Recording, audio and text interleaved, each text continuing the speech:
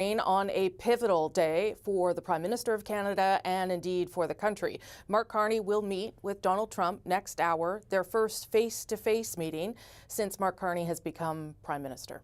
Hello there, I'm Rosemary Barton. Welcome to our special live coverage of the Prime Minister's trip to Washington. I'm joined by senior Washington correspondent Paul Hunter in the U.S. Capitol. We will guide you through the day's events, starting with Mark Carney's arrival at the White House. Paul, good to see you this morning. There is a schedule of the visit. What do we know so far? Yeah, hey, Rosie. Well, the Prime Minister is expected to arrive at the White House next hour at 11:30 a.m. Eastern. 15 minutes later, or so they say, Carney and Trump will hold a bilateral meeting in the Oval Office, which we are thinking that we'll get to see live. Afterwards, the two leaders will have a working lunch in the Roosevelt Room, which is not far from the Oval Office. That'll be closed to media. And later, the Prime Minister will hold a news conference at the Canadian Embassy on Pennsylvania Avenue, a little further up the street here in Washington. That is scheduled for 3 p.m. Eastern. And of course, we'll have all of that live for you here on CBC News Network.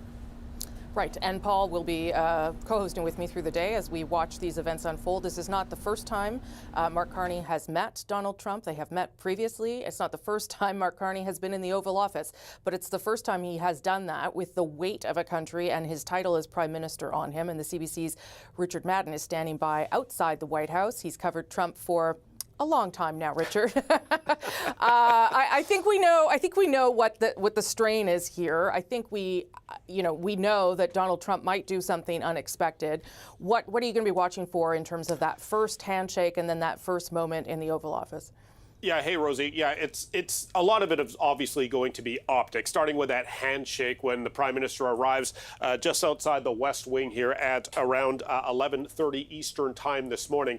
He is staying at Blair House, which is across the street from the White House. It is literally maybe 200-300 feet away. So I don't expect this meeting will start late. He's very close. But beyond the optics, then the two, as Paul was mentioning, they will have what they call a pool spray in the Oval Office, where you have the Prime Minister and the President sitting directly beside each other. And that, of course, is something we're going to be watching as well. After all, here we have a president who's openly mused about annexing Canada, turning it into the 51st state, literally sitting beside a prime minister who made fear of the Trump administration the centerpiece of his campaign. So we'll be watching not only just the optics, we'll be looking for the style and, of course, the substance, because there's a lot of issues on their agenda, everything from trade to tariffs to soothing the strained relation between the two countries.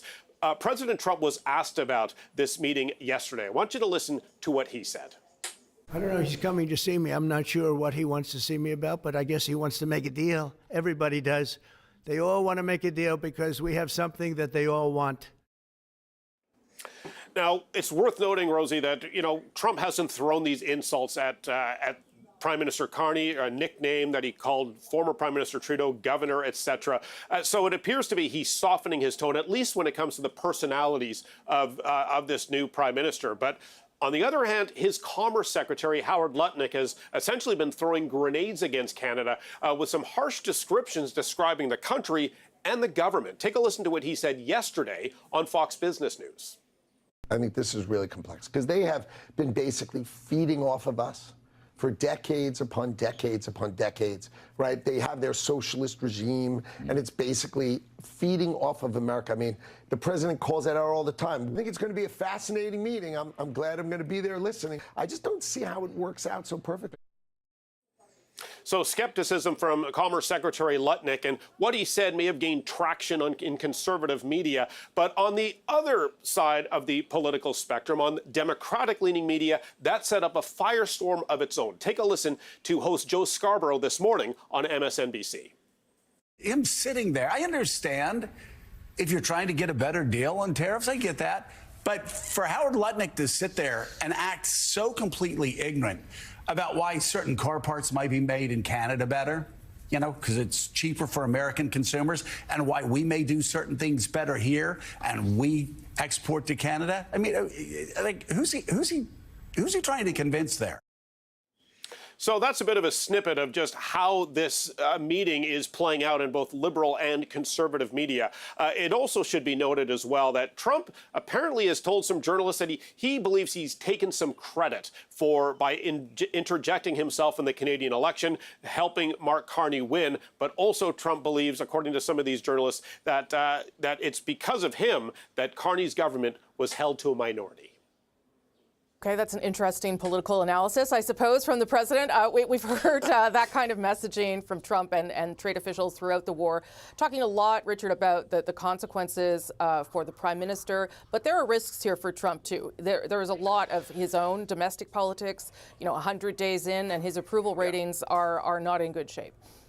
Yeah, and not only are his approval ratings underwater in some of those key tenets that he won on, including the economy, we're starting to see some economic headwinds on the centerpiece of his campaign, these tariffs and the trade war that he's launched against not just Canada, but the world's second largest economy, China. There's concerns of runaway inflation, of possible recession, and a supply chain crunch that Americans could soon start seeing empty shelves because of this trade war and because of low imports in from overseas. So that is a concern, not just that's affecting the White House, but many Republicans who are up for re-election in the upcoming midterms 2 years from now. We're starting to see them breaking from Trump, expressing concern about the impact of Trump's tariffs in their own community. So that is one political headwind that the White House is having to face, and we're seeing them try to get ahead of it. Trump urging Americans to be patient, that he's realigning the trade balance with other countries, and America will win in the long term. But the economic and political pressures are certainly mounting for the president. Now, for Democrats and critics, they're looking at the elections not just in Canada, but Australia, when the leader came from behind to win the keys to the government. And they're looking at those elections as a model of how they should campaign in the upcoming midterm elections. Take a listen to this frank assessment by one Democratic congressman. Donald Trump, he's good at winning elections in America. He's also good at swinging elections in Canada. The guy was losing by 20 points, and Donald Trump said, make it the 51st state. And he wound up winning, and the party won the election. And so, look, the Canadians are paying attention to this. And this was not the fight to pick with Canada. So, of course, all this, Rosie, sets the stage for this high-stakes meeting in just over an hour. We heard Prime Minister Carney really downplaying expectations, saying don't expect a breakthrough from this meeting, but this perhaps, he believes, the first step to soothe the strained relationships between the two countries. On the other hand, we're hearing from Trump and his officials saying, look, the White House is ready to make a deal on trade, but the challenge, not just for industry leaders, but political leaders as well, is that this on-again, off-again tariff agenda by the president appears to be confusing and a bit chaotic, and Trump himself appears to be moving the goalposts as to what's a win, what's considered a win, or what's considered business as usual. So perhaps some might argue this is Trump's version of the art of the deal, and Mark Carney is now going to be making his first having his first face-to-face meeting with the president, where trade and tariffs will no doubt be top of mind on their agenda. Okay, Richard, great to have you here just outside the White House. Richard Madden will be with us through the day in Washington. The CBC's Ashley Burke is also in Washington. She's traveling with the Prime Minister. Ashley, good to see you. I know Prime Minister Carney has been a little tight-lipped about the strategy. He seems to have one. What have we been able to glean about how he's approaching this meeting? Well, Rosie, a big group of media just left right now to head to the White House to watch this all unfold. There's more than probably about 60 people, including the U.S. and Canadian media, that are expected to be in the Oval Office to see their interaction. And as you mentioned, tight-lipped about the strategy, but we do know is ahead of traveling to Washington, the Prime Minister held a press conference, and he said that Trump is one of the best negotiators that there is, and that he respects other good negotiators, and he also respects strength. So that's something that he clearly has been thinking about heading into today's meetings. He's got with him 3 of his ministers that are working on the Canada-U.S. file, Dominic LeBlanc, David McGuinty, as well as Melanie Joly with him, who are expected to be around the table. And he really campaigned during the election, saying that he was the best one to take on Donald Trump and also win. So today really is a test for him. It is high stakes. There are also risks with this. We have seen Trump berate other world leaders like the president of Ukraine before. I asked him on Friday about that. How would he avoid that? And he said, look, it's about going into these meetings prepared, thinking about what the person on the other side of the table wants. And he also said that he's expecting these negotiations to be difficult conversations, but also he's hoping constructive. It's interesting. I'll be interested to see if, the president says the 51st state thing directly to Prime Minister Carney's face, and then how the prime minister responds, because he's made that really a red line for him in terms of respect of sovereignty. What is your sense from who you've been talking to about what Canada is hoping to get out of the meeting, Ashley? Yeah, and does he get up and potentially leave the room if something like that happens? Right. He was asked that at the press conference ahead of traveling here, and he said, look, I'm not going to negotiate in public. But he did say he was coming here prepared, and he really wants to talk about two things: the immediate tariffs on the auto sector, on aluminum and steel, but also the broader relationship with the U.S. when it comes to security and the economy. He says that old relationship that we have known for decades is over. So that's something that he's hoping to discuss here. He also set expectations lower, saying, don't expect white smoke coming out of this. He obviously wants the tariffs lifted on Canada, but that's not something it sounded like he thought was realistic on this first meeting. And when we spoke to former Prime Minister's office trade advisors that worked under Justin Trudeau, they all said that success coming out of this really would be Trump being respectful, not calling Mr. Carney a governor, not bringing up the 51st state, and as well just setting up that they'll meet again and starting a process where both of these countries come out of this trade war. Carney has said that he doesn't think this is going to be moving forward on a straight path. He said that there could be zigs and zags, but told Canadians that he's out to get the best deal for them. So we're going to see what happens today on this first interaction together. Okay, the CBC's Ashley Burke in Washington. I know you're very busy. I'll let you get caught up there with the other reporters, and we'll check back with you later. Thank you very much for that. Of course, this trade war was started by the U.S. president when he first imposed tariffs on Canada under Justin Trudeau as Prime Minister. Canada has retaliated with billions in dollars of counter tariffs, so that too will likely be part of the conversation between the Prime Minister and the President today. One man who's following these high-stakes meetings closely is John Bolton. He served as U.S. National Security Advisor during President Trump's first term, and he joins us this morning. Nice to see you, Mr. Bolton. Glad to be with you. What would be your approach if you were Mark Carney and you were heading into that Oval Office and then into what we understand to be some more substantive meetings after? Well, a lot depends on how the televised introduction goes. And Carney strikes me as a very serious man. He's been governor of the Central Bank of Canada, Central Bank of the United Kingdom. He's a Goldman Sachs banker. I think if he goes in with a serious approach and indicates that he's prepared to talk to the president on a serious basis, that's the best way to do it. It's utterly unpredictable what Trump himself will do. He sees relations between countries as embodied in his personal relationship with a foreign head of state.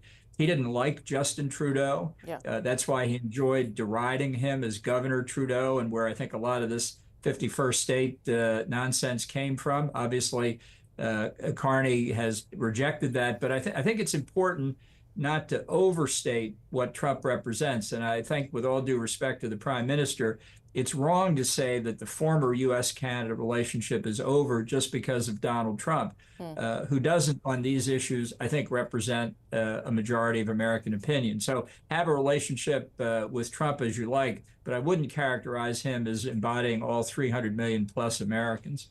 There is, I guess, a fine line to walk here, Mr. Bolton, between placating the president, which is the approach we've seen from other world leaders in the Oval Office. I would point to maybe Keir Starmer as an example of that, versus being disrespected. And I would imagine that is going to be a challenge if the president decides that he wants to make some of those derogatory, disrespectful comments about Canada's sovereignty directly to the Prime Minister's face. Well, I think it would be a big mistake for Trump to do that.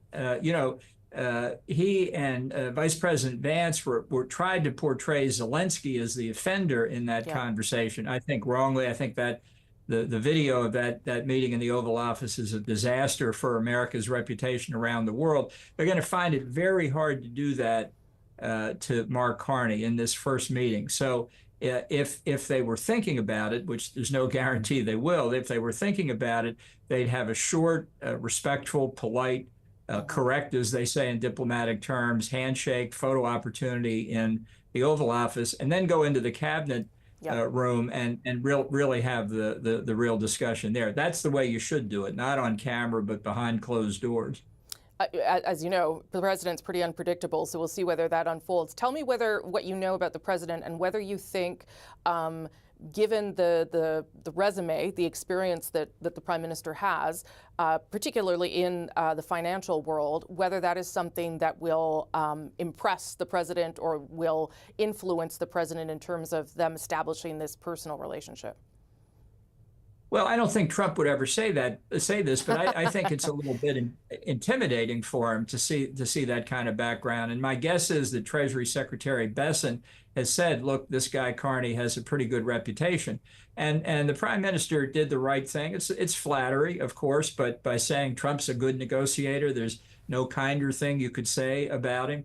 So he's obviously made his preparations and is hopefully ready for what happens. And he knows Trump is unpredictable. But I think, as you said a few moments ago, or your colleague did, if this were just a smooth meeting where nobody said anything outrageous and it led to an agreement that they'd have further meetings and their teams would have further meetings, I'd consider that a good outcome.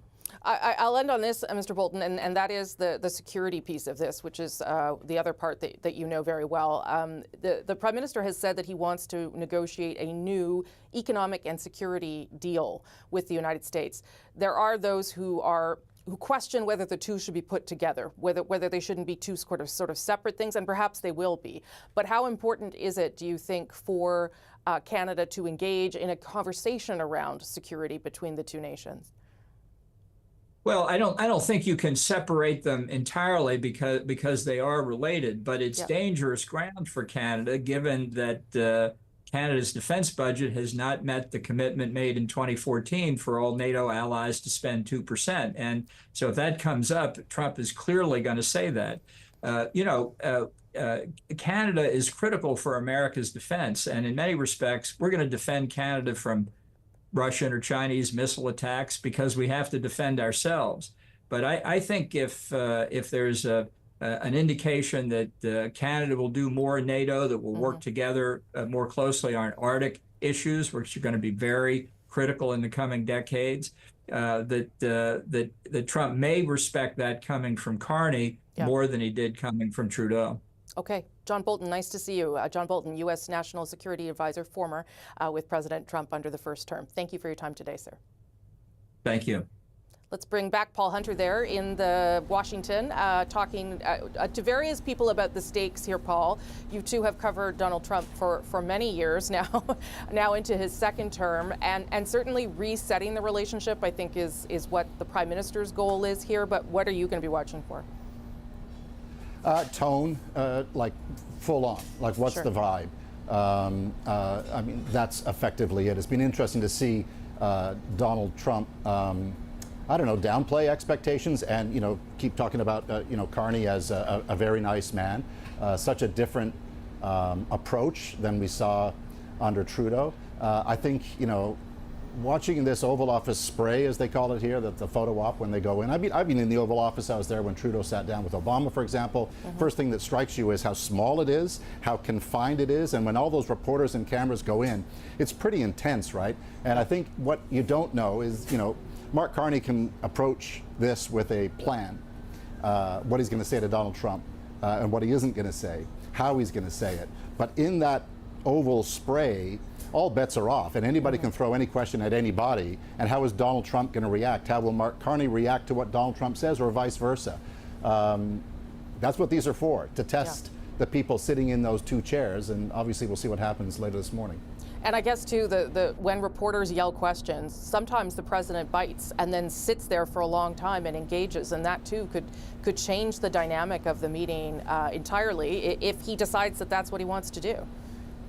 Well, we saw that with Vladimir Zelensky, didn't we? Yeah. I mean, that's another factor here. Which Trump will show up in the room? Which Trump will show up for Mark Carney today? A friendly, let's make some progress, let's have something to say at the end of it that signals progress, or will it be an antagonistic Donald Trump who wants everything his way or the highway kind of thing? We've seen both of these on display. Some of it depends on the other leader. You were talking about Keir Starmer as the a counter example to how things played out with Vladimir Zelensky. I think it's fair to say that one of Mark Carney's goals today is not to rise to any bait that may or may not be thrown his way, not to not to Zelensky-ify, if I can put it that way. Certainly the spray or the photo op in the Oval Office. It's interesting to note that that is coming before the actual meeting in the Roosevelt Room after, which, by the way, is just across the hall from the Oval Office. That's where that's the meat and potatoes of this, when they sit down to talk after the Oval. If it were the other way around, and they had the meeting first and then came out, the questions would be very different. What did you achieve? And they have to have answers to that. This way they get to say, here's what we're hoping for, shake the hands, make nice, then go in and have a talk. Of course, we'll hear from Mark Carney later at the Canadian Embassy anyway, so we'll find out what went on at that meeting. Okay, Paul, we'll come back to you, of course. Thank you for those smart thoughts. Let's turn our attention back to Ottawa now, where the Conservative caucus is currently meeting behind closed doors.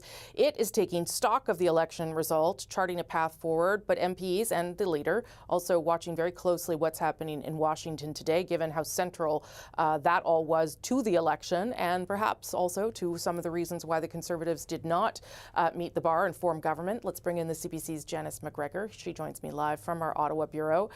Janice, really different Pierre Poilievre this morning that we saw in some respects, not all respects, but he spoke to the media in a scrum, and that was remarkable in its own way. What did he have to say this morning?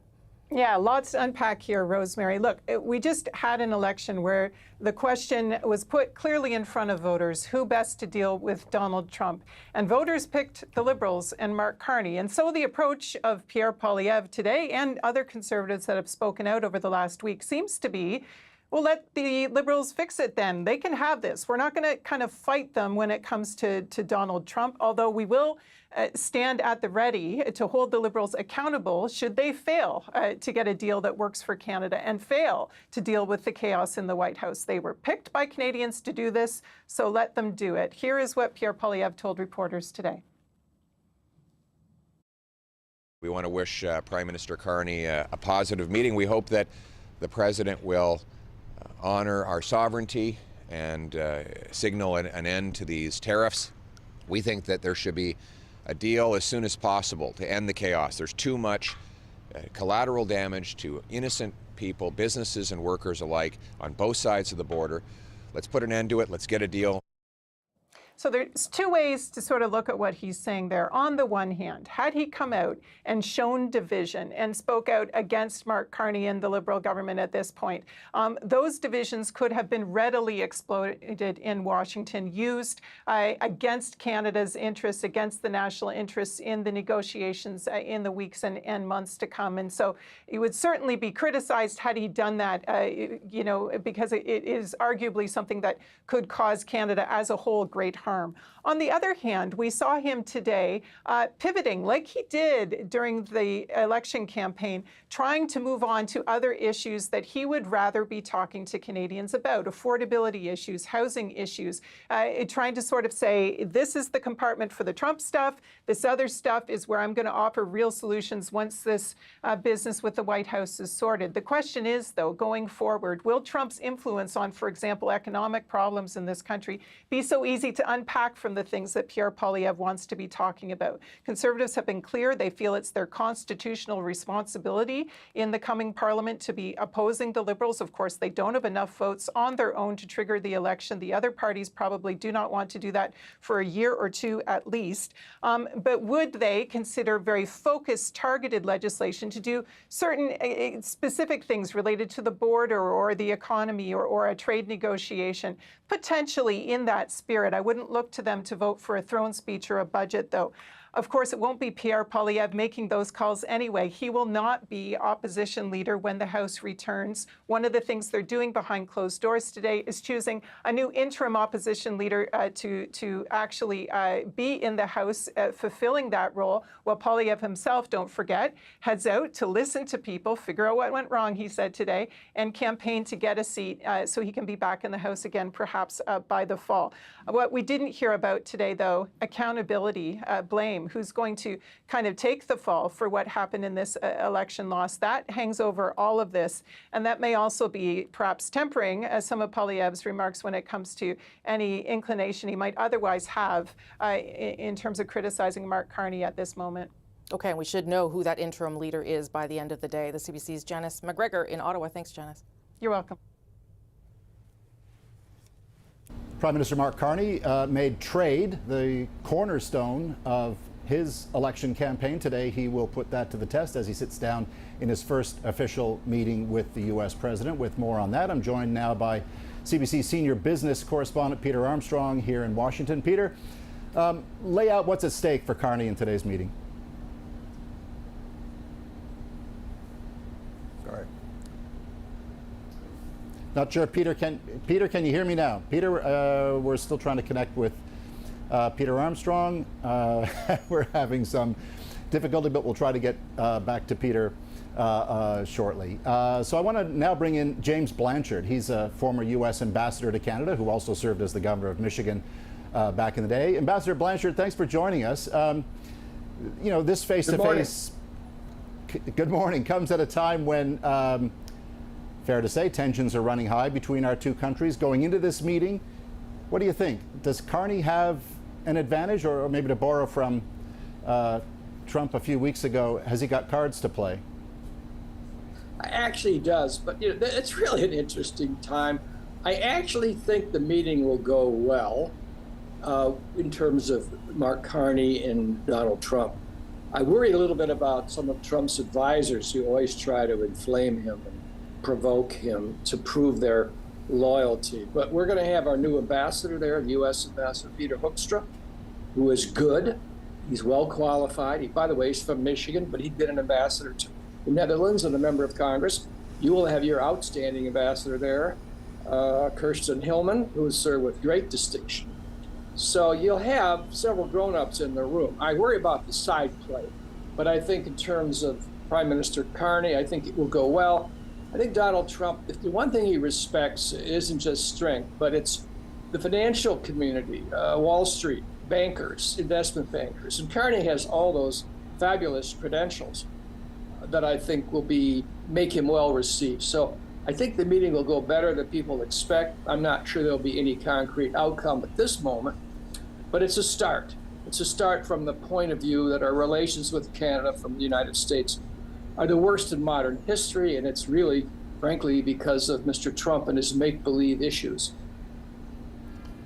Yesterday, Trump was asked about the visit, and he told reporters, quote, he's coming to see me. I'm not sure what he wants to see me about, but I guess he wants to make a deal. Everybody does. What do you make of the language Trump was using there? Well, it's classic Trump. I think the truth is Trump invited Prime Minister Carney to come down.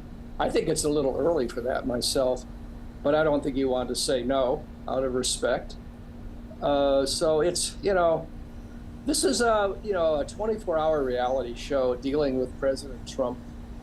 And the other thing that's interesting, you know, globally, here's the leverage that Mark Carney has. Look, if Donald Trump can't get along with the Prime Minister of Canada, who just won a big election, no one around the world's going to wonder who he's going to get along with.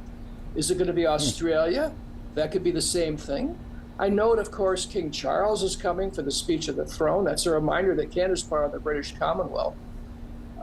So, you know, in this world, the truth is, the most important thing for national security is allies, allies, and allies. And we don't need to have America alone. We need to have America in partnership with Canada, the UK, Australia, France, Germany, Japan, and all the rest, Mexico included. Would you agree with those who say there's pressure on Trump right now to get a win to show that he is making progress with, in this case, America's greatest ally, or any country, that there is pressure on Trump to come away with something that signals to Wall Street and to the rest of the world that there is a resolution to some of these conflicts? Well, yeah, I'm not sure. You know, it's all a running narrative, and Trump will have his narrative, and we'll all have ours, and then Canada will have yours. So I don't know what to say. My guess is he'll find someone to make a deal with and announce things are on track. It's hard to know. The big enchilada is China. I mean, look, the United States, we have a trade surplus manufacturing with Canada. We have an auto surplus. We, the United States, auto trade surplus with Canada. We have a merchandise surplus with Canada. We have a services surplus with Canada. The only trade deficit we have is energy. We want that energy. By the way, it helps provide energy to my state of Michigan, including home heating, natural gas in Detroit. We want that. This is a very healthy, successful trade relationship. And the fact that the people around Mr. Trump have magnified that as a problem is really not wise. It's not fair. And the insults that have been leveled at Canada about 51st state and this and that and the other, it's the insults, frankly, more than any trade friction that have, led to, deterioration of relationships. So dealing with Canada, frankly, just modernizing the recent agreement should be relatively easy, to be honest. And there's no excuse to have all this cheap theater, frankly. You talk about the relationship. Quite famously, Mark Carney has said that the relationship with the United States, as we have known it, is over. Would you agree with that? Yeah, I think it's over for a while. My guess is that Canada and a lot of other countries aren't going to entirely trust the United States as being a reliable partner until there's a new president, and that won't happen for a while. And that new president, whichever party, has a lot of work to do, and so does the current Trump administration. So, yeah, I think that's tentatively true, but, we live next to each other. We're each other's best customers, and so many people live on both sides and have relatives, including in my state of Michigan. Recent event, I gives a speech, and I asked how many people have relatives or friends in Canada. Every hand went up, so that's significant. That's not going to change. We can say what we want, but there has to be a new arrangement here for the time being, and this is the start of it today, and we'll see how long it takes. Can I just ask you lastly a quick Michigan question? I was in Macomb County last week for the Trump rally. Granted, I was talking to MAGA people who line up for a Trump rally are Trump people, but I didn't hear a lot of love for Canada, and I heard a lot of people saying we'll put up with higher prices of these tariffs. I heard auto workers for Trump saying Canada stole jobs that ought to be in Michigan, and this is the way it should be henceforth. Does that reflect the Michigan? What's your take on those comments that I heard? Not at all. That's a small segment of the Trump for Pope group. I mean, not at all. The overwhelming majority of people in the United States and in Michigan, I'm going to repeat that, view Canada as our most trusted friend, ally, and partner, and has been for over 100 years. They all know that. The Macomb group is a small slice, trust me. Today's polling data with the Detroit Free Press shows that Trump is severely underwater. 57% disapprove of his presidency here in Michigan. So Macomb is a very small slice, and the reason he goes there is he'll get a friendly audience. But I'm telling you, he wouldn't get that in Detroit or Lansing or Grand Rapids or Ann Arbor or anywhere else. No. And I will tell you this, in a year and a half, there'll be a massive defeat for Republicans in Michigan who stick with Trump. And they will be, I'm sure, finding ways not to when the time comes. I'm writing that down, Ambassador. I appreciate your optimism, and thank you for your time. Thank you. That's James Blanchard, former U.S. Ambassador to Canada, who also served as the Governor of Michigan. Let's show you a live shot at this hour. That, of course, is the driveway at the White House. In about an hour, maybe a little bit before, Prime Minister Mark Carney will arrive there to meet with U.S. President Donald Trump face-to-face for the first time since winning the election. The stakes are very high, though the Prime Minister has said don't expect anything to be resolved in one day. A lot of pressure here on him and the country as we wait to see how this unfolds. We have special coverage of this big moment all day here on CBC News Network. Stay with us. We'll be back right after this.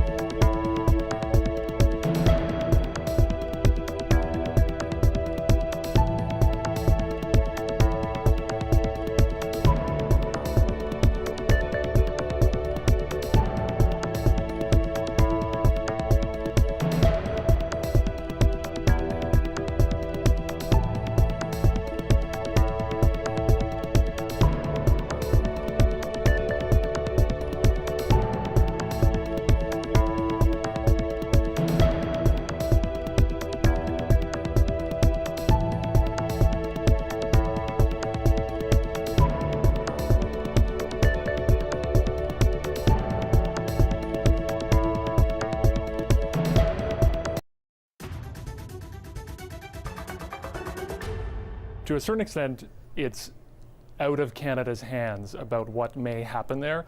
It depends on what version of Donald Trump shows up. With, Prime Minister Carney being astute at preparations, being an astute study of behavioral politics, he knows what he needs to do to sort of win President Trump over.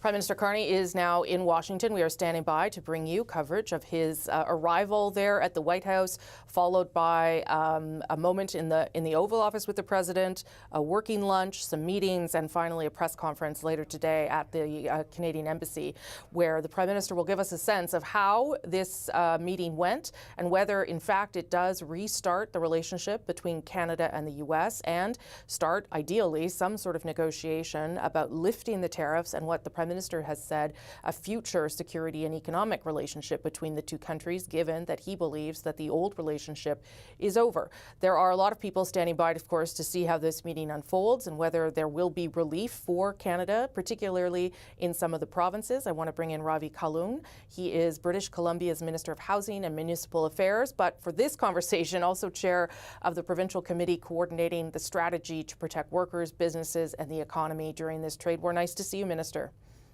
Yeah, nice to see you, Rosemary. Thanks for having me. Well, thanks for making time. What are your expectations? I understand the Prime Minister has trying to keep them fairly low, but this will be an important moment in terms of where things go next. So what are you expecting? Well, we're not expecting white smoke, not expecting a final decision today. I think that the way the president has operated in the past, we're hoping that this is just an opportunity to level set, to open up a direct line from the Prime Minister's office to the president's office.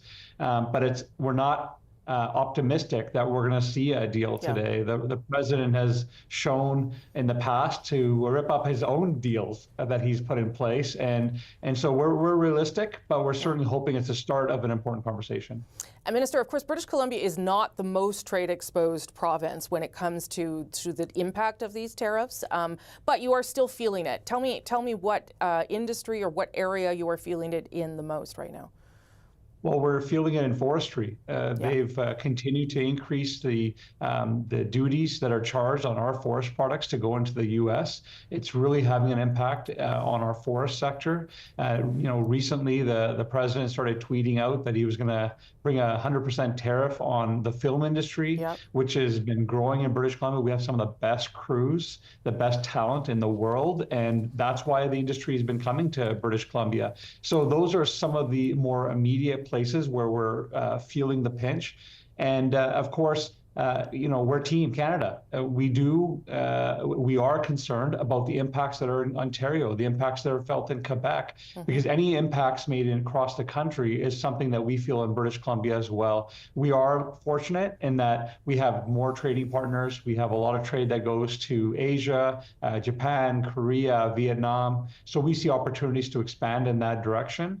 But we also feel like we have a responsibility to the rest of the country. And so we're standing, shoulder to shoulder with all of our counterparts. Minister, a lot of this had to be put on hold. Obviously, during the election, there wasn't a lot of movement. This is now, determined, and it's over. And so Prime Minister Carney is, expected to reset the relationship and has a mandate to do that. I wonder how quickly you think something might happen, even if your expectations are low for today. Well, again, it's hard to know, partly because the president pivots and changes his position so much. And it could just start with the staff and you have an agreement, and then you hear something from the president that's completely different than everyone else. And I think the challenge for us is it's not just British Columbia, it's not just Canadians that are feeling this. This is now an economic war that's being waged against all countries in the world, which has created just a huge level of uncertainty. So although the direct impact on employment hasn't really hit in a big way yet, we're feeling it, but not in a big way. But there's a lot of investments and a lot of decisions that were going to be made that are all on pause because people don't know what the world is going to look like. And, my big worry, our big worry is that the president of the United States is going to pull the U.S.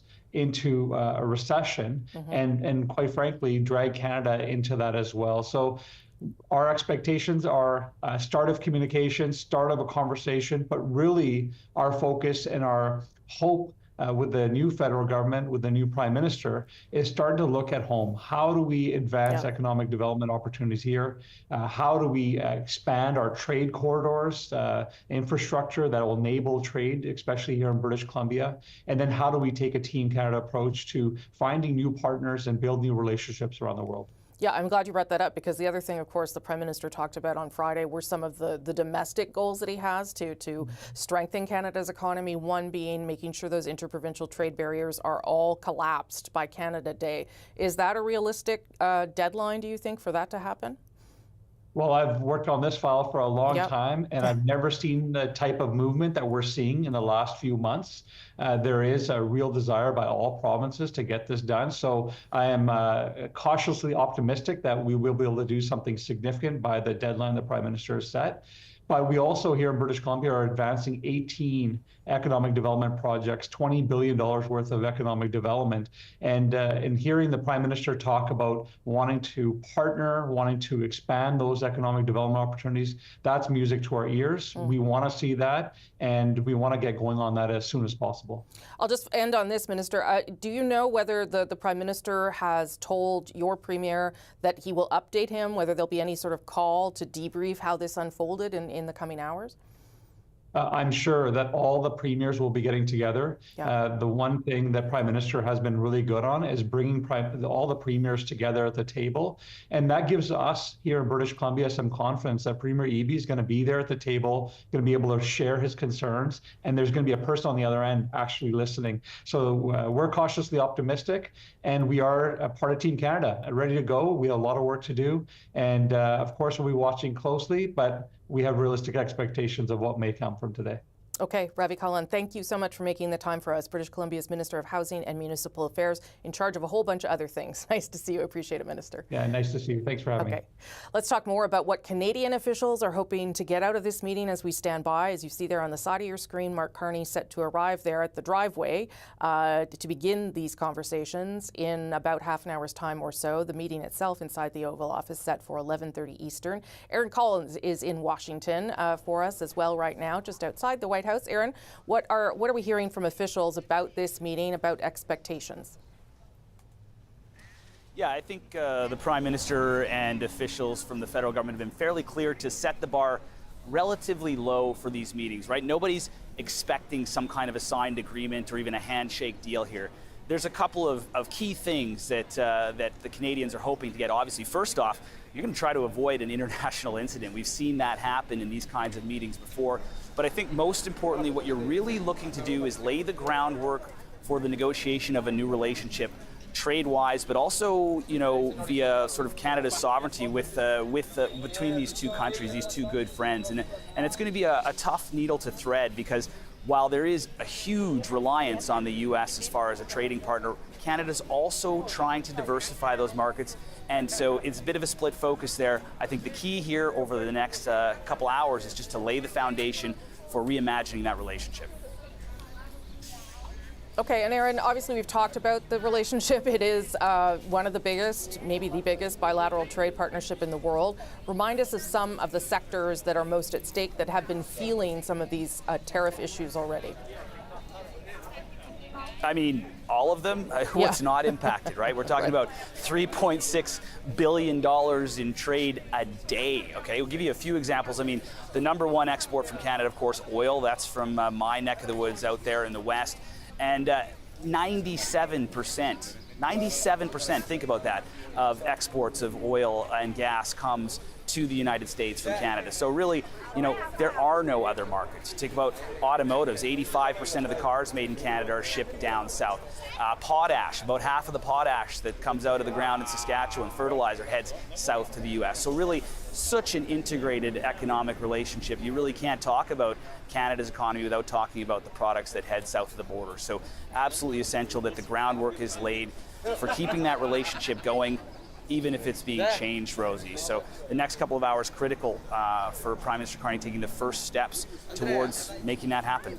Okay, the CBC's Aaron Collins at Lafayette Square in Washington. We are learning at this hour that the Premier Doug Ford, spoke with Prime Minister Mark Carney yesterday. The Premier was just on CNN telling Americans a little bit about that conversation.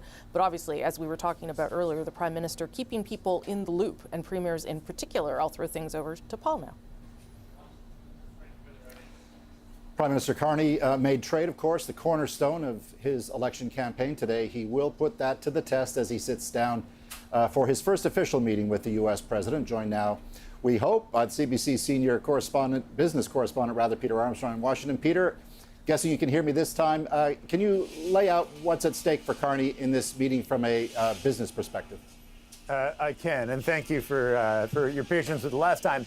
Look, I think the stakes are quite high. In fact, just before I came here to talk to you, I was talking to a couple of people who run businesses back in Canada that do a lot of business here in the United States. And one of them quipped a really interesting remark, Paul, in saying that in normal times, the sort of stakes and what it would take to come out of this with some kind of a success are so incredibly low that, you know, all you got to do here is reset the relationship, build some really basic agreed to on facts and a basic parameter of what we need to be talking about when talks actually start, which is way down the road. In normal times, they say that would be like the lowest possible bar you could imagine to try to pass. But they add, these are not at all normal times. This is not at all a normal administration. And to that end, I think everybody's seen this clip, but play it again. The Donald Trump being asked what he hopes to get out of this meeting. Take a listen. What's your expectation for your meeting with the Canadian Prime Minister tomorrow? I don't know. He's coming to see me. I'm not sure what he wants to see me about, but I guess he wants to make a deal. Everybody does. They all want to make a deal because we have something that they all want. You know, Donald Trump spends a lot of time talking about how, you know, he doesn't want what Canada has to offer. He doesn't want our cars, our oil, or lumber, or whatever. That's all well and good, these business people tell me, because the government doesn't buy any of that stuff. It's American businesses that do, and they do need it. And they need it badly, and they need that relationship to continue flourishing so American business can succeed, so they can hire more American workers and bring in more American profit that can be taxed and added to American government revenues. So I think the bar for what they do need to see out of this is still fairly low. The question is the volatility that is so natural to this administration going to overrun what should be a pretty, in normal times, run-of-the-mill meeting? It's interesting, isn't it? Like from any perspective, as we look ahead to this sit-down, it's about lower the expectations, like just make nice, say hello, have a cup of coffee, don't mess it up. And that would be a success for today. I wonder if, Peter, in the longer term, more broadly, what does success look like, again, from a business perspective, as this relationship and as this negotiation, I guess, moves forward? I think it's to pick up on your second point as this negotiation moves forward. I think, you know, Canadian businesses have been waiting. You'll remember when Justin Trudeau went down to Mar-a-Lago to meet with the president right after the election back in November. That was the first time we started hearing this notion of the 51st state, really. It was before the tariffs really kicked in. And everything's just hotted up so much since then that I think the business community really just wants to see, what is the path forward? Are we talking about NAFTA, about CUSMA, USMCA, whatever you want to call it? If so, can we start to confine the conversation to that? And is there enough of a relationship between these two leaders that they can then start to empower their trade representatives, their treasury secretaries, their finance ministers, their bureaucrats to start having some conversations about what the path forward is? You've been reporting more than anybody about how this administration wants a deal, kind of needs a deal at this point. A lot of the people I'm talking to say, look, a deal with Canada is actually simpler than a deal with Korea or a deal with India or a deal with Japan, where there's some way bigger structural problems. We have the path to a deal in the USMCA, the CUSMA free trade agreement. We have the path to reconcile a lot of the problems we have through the dispute mechanisms, dispute resolution mechanisms that are built into that agreement. So really, it comes down to the relationship between these two men. Can it get back on track so the trade agreement can start to do the work that it's intended to do? It should be all so simple, shouldn't it, Peter? Shouldn't it, though? Thank you so much. That's CBC Senior Business Correspondent Peter Armstrong here in Washington. Okay, on the side of your screen there, you are seeing some of the Prime Minister's staff arriving, some Canadian journalists also on site now as they wait for the arrival of the Prime Minister at the White House. The CBC's Megan Fitzpatrick has been talking to Canadians at Union Station in downtown Toronto to see whether they are following events today. Megan, what are you hearing? They are following events today, and they say they are watching this closely. And they say, given how unpredictable President Donald Trump can be, there are challenges ahead today for Prime Minister Carney as the two sit down to meet, that there are challenges, there are risks to this meeting, these conversations. But some people saying, Rosie, they feel like Carney can handle it. They expect him to keep calm, to keep his composure, that he won't let anything deteriorate during the meeting with Trump. Some people saying they, again, think Carney is qualified and that he's been in high pressure situations before. I did meet one person who said he wished Pierre Poilievre had won the election and was the Prime Minister that will be in Washington today. But other people saying that they don't necessarily have high expectations for any specific outcomes from the meetings today. Perhaps there will be some discussions about the trade relationship behind closed doors, but they're not expecting Carney to emerge with an agreement to lift the tariffs, for example, on Canada. One man saying he does hope that Carney walks away from the meeting, though, with a bit more clarity about what the trade relationship might look like going forward. But also people, again, acknowledging that Trump is so unpredictable that that might be very difficult for Carney to achieve. Here's more of what I've been hearing from people. He has the smarts and the ability to be calm in the face of a mercurial Trump.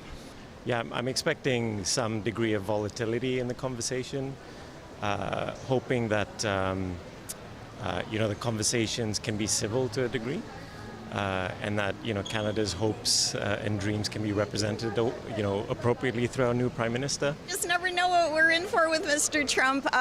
He likes a tough guy, which he has indicated before. So Mr. Carney's going to have to be very pragmatic, and I think he's capable of doing that. It'd be nice to see Carney lay it down and assert that we're not going to become the 51st state. One person I talked to, Rosie, said he wished Carney wasn't going to Washington to meet with Trump and rushing down there so quickly. He sees it as a kind of kissing the ring type situation. And he says Trump has been so disrespectful to Canada with the rhetoric about the 51st state and wanting Canada to join the U.S. That he'd rather Carney not be talking to Trump right now. And he would rather Carney sit back and wait and have Trump come up here and have a meeting on our turf. So that was an interesting perspective from that Canadian. But overall, the people I was talking to saying they are going to be watching very closely, that the whole country is watching, one man told me. And the common thing I was hearing from people was a good luck to Prime Minister Carney today. Okay, the CBC's Megan Fitzpatrick in Toronto. Lots of smart people that you caught on your streeters there. Appreciate that.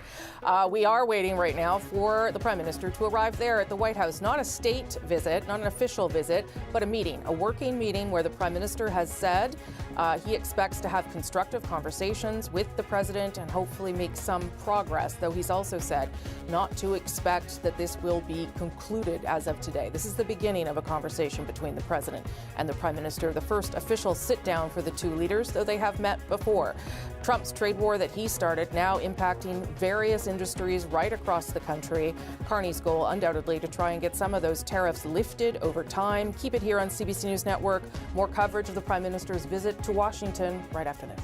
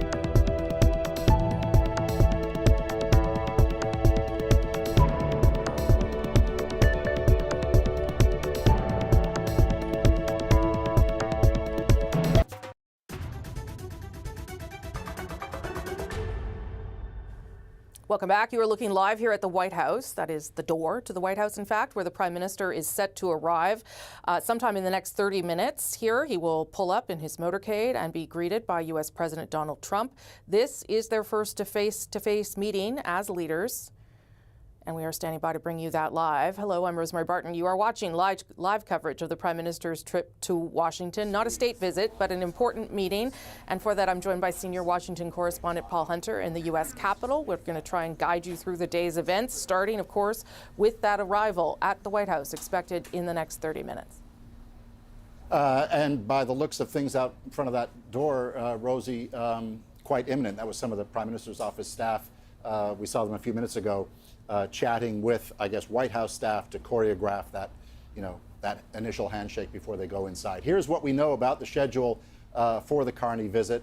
The Prime Minister is indeed expected to arrive at the White House at 11:30 a.m. Eastern. 15 minutes later, or so we're told, Carney and Trump will hold a bilateral meeting in the Oval Office. Afterward, the two leaders will have really the meat and potatoes of this trip.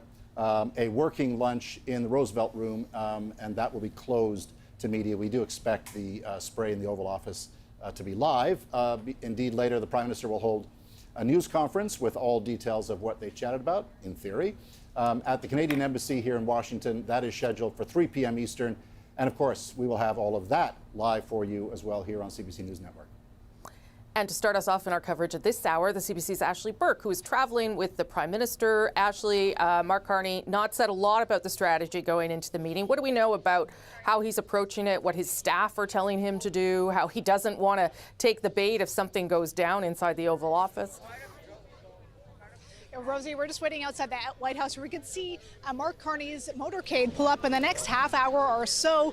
Heading ahead of this trip, he talked about how Donald Trump is one of the best negotiators there is and that he respects other good negotiators and also strength. So that's something that he's been thinking about heading into this meeting today. He's going to be heading to the Oval Office before, and Trump is unpredictable. We have seen him berate other world leaders and ask Carney about that on Friday and how he'd deal with it. Take a listen. How do you avoid an Oval Office ambush like we saw happen to President Zelensky? Look, I go there with the expectation of constructive, difficult, but constructive discussions. That's the spirit of the conversations that the President and I had. You go to these meetings well prepared, understanding the objectives of your counterpart, and always acting in the best interest of Canada, and we'll go from there. So you heard Carney say he's headed here prepared. He's got with him 3 ministers that work on the Canada-U.S. file, Melanie Joly, Dominic LeBlanc, and David McGuinty. And there would have been a lot of conversations behind closed doors, including with staff ahead of this, to prepare and make sure they are in a good position going into this. We're all going to be watching closely to see if Donald Trump brings up the idea of Canada being the 51st state, something he talked about again this week. How does Carney respond? Will that happen behind closed doors or in the Oval Office in front of all of those media, Canadian and American, probably about 60 people or so, and in front of the cameras or not? So we're really going to be watching for the tone of this meeting. Is it respectful or not? Does Trump use the word governor when he refers to Mr. Carney, something he did with Justin Trudeau? So far, he's called him a gentleman and said that they're going to have a good relationship. So the Prime Minister trying to manage expectations. I'm not sure we're helping him in that with our coverage today, but what is he hoping to leave with today? What's your sense of that? Well, he's not leaving the impression that he's hoping to leave with a deal today. He is saying he wants to talk about two things: the immediate tariffs on things like the auto sector, aluminum and steel, and as well the broader relationship that Canada has with the U.S. after he declared the old relationship that's been in place for decades over. He wants some sort of economic or security agreement moving forward. But he said that don't expect white smoke coming out of this meeting. This is an initial conversation. We also spoke to a former trade advisor who worked on the U.S. file for Justin Trudeau, and he said that to keep expectations low, but it is a strong sign that they're meeting this quickly a week after Carney was elected and won the election. Take a listen. I don't think we should expect to see meaningful movement in the trade relationship. However, we are looking to see a good, constructive, positive start that hopefully gets Canada into a process where we can see our way through to the end of this trade war. Carney calls himself a pragmatist, and he certainly sounded like that when he was talking about what to expect coming out of this meeting. He said that he's hoping to get a good deal for Canada, but that negotiations probably won't happen necessarily in a straight line, that it could zig and zag, and this could all take time. Rosie? Okay, CBC's Ashley Burke in Washington. Thanks so much, Ashley. We'll check back with you a bit later. I'll throw things back to Paul now. Thanks, Rosie. CBC's Katie Simpson. We've got this covered all over the place. She's on the White House grounds right now. Katie, good to see you. We just heard what Prime Minister Carney hopes to accomplish with this meeting. I turn to you for all things Trump. What would President Trump be hoping to achieve today? Well, certainly the stakes are very different for the American side of this. Generally, what Donald Trump wants is things he can point to as a win so that he can show to his voters, to his base, he is delivering on his promises. He loves to brag about things he's accomplished. And so perhaps there are some moments in this Oval Office event that we're about to witness not too long from now, where Donald Trump can sort of point to things and say, this is a win, I accomplished this. That broadly is what he likes to sort of lean into, and generally is what he's looking for out of these meetings. But again, trying to predict what Donald Trump is going to do, how he's going to behave, the tone he's going to take. It really, one former Prime Minister advisor that I spoke with who worked for Justin Trudeau said, you never know which version of Donald Trump is going to show up. Is he going to be charming? Is he going to try and, flex his strength with the position of power that he's in? Remember, Donald Trump does hold the position of power here. He's the one who's imposing the tariffs. He's the one who started this trade war that Canada so very urgently wants to end. It's not like Canada doesn't have any leverage here. Canada coming back with its retaliation tariffs and other efforts to try and sort of put pressure on the Americans to pull back. But Donald Trump sees himself as in the position of power. And remember, Donald Trump is not he's not bound by the same kind of guardrails that most politicians are bound by. If things go sour, if things go wrong and there's blowback at home or there's blowback abroad, those are not the sort of kinds of things that shape or guide his behavior or amount to change. So the stakes are certainly different from the American perspective, but Paul, broadly speaking, what Trump usually is looking for out of an event like this is something he can point to as a win. And so the question is, will the Canadians present something to him that he can point to as a win? Perhaps it's improvements to northern border security, a decrease in the amount of fentanyl that's been seized along the northern border, a decrease in the number of people who've been stopped crossing into the United States along the northern border. Is that a win? Can that get Canada and the United States to a spot where they can have constructive conversations? That's certainly what Canada is hoping for, but those are sort of the things that I'll be watching for. Katie, thank you. Thanks. That's the CBC's Katie Simpson on Pebble Beach, as we call it, on the White House grounds here in Washington. Okay, we are standing by, of course, to bring you the arrival of the Prime Minister at the White House, but the host of Power and Politics, David Cochrane, is also in Washington, and he joins us from outside. There he is, outside the White House right now. David, what are you hearing from the Prime Minister's office and the people around him about expectations today? Well, Rosie, I think there's a very deliberate strategy to kind of keep expectations as low and as realistic as possible. There's a couple of things happening here, and that they say, to have Mark Carney speak directly to Donald Trump in person and not speak through headlines and not speak through media reports. And they're also very intent on having one message and one messenger today. There are three cabinet ministers and the ambassador here. Nobody's going to be doing interviews. No one's going to be doing scrums. It's going to be Prime Minister Carney when he sits down with Donald Trump in the Oval Office for the media spray, and then later when he does his press conference at the Canadian Embassy just a few blocks from here. That is going to be the only Canadian voice you hear today talking about the substance of the meeting, the outcome of the meeting, and what comes next after this meeting. So it is essentially this goal of reestablishing a proper working relationship between the Prime Minister's office and the presidency, given the state of things since November of last year. But there is a real sense of anxiety, right? In that the Canadians believe that they are serious and they are prepared, but they are also walking into a meeting with the most unpredictable politician in the Western world. And they have to be prepared for just about anything to happen there. They've got Melanie Joly, the Foreign Affairs Minister, is here. Dominic Leblond, the Trade Minister, is here. And David McGuinty, the public safety minister is here. Mark Carney last week, when he gave that news conference, Rosie, on Friday, he talked about the fentanyl tariffs at minimum or something that mystify them. Based on the presence of who's here and the fact that Carney raised that, you'd think they would love to come out of this meeting with at least some movement on that. But up to this point, no matter who you talk to, no matter how many times you ask, it's a very low bar of expectations. Like, it's the first face-to-face meeting since the election. They want to restart things. They want this to go well, but they're just kind of bracing, because we've all seen some pretty dramatic moments happen when world leaders are sitting next to Donald Trump in that office.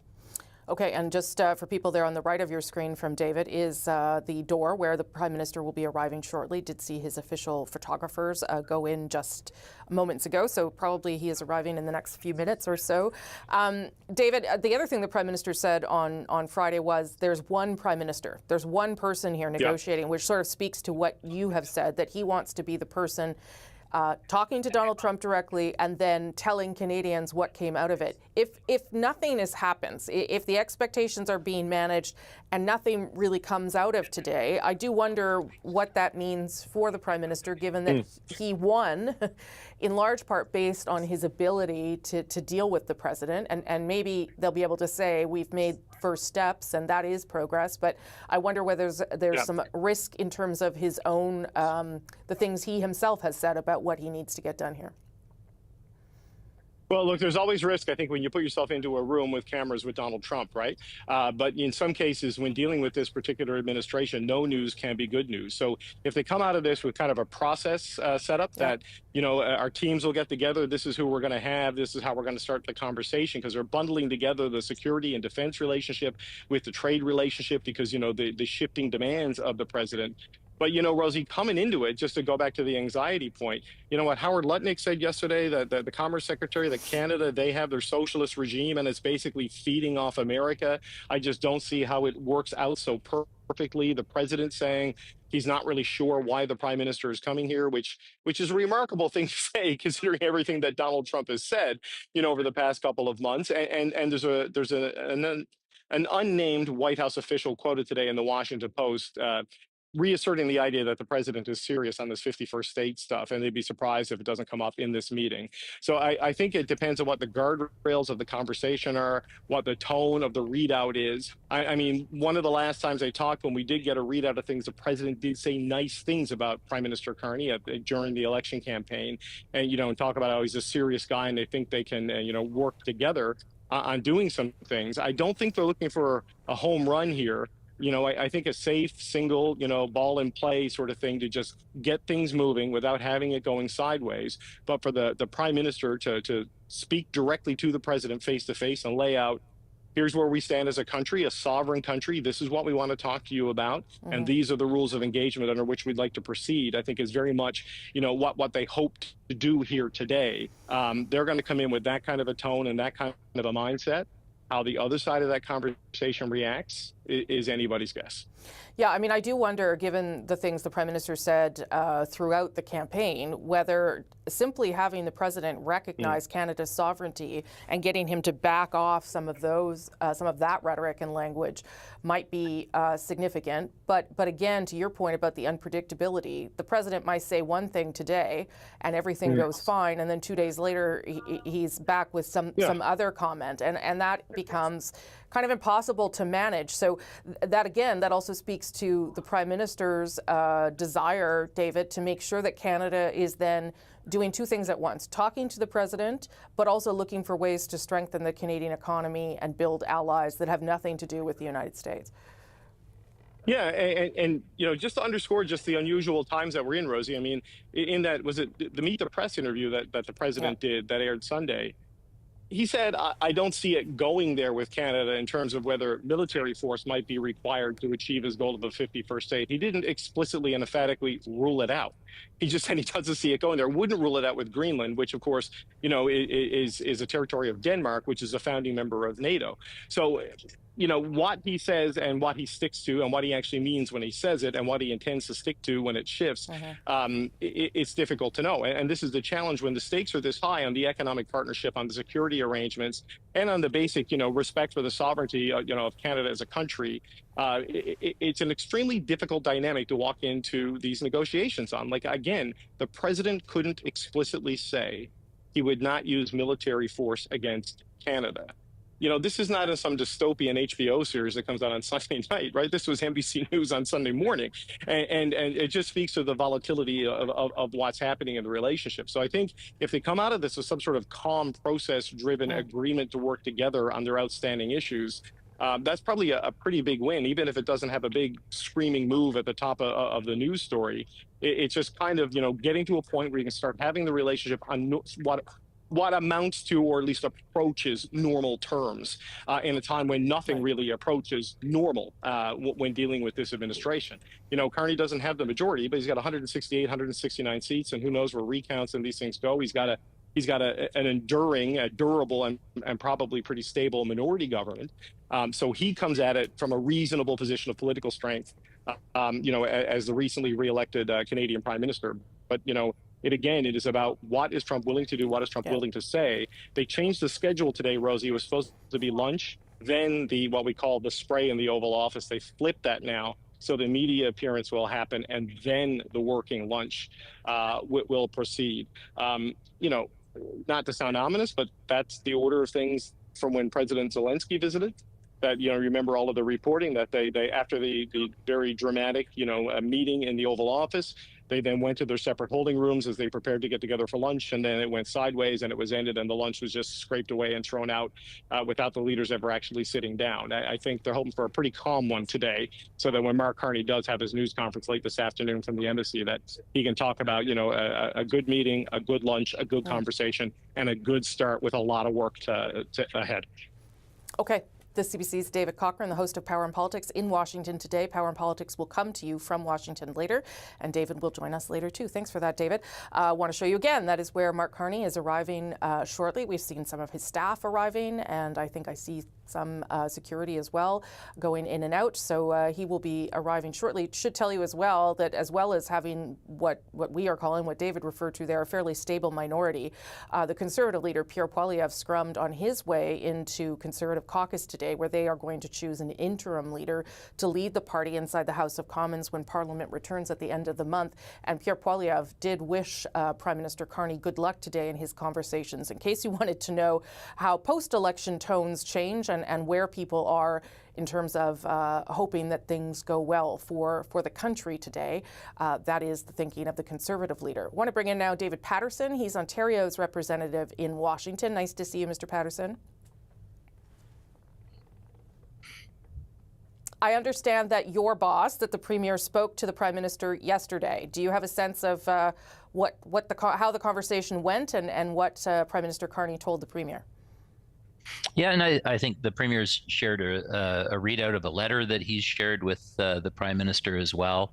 And, you know, we're very much, I think all the Premiers are very much behind our Prime Minister. And we're sort of dealing with two fronts. We've got the domestic front and all kinds of great things that can be done in terms of removing interprovincial trade barriers and getting pipelines moving and things like that. And of course, we have to deal with our biggest trading partner. And so I think this is obviously an important start of things in that discussion with, you know, a world-recognized business leader in Prime Minister Carney. So I think it'll be a good meeting.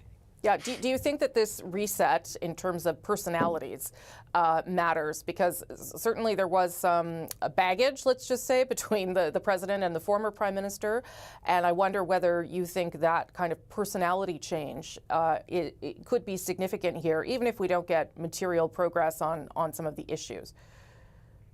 Yeah, I mean, I think it will be more positive, but I think from our perspective here in Washington, having been working with the administration over the last several months, I think you have to separate signal and noise, or leave aside the drama and the window dressing and focus on what you're trying to accomplish. And I think there is a much better balance in terms of what can be accomplished now than just at the beginning of the Liberal leadership and the election campaign. A lot has changed here in that time period. And so, you know, you think about that the rest of the world has caught up with Canada. It started with fentanyl with Mexico and Canada, but now we have, a large number of countries that were faced with up to over 50% tariffs, now dropped to 10%, Canada at 0%.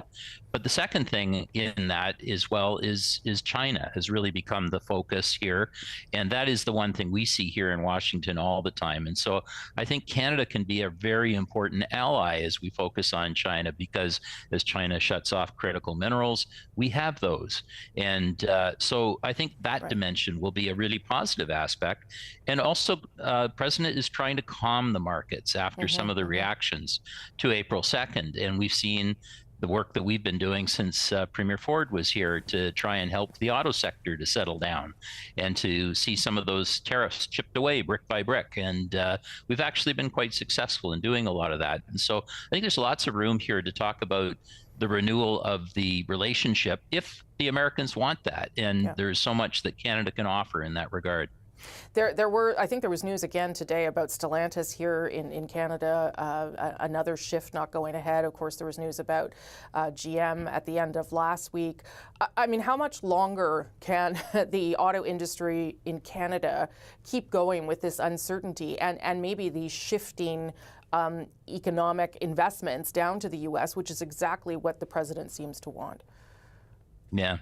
I mean, as you know, I spent a good 20 years in the auto sector before coming into this role. And I think our auto sector in Canada is going to be very solid. We are going to see some shifting of shifts, so to speak, into the United States out of various companies. We've seen that out of Mexico as well.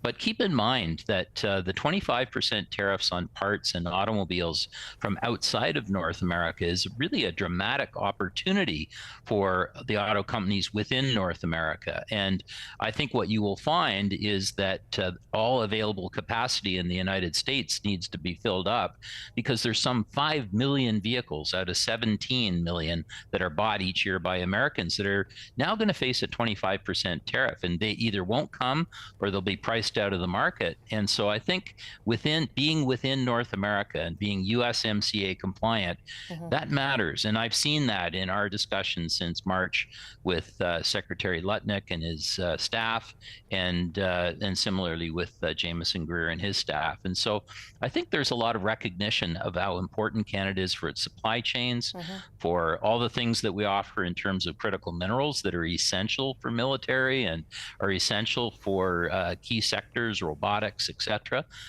So there's an awful lot of balance now in terms of what they need from us as well as what we need from them.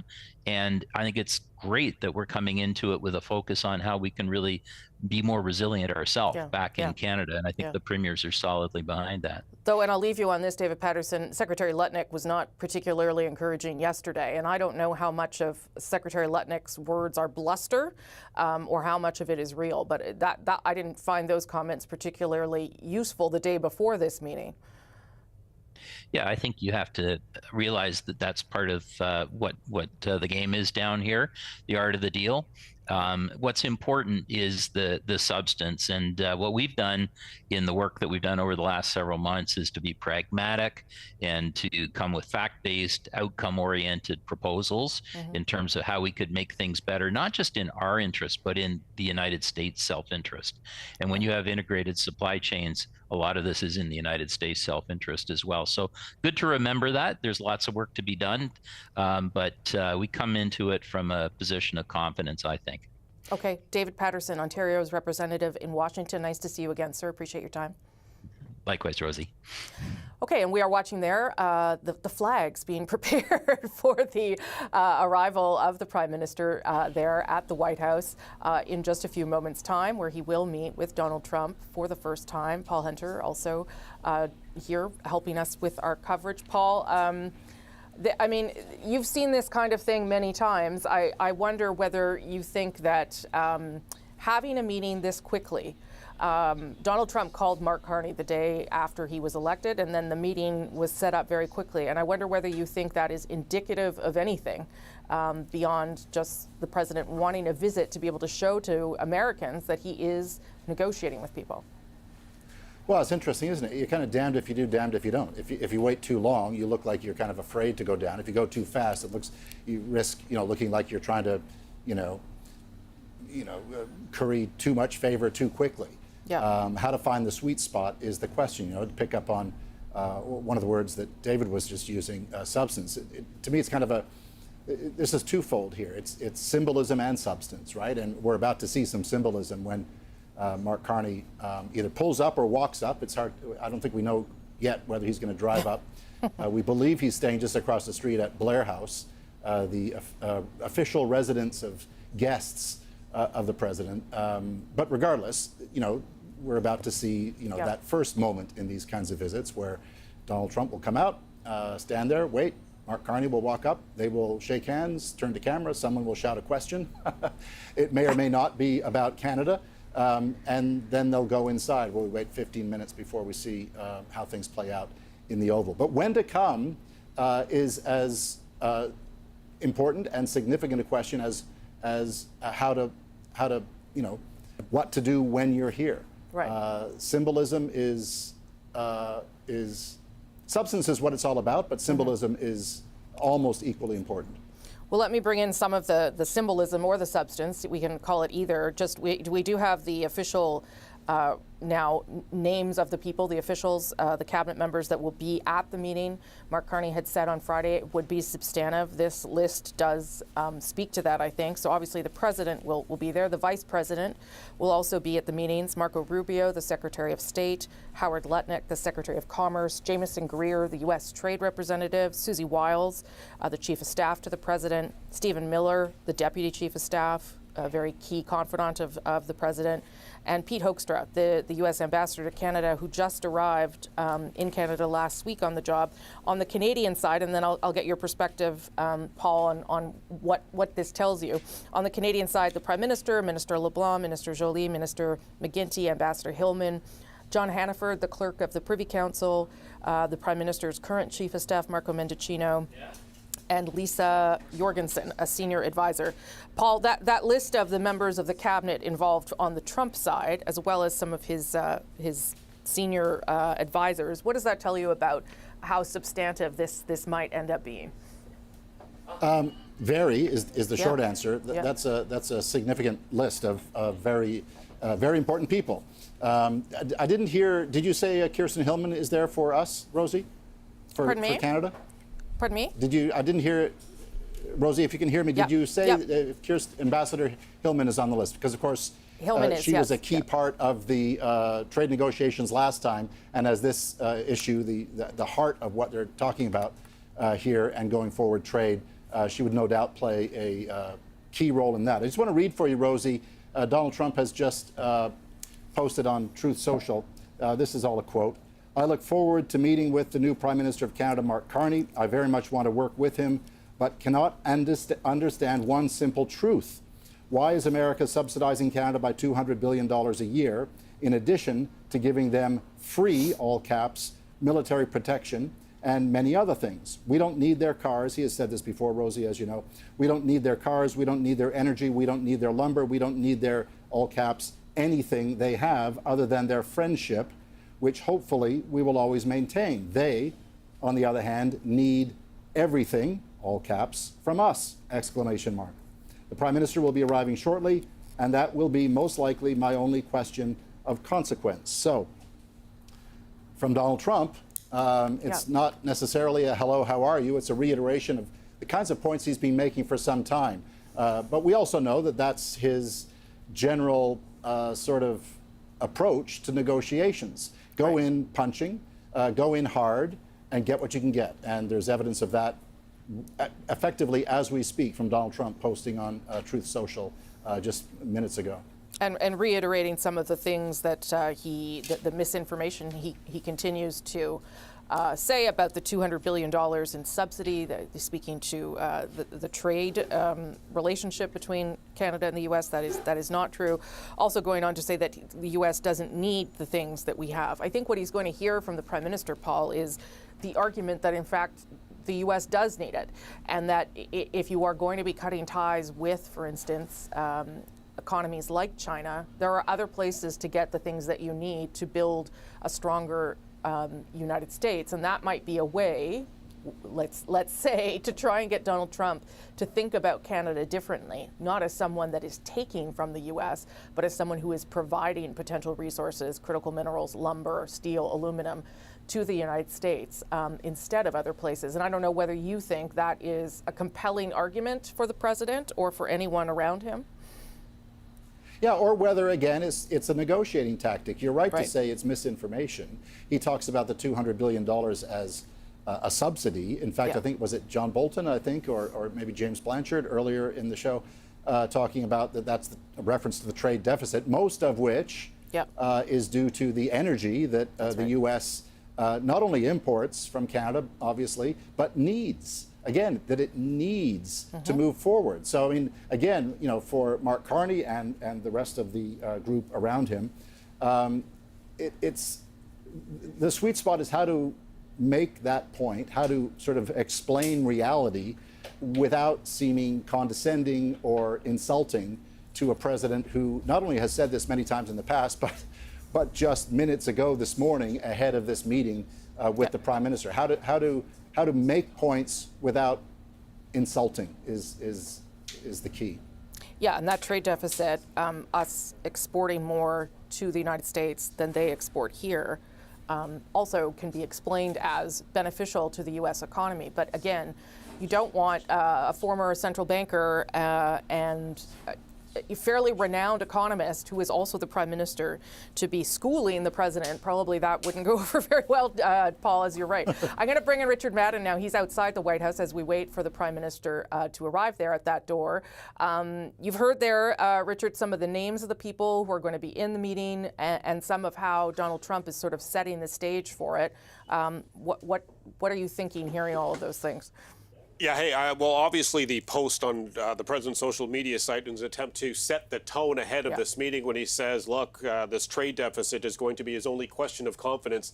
But as Paul noted, as we've all noted, he said this before. So I think the Prime Minister has been well briefed, and I suspect he's prepared to face questions like this in the Oval Office when they have the so-called pool spray between the President and the Prime Minister. Now, as far as the pomp and ceremony goes, you can see behind me here, the military parade is in formation, members of the Army, Navy, and the Air Force. And on the West Wing on the other side, you see a Marine in front of the door, which indicates that the President is indeed in the Oval Office waiting for the Prime Minister's arrival. But it will be an extraordinary moment of policy, substance, and symbolism, of course. We're waiting to see the motorcade pull up here. Prime Minister Carney is staying at Blair House, which is literally across the street.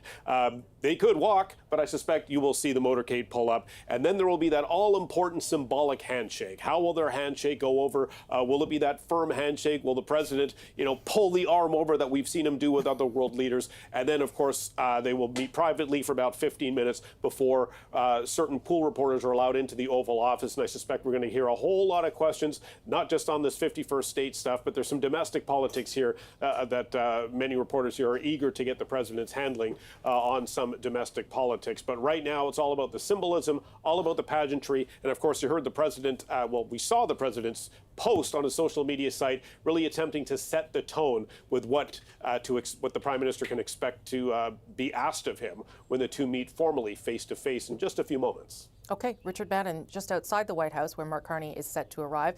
There on the right of your screen, that is where he is set to arrive. And just to remind you about what we have learned in the past few moments about who will be in these meetings, that the Prime Minister did say on Friday would be substantive. Well, if the list of invitees is any indication, it certainly does seem to be the case. The Vice President also will be there, the Secretary of State, Secretary of Commerce, the USTR, the Trade Representative, various top officials, and the U.S. Ambassador to Canada, Pete Hoekstra, who was just confirmed as ambassador, who was just brought as ambassador to Canada last week, where he met the Governor General and started off his week, now heading back to Washington to be part of these conversations, undoubtedly to help his job going forward. Paul Hunter. I was just sitting here thinking, listening to Richard and you, and about the main thing here, and that is Donald Trump. obviously, and things to keep in mind if you're Mark Carney or any of the other people on the Canadian side of this, which is that he is a transactional president. He is a guy that wants to see victory. He wants to be able to claim victory. How can you say, when you come out of this, whether it's today's, everybody's been talking about keep the expectations low. Well, there's still going to be something coming out of this, right? But I think the understanding about Donald Trump is he needs to be able to frame anything on the American side as somewhat of a victory for him. He does not. He's not the guy who wants to lose face. I talked earlier about how you can't insult him, all those kinds of things, obviously. He is, if nothing else, somebody, again, another guest earlier, I think, was talking about, or maybe it was you, Rosie, the baggage of Justin Trudeau is not a part of this. It's no secret that Donald Trump was not a fan of Justin Trudeau, so that has gone. But politics is personal for Trump. And so, again, back to Mark Carney, he's got this pedigree that I think the general understanding is that Trump respects with his history in the Bank of England and Bank of Canada. That plays to his favor. Carney is a guy who doesn't seem to take bait from other people, including reporters at times in various scrums and press conferences. He's very even-keeled, it seems. I think that will play well, but not to rise to anything. If anything gets thrown at Carney from any of the people on the American side. We saw what happened when Zelensky came here. I don't think, and even listening to what Trump has said, even on that Meet the Press interview, right? Like things will work out was effectively what Trump's message was. But then this morning you've got this post on Truth Social going back to the same old sort of rhetoric that Trump has put out there for Canada. So again, another thing we've said a lot this morning is what kind of Donald Trump will be in the Oval Office when he sits down with Mark Carney shortly. I would say the Prime Minister can be even-keeled. He can also not be even-keeled, although he seemed to learn through the campaign how to not get his back up with things.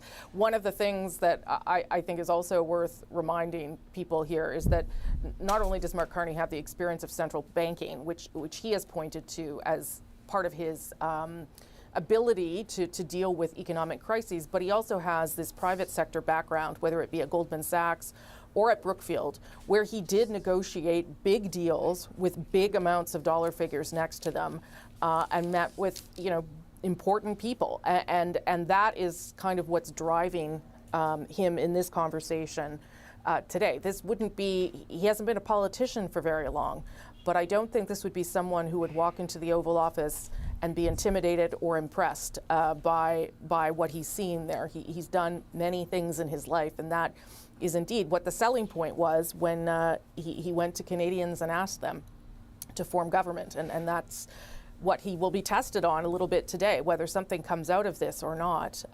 We will see at least a little bit of him demonstrating his bona fides on the international stage for the first time in this role at this important moment. We're still waiting for the Prime Minister, due to arrive in just moments. Richard Madden, you're still there over there on the other part of the lawn.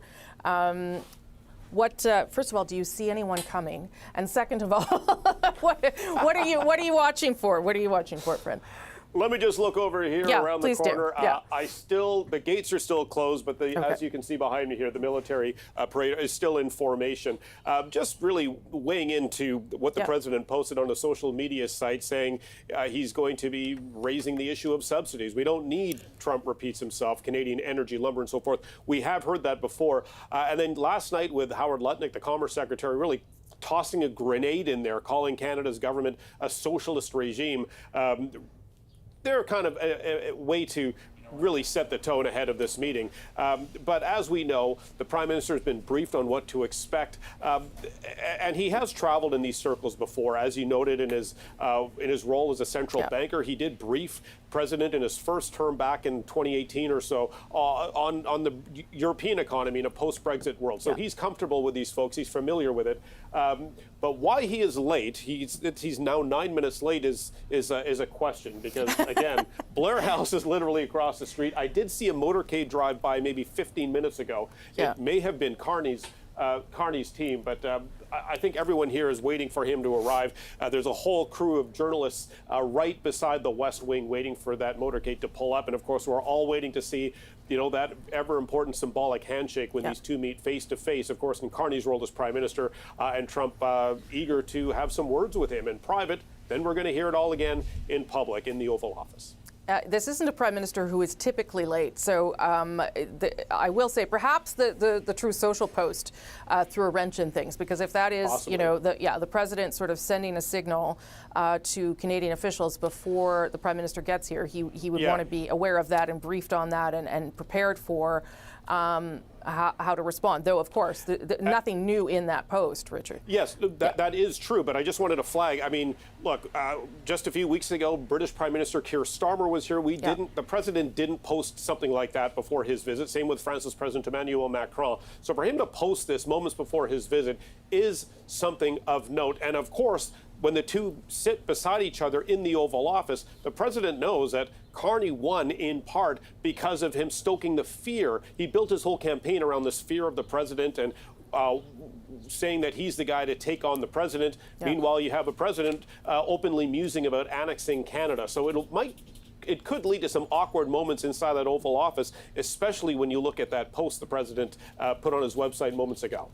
Sure. I mean, stoking fear, yes, but also real fear in Canada, obviously, about the comments that the president made. One of the things, though, that the prime minister said time and again is that America wants to break us so it can own us.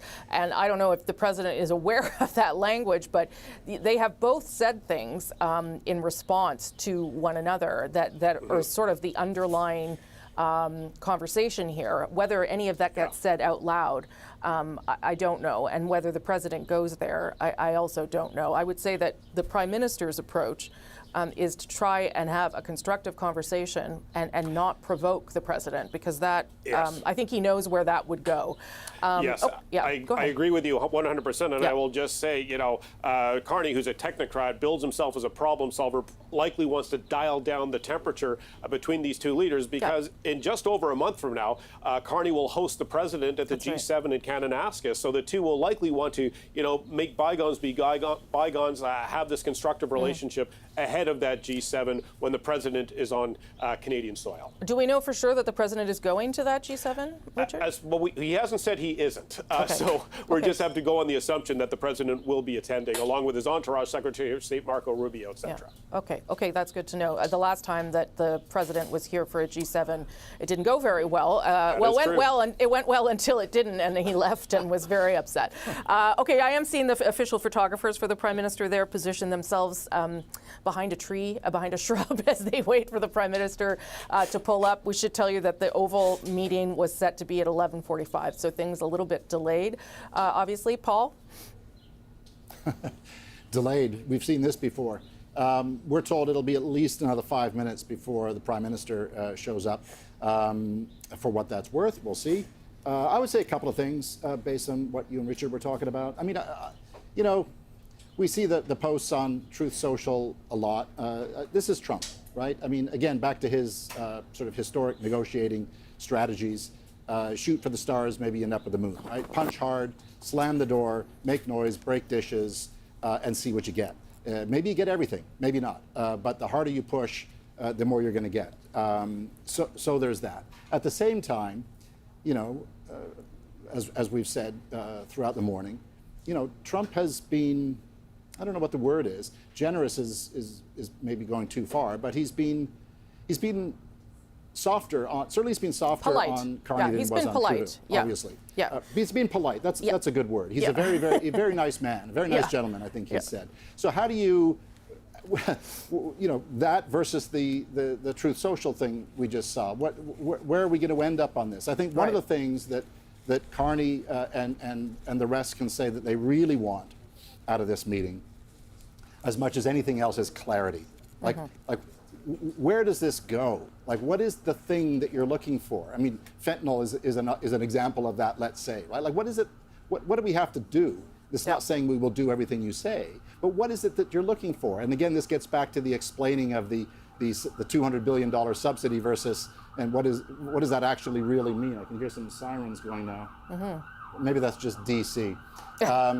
So I think clarity is an important goal for the Canadians going in there today. Whether they'll get it is another matter, because as much as Trump may put this out on Truth Social before the meeting, who knows what he'll put out afterward. Right. All the more significant then to hear what Mark Carney has to say at that 3 p.m. Press conference at the embassy, which of course will be, after all of this plays out, most of which will be behind closed doors at that working luncheon after the spray in the Oval. But just to go back to the substance here, this is really the first time now that Canada has been able to engage with the U.S. administration for more than 5 or 6 weeks, right? Because of the election, everything was on pause to some extent, although there were moments when the Prime Minister paused his campaign to respond to the President. But all of that campaign, there were conversations about this moment, about getting to this space where this meeting could happen, some sort of negotiation could take place. So to your point, Paul, about clarity, the Canadian economy has sort of been on pause in many ways, waiting for something to move. So whether or not there's progress today, I think a lot of businesses and business people will just be reassured that the meeting is happening, because at least it becomes the beginning of wherever this negotiation is going. At least there is the potential for some sort of movement at a time when Canadian businesses are worried about investing, worried about spending capital in this country, when the auto industry is moving shifts around as they try to figure out how real this is. So that kind of the fact that something is moving at all, I think, is probably helpful, Paul.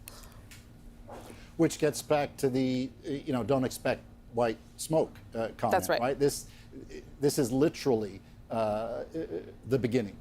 To look back to the negotiations in 2016, 2017, I guess, that led to the CUSMA, they went on a long time, right? There is not a chance, by however you shake it, that anything is going to get resolved here. This is a beginning. It is meant to be a beginning on the right foot. Amicable relations to make sure everybody understands what the other side is hoping to get out of this. Those would all be victories coming out of today for both sides, in fairness. Trump could say, hey, we've established a path forward on this. We've got some more talks to do, but everybody seems willing to make it a go. That arguably is a win that Trump could point to, as we see people still waiting for Trump to come out the door. But there's lots of ways to frame this or spin this as a positive for both countries, even simply by saying we have begun. Yep. Okay, we are told the Prime Minister is about 10 minutes out, a little less than 10 minutes probably at this stage. So my belief that he was a punctual Prime Minister has perhaps fallen apart now on his first visit to the White House, but we'll stand by and bring it to you as it happens. Catherine Cullen is also joining us here in the Ottawa Bureau, of course, the host of The House, and my colleague, to give us some perspective about the Canadian side. Catherine, I mean, just to what I was saying there to Paul, this is sort of the moment after the election that the Prime Minister was waiting for to begin engaging.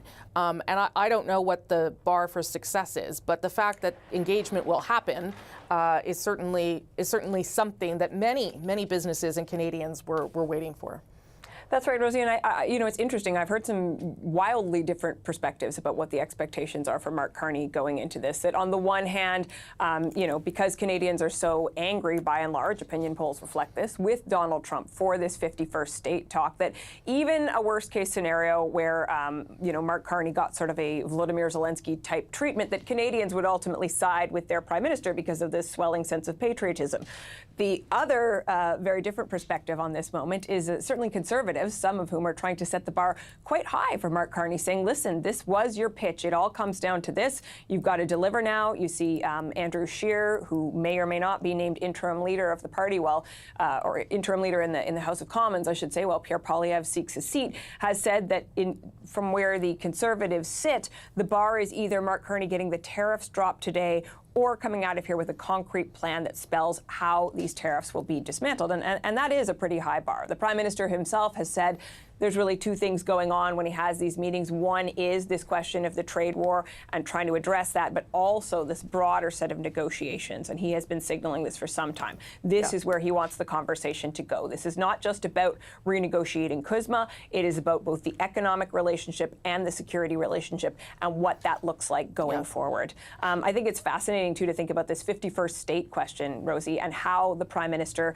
might handle that if Donald Trump were to raise the issue in the White House, right? This question of whether Mark Carney needs to stand up for Canadians or not provoke Donald Trump. And I was thinking back to where this started politically for Mark Carney. And you have to remember at the beginning of his leadership, he had that surprise appearance on The Daily Show with Jon Stewart. And part of, I think, what attracted a lot of attention around Mark Carney was not just that stage, but the way in which he handled those questions. He used a lot of humor, right? He was joking around with Jon Stewart about how, you know, we don't want to move in with you, but we could be friends. Maybe we could be friends with benefits. And it is that perhaps the use of humor, but just navigating a challenging moment, finding a way to sort of come out of it on the upside that is very much, we think, going to be tested today. Yeah, I was thinking about that too, about the Prime Minister's sense of humor and whether he would use it in this moment, and then how that would go over with Canadians. Indeed. I think and Donald Trump. And Donald Trump, yeah. I mean, I think that's the kind of delicate dance there for the Prime Minister, if it gets raised at all. Who's to say if it does? The other thing, and just want to bring people up to date here, Mark Carney is not, this is not Mark Carney's fault that he is late, apparently. The delay is on the American side, and the Prime Minister is in the car. He's ready to go, but he has to get the green light from the White House that he can pull up. So just so you know, that's what we're being told. He will arrive in just moments. The other thing I was going to bring up there, Catherine, was the fact that the Prime Minister, in managing expectations, has also sort of laid the ground for, if this goes badly, if the President is not interested in a conversation, the Prime Minister has said, okay, we've got other things to do. Like, we've got other people to talk to and other plans to help Canada. Not all of our eggs are in this basket, is the other way he's been framing this. In a few different ways. One line that we heard a lot during the campaign, we can give ourselves more than anyone, Donald Trump, the Americans can ever take away. That comes down to things like dismantling interprovincial trade barriers, but also, Rosemary, you and I were both on Prime Minister Carney's first trip, right? Very purposeful. Yes, the symbolism of meeting with, going to the UK, going to France, going to Iqaluit and talking about the founding peoples of Canada, but also very much about sort of setting out his stall that we can build these other relationships, we can strengthen these other relationships. Now, all of that said, and I do think, I mean, the election reflects that there is clearly some appetite in this country for that message. You mentioned it earlier, Rosemary. He still goes into this meeting with the hopes and concerns of so many Canadians on his shoulders. And we just have to think to those comments over the weekend about the film industry. I was filling in on Power and Politics last night because, of course, our colleague David Cochran is going to be doing the show live from Washington today. And speaking to people in the film and television industry who are just sort of bowled over by these comments out of nowhere from Donald Trump, where he's suggesting that perhaps there could be a 100% tariff on work that is done outside of the United States on film and television. And those people hoping that something comes out of this meeting that could be to their benefit. So film and television, the auto industry, the dairy sector, steel, aluminum, and then just Canadians writ large who are obviously consumed with the changing nature of this relationship, the economic relationship, the potential for a recession that is not just about the Canada-U.S. relationship, but about the changing state of global trade more broadly, and add on top of that our sovereignty. I mean, again, you talk about Mark Carney's pitch during the election. He had this line that he used a few times where he said, I'm good in a crisis. I'm the guy you want in a crisis. He joked, I'm not necessarily so good when things are calm. But that word crisis was so essential to his pitch to Canadians. And, the pressure is on now, as it perhaps, well, certainly has never before been in his lifetime. I'm sure during the 2008 financial crisis, I'm sure during Brexit, the pressure felt enormous. But this is... the stakes are so high at this moment. Yeah, and it is different when you are elected, right? When you are versus being a public servant. It is different when you are going to be held to account by Canadians. Richard, I think you have an update there, a very incremental, minor update. Yeah, I sure do. All right. So I don't know if you can see it from your vantage point, Rosemary, but the gate is open. I can see an SUV at the top of the driveway with a Canadian flag on the hood. So I think the White House has given the Canadian delegation the green light to make their way here, but they're still stuck at the front entrance. The military parade here is in formation. They're holding the flags. You see a Marine in front of the West Wing, which signals that the president is in the Oval Office, and he's waiting to greet him. And here we go. Here comes the motorcade right now. Rosemary, I'm going to get out of the way here so you can see it. Okay. We can see the president now at the door, Richard, just so you know. Donald Trump is at the door awaiting Mark Carney. And from your vantage point, you can see the motorcade arriving. That's great. So things are happening. The Prime Minister, again, his first visit to the White House as Prime Minister, not his first visit as he's been there in other capacities, we understand, and also not his first time meeting Donald Trump. They've also met before in previous capacities, but not like this and not under these circumstances. The U.S. President posting to Truth Social just moments ago that he doesn't want to, quote, subsidize Canada any further. Okay, here is the arrival.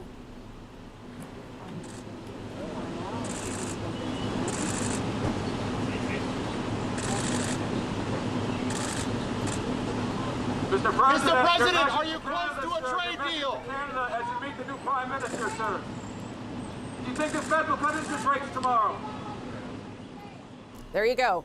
That is Prime Minister Carney arriving at the White House, the U.S. President welcoming him there with some questions being shouted, no answers being given. Handshake went fine. Off they go into the Oval Office to see where things go. There you can see also the cabinet ministers arriving, the ambassador, some of the clerk of the Privy Council, the chief of staff right now, Marco Mendicino, and some other officials also accompanying the Prime Minister on their delegation, some of his directors of policy and other aides there with him as they make their way into the White House to begin these conversations, the important conversations between the President and the Prime Minister. The next thing to happen will be the Prime Minister and the President inside the Oval Office. That will be brief, and then they will proceed to meetings and lunch, and we will eventually hear from the Prime Minister directly at 3 p.m. Eastern Time at the embassy, where he will take questions. As David said, the Prime Minister wants to be the sole Canadian voice on this issue today. But Paul Hunter is there too. That looked like a pretty friendly greeting there, Paul. I'm not going to read. I'm not going to try and interpret body language. Shall we analyze it? No, let's not. But you do know when things go wrong, and they did seem genuinely happy to see each other. Yeah, I mean, I don't want to draw too fine a point on it, but it was a friendly greeting for Vladimir Zelensky as well. And that is not to say it's going to go the way that one went, by no means. This is standard fare. It is a part of the process.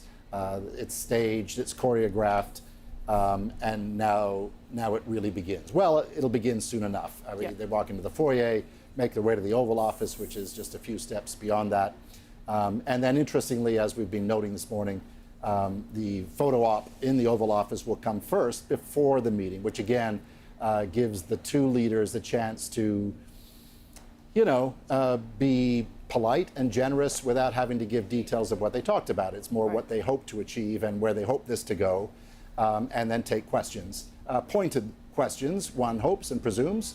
And by the way, just to keep expectations where they are, the questions may or may not be all about Canada. It's a chance for U.S. reporters and other reporters who are in there from other countries to ask the President or Mark Carney anything they choose. But we should hear a lot on the expectations of Mark Carney and Donald Trump for that working luncheon that comes ahead. This is a big moment for Mark Carney, and you're right to say this is he wants to be the guy on this.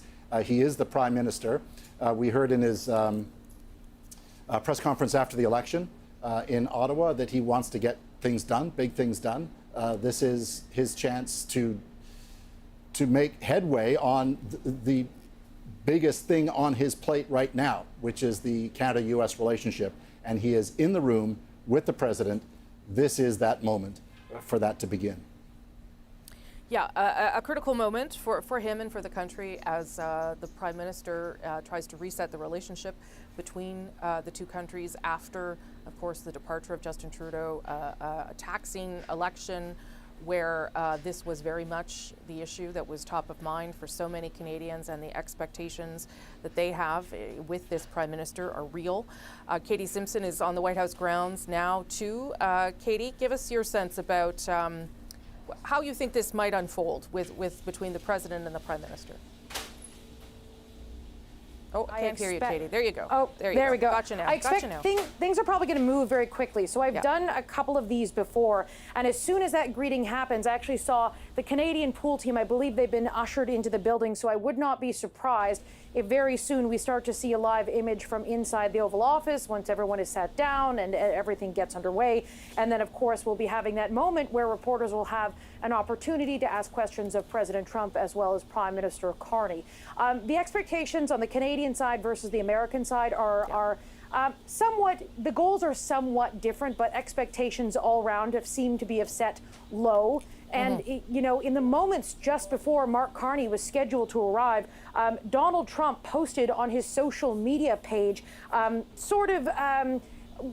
idea, a suggestion of where he's going to go in this conversation. And we can actually pull that up for you. It says, "I look forward to meeting the new Prime Minister of Canada, Mark Carney. I very much want to work with him, but cannot understand one simple truth. Why is America subsidizing Canada by $200 billion a year, in addition to giving them free military protection and many other things? We don't need their cars. We don't need their energy. We don't need their lumber. We don't need anything they have other than their friendship, which hopefully we will always maintain. They, on the other hand, always need everything from us. The Prime Minister will likely be arriving shortly, and that will be most likely my only question of consequence." So Donald Trump is setting the stage there to air his long-standing grievances with Canada. He throws around that $200 billion number. The number has changed from time to time. Times he's specifically talking about the trade deficit. Canada does have a trade deficit with the United States when it comes to sales and energy, because Canada sells energy into the United States at a discounted rate. But if you take away the energy, there's actually a trade surplus for the Americans on goods and services. However, you know, this is a long-standing point of contention for Donald Trump. He is angry that, you know, Canada and the United States, Canada does not put as much money into national defense as other NATO allies have. Sometimes the way he describes it, he talks about it as if it's paying a fee. It's not sort of how NATO works. Countries agree to pledge a certain percent of GDP. Right now, it's 2% of GDP toward defense spending to be a part of the alliance. Canada does not meet that target. And has not met that target. So that is something that Canada has said it will work toward. It is something that a number of American administrations have brought up. It hasn't just been the Trump administration, though this is something that Donald Trump really seems to focus on. But if that Truth Social post is any indication, Donald Trump is prepared to possibly have a very difficult discussion with Mark Carney about the grievances that Donald Trump has so very publicly spoken about in interviews on social media, not directly to the Prime Minister's face, as could be the case here. But again, predicting how Donald Trump is going to behave, you can't do that. You just have to watch. That's the only thing you can do in this moment. Yeah, I mean, I also take some encouragement from that Truth Social post, and maybe that's because I'm naive, Katie. I mean, he says he wants to work with Mark Carney.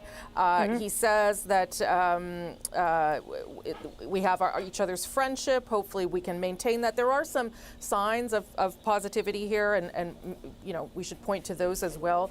I would also remind Canadians that the Prime Minister campaigned to get to that NATO goal of 2% before the previous government did. So perhaps he will have that to say to the president as well, because as you rightly point out, when the president talks about that $200 billion, he is likely also including the military spending, which has long been a problem for the United States. And I wonder, I'll let you go after this, but whether you think a promise or being able to point to an accelerated spend on the defense side by Canada would be something that would be welcomed by the president. Maybe not enough to talk him off everything, but certainly a point that would be encouraging for him.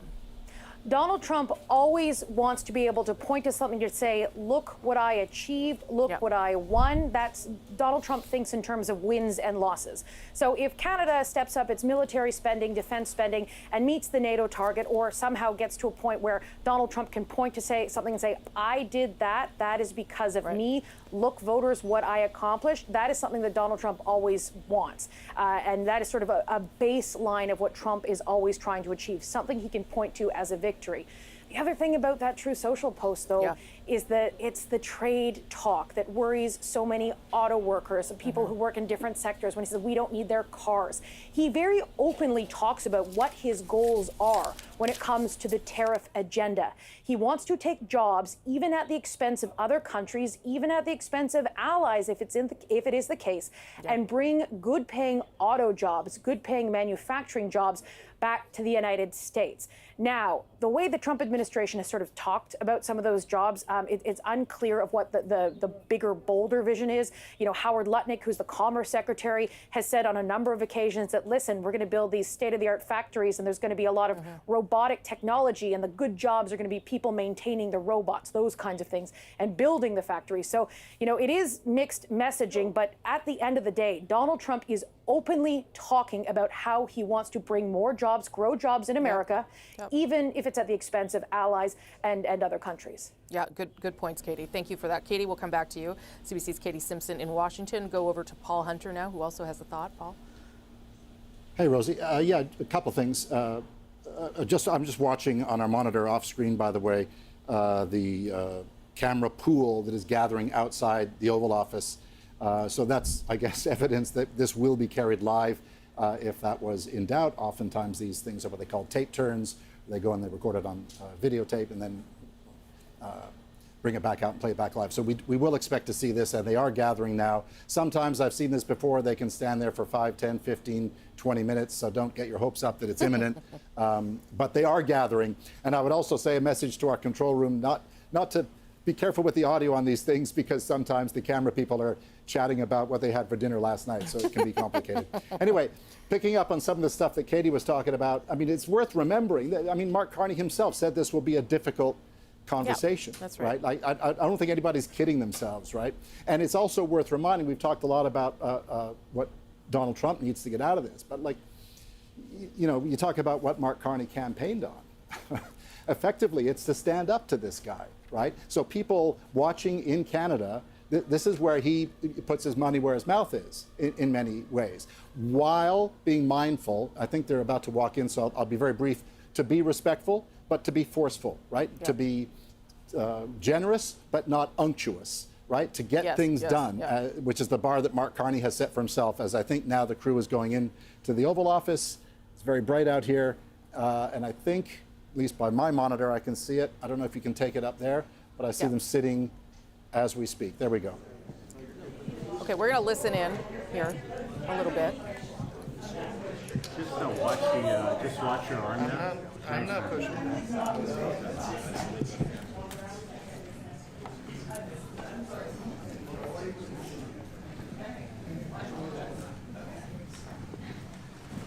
Okay, there are cabinet officials, secretaries, and ministers on each side of the leaders there as they wait for the cameras to come in. And we'll see what the two men have to say to each other.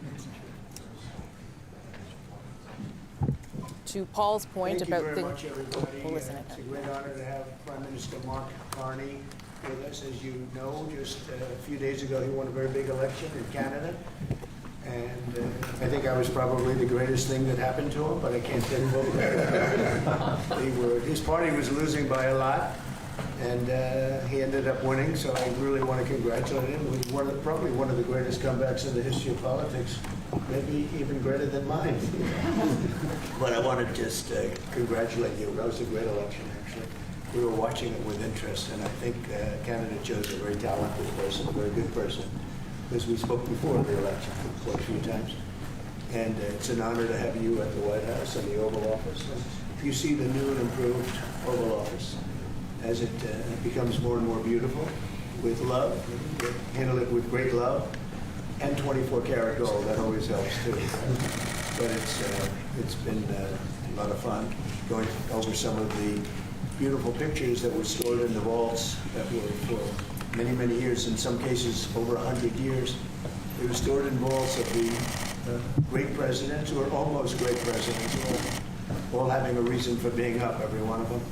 So it's very interesting. But I just want to congratulate you, and we had a really great race. I watched the debate.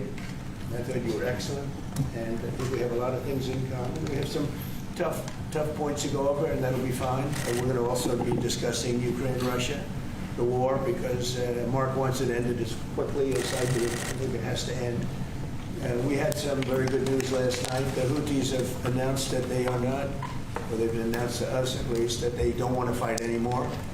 They just don't want to fight, and we will honor that, and we will stop the bombings, and they have capitulated, but more importantly, we will take their word.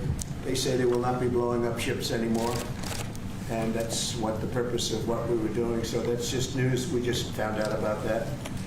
So I think it's very, very positive. They were knocking out a lot of ships going, as you know, sailing beautifully down the various seas. It wasn't just a canal, it was a lot of other places. And I will accept their word, and we are going to stop the bombing of the Houthis, effective immediately. And Marco, you'll let everybody know that. Okay? Do you have something to say about that, by the way? It's a pretty big announcement. Yeah, this was always a freedom of navigation mission. These guys, these are, a band of individuals with advanced weaponry that were threatening global shipping. And the job was to get that to stop. And if it's going to stop, then we can stop. And so I think it's an important development.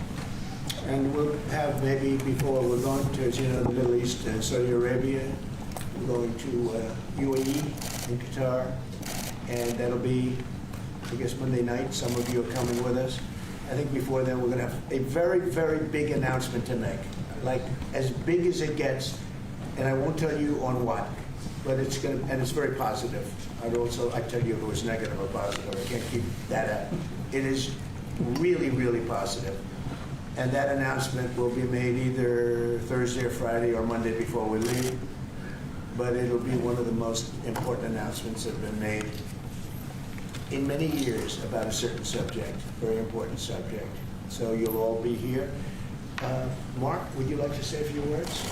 Well, thank you, Mr. President. I'm on the edge of my seat, actually. But thank you for your hospitality and above all, for your leadership. You're a transformational president, focus on the economy with a relentless focus on the American worker, securing your borders, ending the scourge of fentanyl and other opioids, and securing the world. And I've been elected with my colleagues here, with the help of my colleagues here. I'm going to spread the credit to transform Canada with a similar focus on the economy, securing our borders. Again, on fentanyl, much greater focus on defense and security, securing the Arctic and developing the Arctic. And the history of Canada and the U.S. is we're stronger when we work together, and there's many opportunities to work together. And I look forward to, addressing some of those issues that we have, but also finding those areas of mutual cooperation so we can go forward. Very nice. Thank you very much. Mr. President, is USMCA dead? No, it was actually very effective, and it's still very effective, but people have to follow it. So, that's been a problem. People haven't followed it. But it was a transitional step a little bit, and as you know, it terminates very shortly. It gets renegotiated very shortly. But I thought it was a very positive step from NAFTA. NAFTA was the worst trade deal in the history of our country, probably in the history of the world. And this was a transitional deal, and we'll see what happens. We're going to be starting to possibly renegotiate that if it's even necessary. I don't know that it's necessary anymore, but it served a very good purpose. And the biggest purpose it served is we got rid of NAFTA. NAFTA was a very unfair deal for the United States. Very, very terrible deal. It should have never been made. It was made many years ago, but it should have never been made. Mr. President, part of the close history of Canada and the United States, would you like to see your first trade deal be with Canada, our neighbors in the world? I would love that. Look, I have a lot of respect for this man, and I watched him come up, in a sense, through the ranks when he wasn't given much of a chance, and he ran a really great campaign. He did a really great debate. I think that debate was very helpful. was going to raise my hand. I don't know if that's good or bad. I shouldn't say that. That might hurt you. But no, he ran a really great election, I thought. And yeah, we're just going to quickly change feeds, so you might see something again in 10 seconds, but just to make it better for you to understand, we're going to do that now. But no, he ran a really great election, I thought. And yeah, something could happen. Something could happen. Yeah, please. What's the top concession you want out of Canada? The top concession you want out of Canada? Concession? Yes. Friendship. But that's not a concession. No, we're going to be friends with Canada. Regardless of anything, we're going to be friends with Canada. Canada is a very special place to me. I know so many people that live in Canada. My parents had relatives that lived in Canada, my mother in particular. And no, I love Canada. I have a lot of respect for the Canadians. Wayne Gretzky, I mean, how good, the great one. You happen to have a very, very good hockey player right here on the Capitals, who I have a lot of. He is a big, tough cookie too. Just broke the record, and he's a great guy. And you know, we had the team here, and I got to know a lot of the players. But no, Canada is a very special place. Yeah, please. Mr. President, and Mr. Prime Minister, I'd like to get your response to this too. But Mr. President, you have said that Canada should become the 51st state. Were you joking? No. Well, I still believe that, but you know, it takes two to tango, right? But no, I do. I mean, I believe it would be a massive tax cut for the Canadian citizens. You get free military, you get tremendous medical cares and other things. There would be a lot of advantages, but it would be a massive tax cut. And it's also a beautiful, you know, as a real estate developer, you know, I'm a real estate developer at heart. When you get rid of that artificially drawn line, somebody drew that line many years ago with like a ruler, just a straight line right across the top of the country. When you look at that beautiful formation when it's together, I'm a very artistic person, but when I looked at that beauty, I said, that's the way it was meant to be. But, you know, I do feel it's much better for Canada. But we're not going to be discussing that unless somebody wants to discuss it. I think that there are tremendous benefits to the Canadian citizens, tremendously lower taxes, free military, which honestly we give you essentially anyway, because we're protecting Canada if you ever had a problem. But I think it would really be a wonderful marriage, because it's two places that get along very well. They like each other a lot. Well, if I may, as you know from real estate, there are some places that are never for sale. That's true. We're sitting in one right now, you know, Buckingham Palace, that you visited as well. That's true. And having met with the owners of Canada over the course of the campaign last several months, it's not for sale, won't be for sale ever. But the opportunity is in the partnership and what we can build together. And we have done that in the past. And part of that, as the President just said, is with respect to our own security. And my government is committed for a step change in our investment in Canadian security and our partnership. And I'll say this as well, that the President has revitalized international security, revitalized NATO, and us playing our full weight in NATO, and that will be part of it. And they have, I must say, Canada is stepping up the military participation, because Mark knew, you know, they were low, and now they're stepping it up, and that's a very important thing. But never say never. Never say never.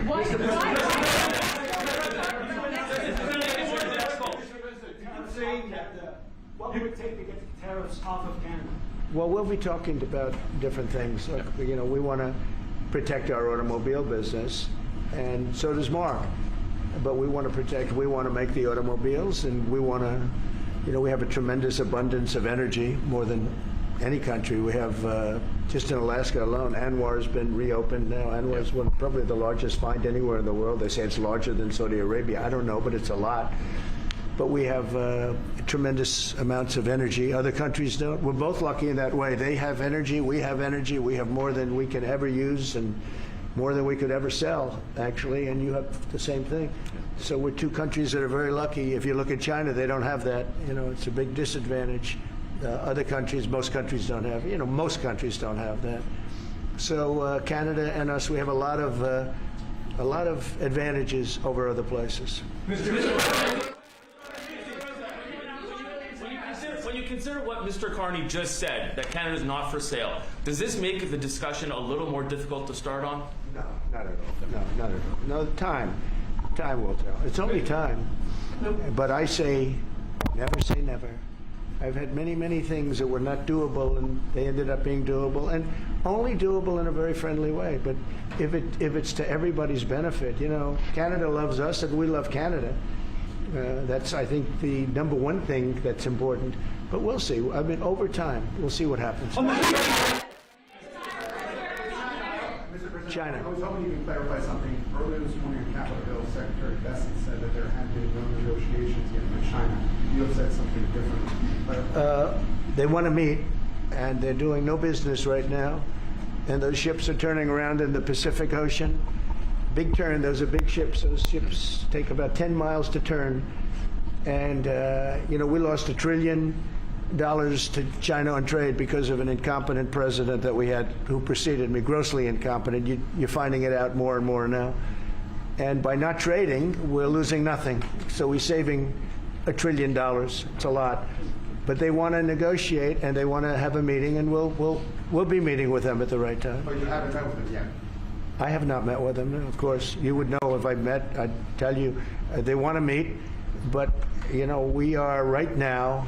Look, they're suffering greatly. Their economy is suffering greatly because they're not doing trade with the U.S. And they made most of their money off the U.S. Don't kid yourself. They don't make the money off other countries like this. And they were making. We had a trade imbalance. We had a deficit, or they had a surplus. Another way of saying it, of more than $1 trillion. Think of it, more than $1 trillion.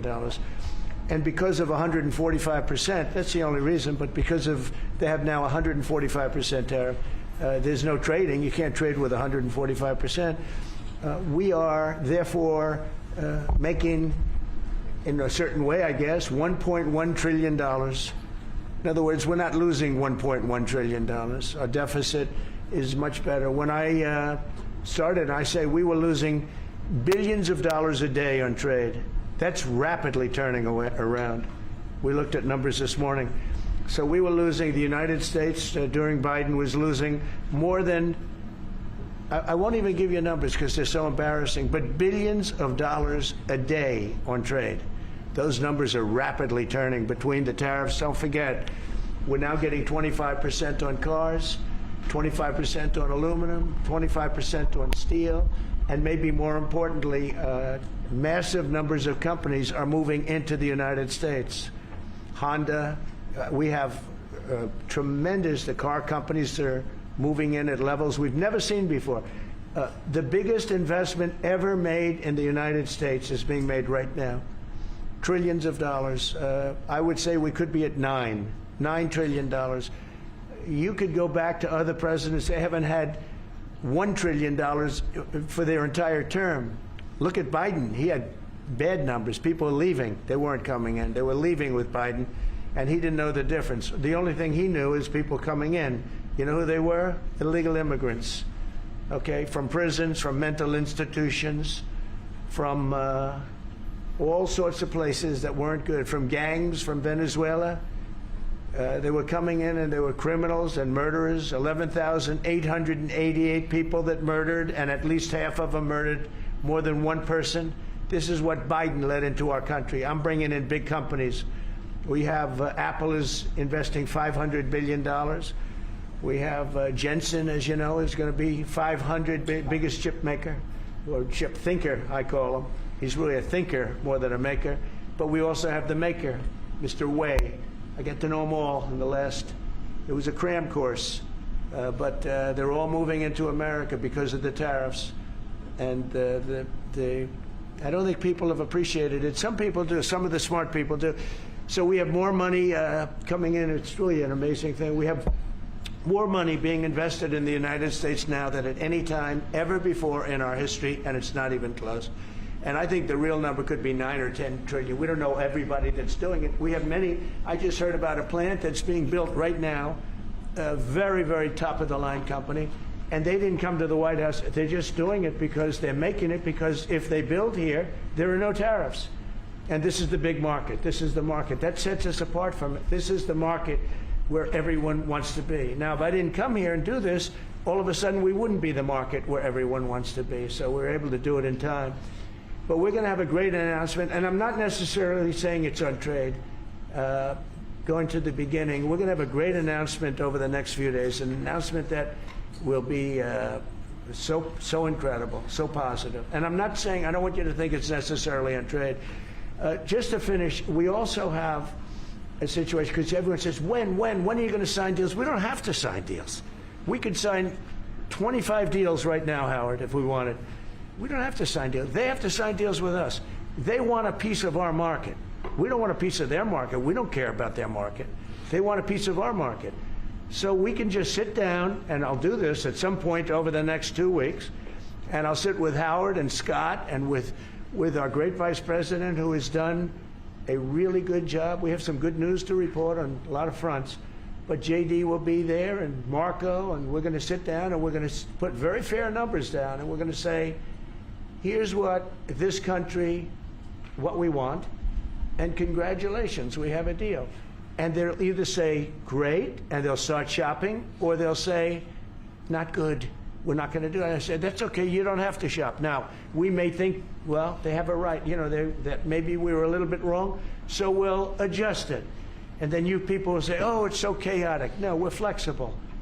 But we'll sit down, and we'll, at some point, in some cases, we'll sign some deals. It's much less important than what I'm talking about. For the most part, we're just going to put down a number and say, this is what you're going to pay to shop. And it's going to be a very fair number. It'll be a low number. We're not looking to hurt countries. We want to help countries. We want to be friendly with countries. But you keep writing about deals, deals. When are we going to sign? When? It's very simple. We're going to say, in some cases, we want you to open up your country.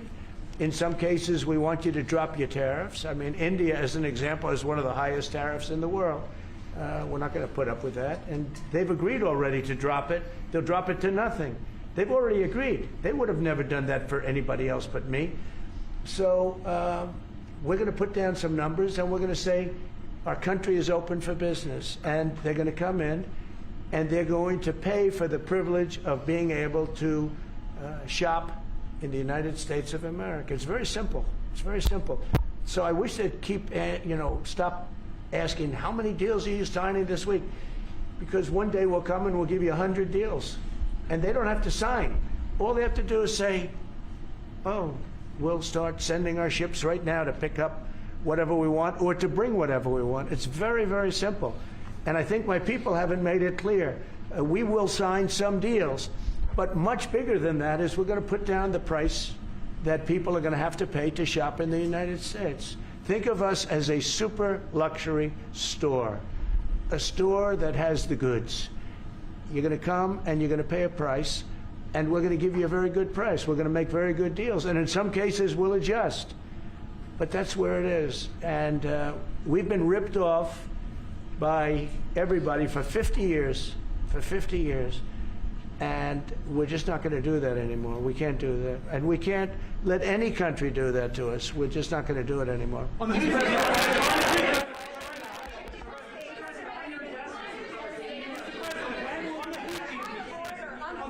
can you tell us a bit more about the deal that you've reached with the Houthis that you mentioned? No, it's not a deal. They've said, please don't bomb us anymore, and we're not going to attack your ships. And where did you hear about that? It doesn't matter where I hear it. The very good source, I could tell you. Very, very good source. Would you say Marco? I would say pretty good, right, JD? A very good source. They don't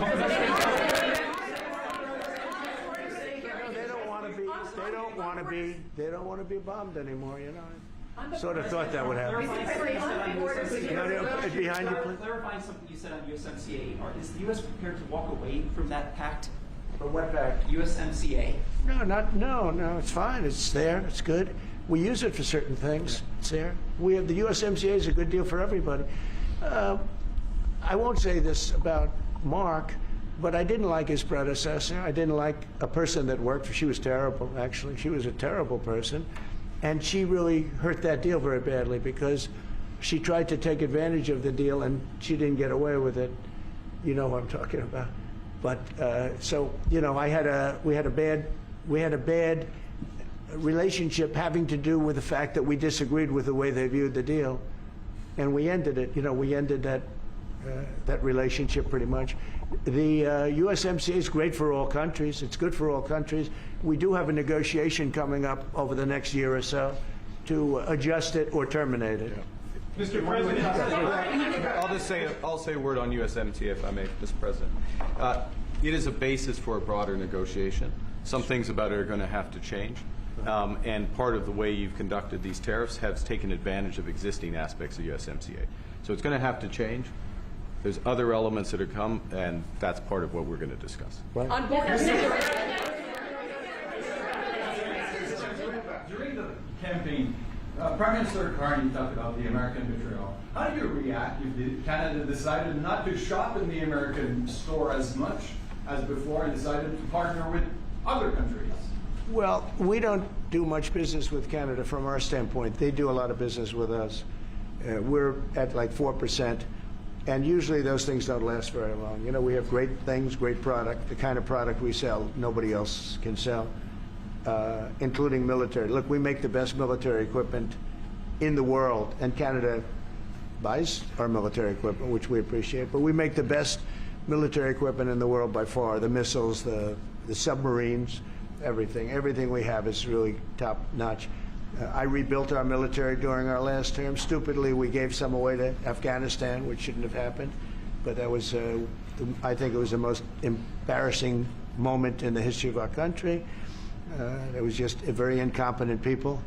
But if you look, the man that's now the head of our Joint Chiefs, he led the attack on ISIS for me. That's why he's the head of the Joint Chiefs. And Raisin Kane, he was unbelievable. And as you know, we defeated ISIS in 3 weeks. It was supposed to take 5 years. We did it in 3 weeks. And he ran the campaign. I said, I like him. But I knew him before. I went to Iraq, and we agreed to a plan, and that was the plan. And as you know, we did it in record time. So we have the best equipment in the world. We have the best, a lot of things. And but Canada, it does a lot more business with us than we do with Canada. Yeah. Mr. President, your investments, Mr. President, when do you think the investments that you've announced, the trillions, will finally hit the economic data this year? When you're saying about the tariffs? No, about the investments that you've announced. You've announced. Oh, it's hitting right now. Look, they're already starting AI plants. These are not people that look for financing. That's a good thing.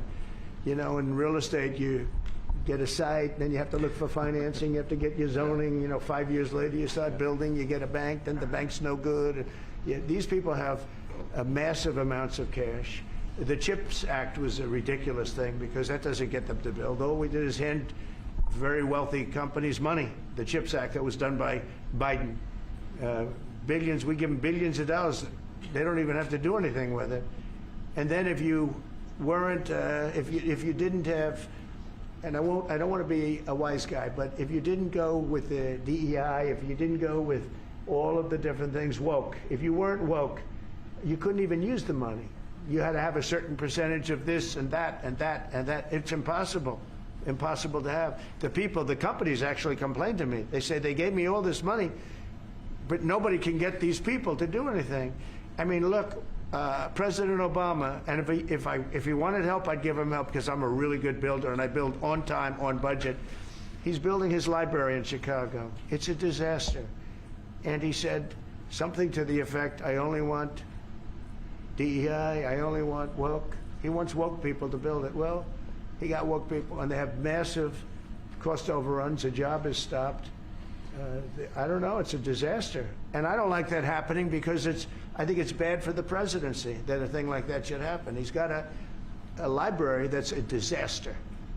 And he wanted to be very politically correct, and he didn't use good, hard, tough, mean construction workers that I love, Marco. I love those construction workers. But he didn't want construction workers. He wanted people that never did it before, and he's got a disaster in his hands. Like millions of dollars, really many millions of dollars over budget. And I would love to help him with it, or somebody else. I could recommend professionals. But it was not built in a professional manner. By the way, nor was in California a little train going from San Francisco to Los Angeles that's being run by Gavin Newsom, the governor of California. Did you ever hear of Gavin Newsom? He has got, that train is the worst cost overrun I've ever seen. It's like totally out of control. So then they said, all right, we won't go into San Francisco. We'll stop 25 miles short. And we won't go into Los Angeles. We'll stop 25 miles short. It's hundreds of billions of dollars for this stupid project that should have never been built. And then they realized that it would have been a lot less costly if we just gave limousine service back and forth and gave it free. They would have saved hundreds of billions of dollars. They have airplanes that go there for one 1/100th the cost. And they have cars. They have a thing called the highway that goes back and forth. It's not fully utilized. And they got involved with this project. And Gavin, you know, I always liked Gavin. I had a good relationship with him. I just got him a lot of water. You know, I sent in people to open up that water because he refused to do it. And we just got him a lot of water. If they would have had that water, and if they would have done what I said to do, they wouldn't have had the fires in Los Angeles. Those fires would have been put out very quickly. But if you think about it, and you got to take a look at this, it's the worst cost overrun I've ever seen. I've watched a lot of stupid people build a lot of stupid things, but that's the worst cost overrun I've ever seen, what's happening between San Francisco and Los Angeles. And you ought to ask about that, because this government is not going to pay. I told our very great new Secretary of Transportation, he's doing a good job, Sean Duffy, I said, we're not going to pay for that thing. They are just, it's out of control. This is something that you don't have things like this. It's not even conceivable. Like 30 times over budget, 30 times. It's the craziest thing and now it's hundreds of, it was supposed to be a simple train. And I think the media should take a look at it. And I'd love him to run for president on the other side. You know, I'd love to see that. But I don't think he's going to be running, because that one project alone, well, that and the fires and a lot of other things, pretty much put him out of the race. Mr. President, what changes would you like to see to the USMCA? Or what changes would you like to make? We're going to work on some subtle changes, maybe. I don't even know if we're going to be dealing with the USMCA. We're dealing more with concepts right now. Look, right now, we're doing trade. We have trade. They're paying a tariff on cars and steel and aluminum. And I think we have a baseline of 10% or something like that for the tariffs. But we're getting along very well. Right now, going no further, but we have an agreement. We did something with even parts. You want to discuss that, Howard, with respect to Canada, which helps Canada out? Sure. So we've made an arrangement with the car companies that 15% of their USMCA parts are included, and then 15% of foreign parts from the manufactured suggested retail price are not tariffed, to help domestic manufacturing really thrive. So it gave them a chance to be able to build their car parts factories if they're going to. A lot of these companies already have factories, and what they have to do is just fill them out. But they're able to build them in the United States, so we gave them a pretty substantial period of time. Just to clarify, Mr. President, is there anything the Prime Minister can say to you today to change your mind on tariffing Canada? Tariffing cars? Tariffing Canada. Is there anything he could say to you in the course of your meetings with him today that would get you to lift tariffs on Canada? No. Why not? Just the way it is. What's your If Canadians don't want it, would you respect that? Sure, I would. But this is not necessarily a one-day deal. This is over a period of time they have to make that decision. Yes, go ahead. Yeah, if I may. Well, respectfully, Canadians' view on this is not going to change on the 51st day. Secondly, we are the largest client of the United States in the totality of all the goods. So we are the largest client of the United States. We have a tremendous auto sector between the two of us, and the changes that made have been helpful. 50% of a car that comes from Canada is American. That's not like anywhere else in the world. And to your question about is there one thing? No, this is a bigger discussion. There are much bigger forces involved, and this will take some time and some discussions, and that's why we're here, to have those discussions, and that is represented by who's sitting around the table. See, the conflict is, and this is very friendly. We're not. This is not going to be like we had another little blow up with somebody else. That was a much different. This is a very friendly conversation, but we want to make our own cars. We don't really want cars from Canada, and we put tariffs on cars from Canada, and at a certain point, it won't make economic sense for Canada to build those cars. And we don't want steel from Canada because we're making our own steel, and we're having massive steel plants being built right now as we speak. We really don't want Canadian steel, and we don't want Canadian aluminum and various other things because we want to be able to do it ourselves. And we, because of, you know, past thinking of people, we have a tremendous deficit with Canada. In other words, they have a surplus with us. And there's no reason for us to be subsidizing Canada. Canada's a place that will have to be able to take care of itself economically. I assume they can. I will tell you that Trudeau, when I spoke to him, I used to call him Governor Trudeau. I think that probably didn't help his election. But when I spoke to him, I said, so why are we taking your cars? Why are we taking your, we want to make them ourselves. I mean, I said, and if the price of your cars went up, or if we put a tariff on your cars of 25%, what would that mean to you? He said, that would mean the end of Canada. He actually said that to me. And I said, that's a strange answer, but I understand his answer. But no, I mean, it's hard to justify subsidizing Canada to the tune of maybe $200 billion a year. We protect Canada militarily, and we always will. We're going to, you know, that's not a money thing. But we always will. But, you know, it's not fair. But why are we subsidizing Canada $200 billion a year, or whatever the number might be? It's a very substantial number. And it's hard for the American taxpayer to say, gee whiz, we love doing that. Thank you very much. We're going to have a very...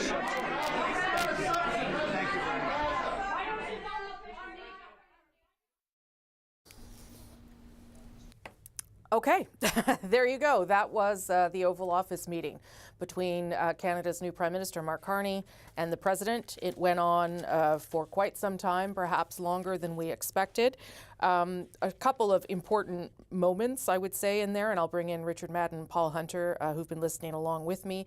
The President saying right off the top to the Prime Minister, I was the greatest gift to happen to him. Mark Carney sort of smiled and chuckled, but there were some important moments as well where Mark Carney stood up to the President when he was talking about the 51st state, saying there are some places that are not for sale. Canada will never be. This is an opportunity in our partnership. Talked more about the security piece as well. For the most part, the Prime Minister let the President sort of do what he does in front of cameras and picked his spots in order to intervene. At another moment, saying that this issue of Canadians' view of the idea of the 51st state would never change. And he said at one point that when it comes to CUSMA or USMCA, some things will have to change, that the United States is taking advantage of it in certain areas as well. He also clarified for the President that Canada remains the largest client of the United States, and talked about how this is a bigger talk, that this is not one thing that is going to fix it. They both agreed on that. This is part of a bigger, broader conversation. But the President rather made it clear that this is a very friendly conversation.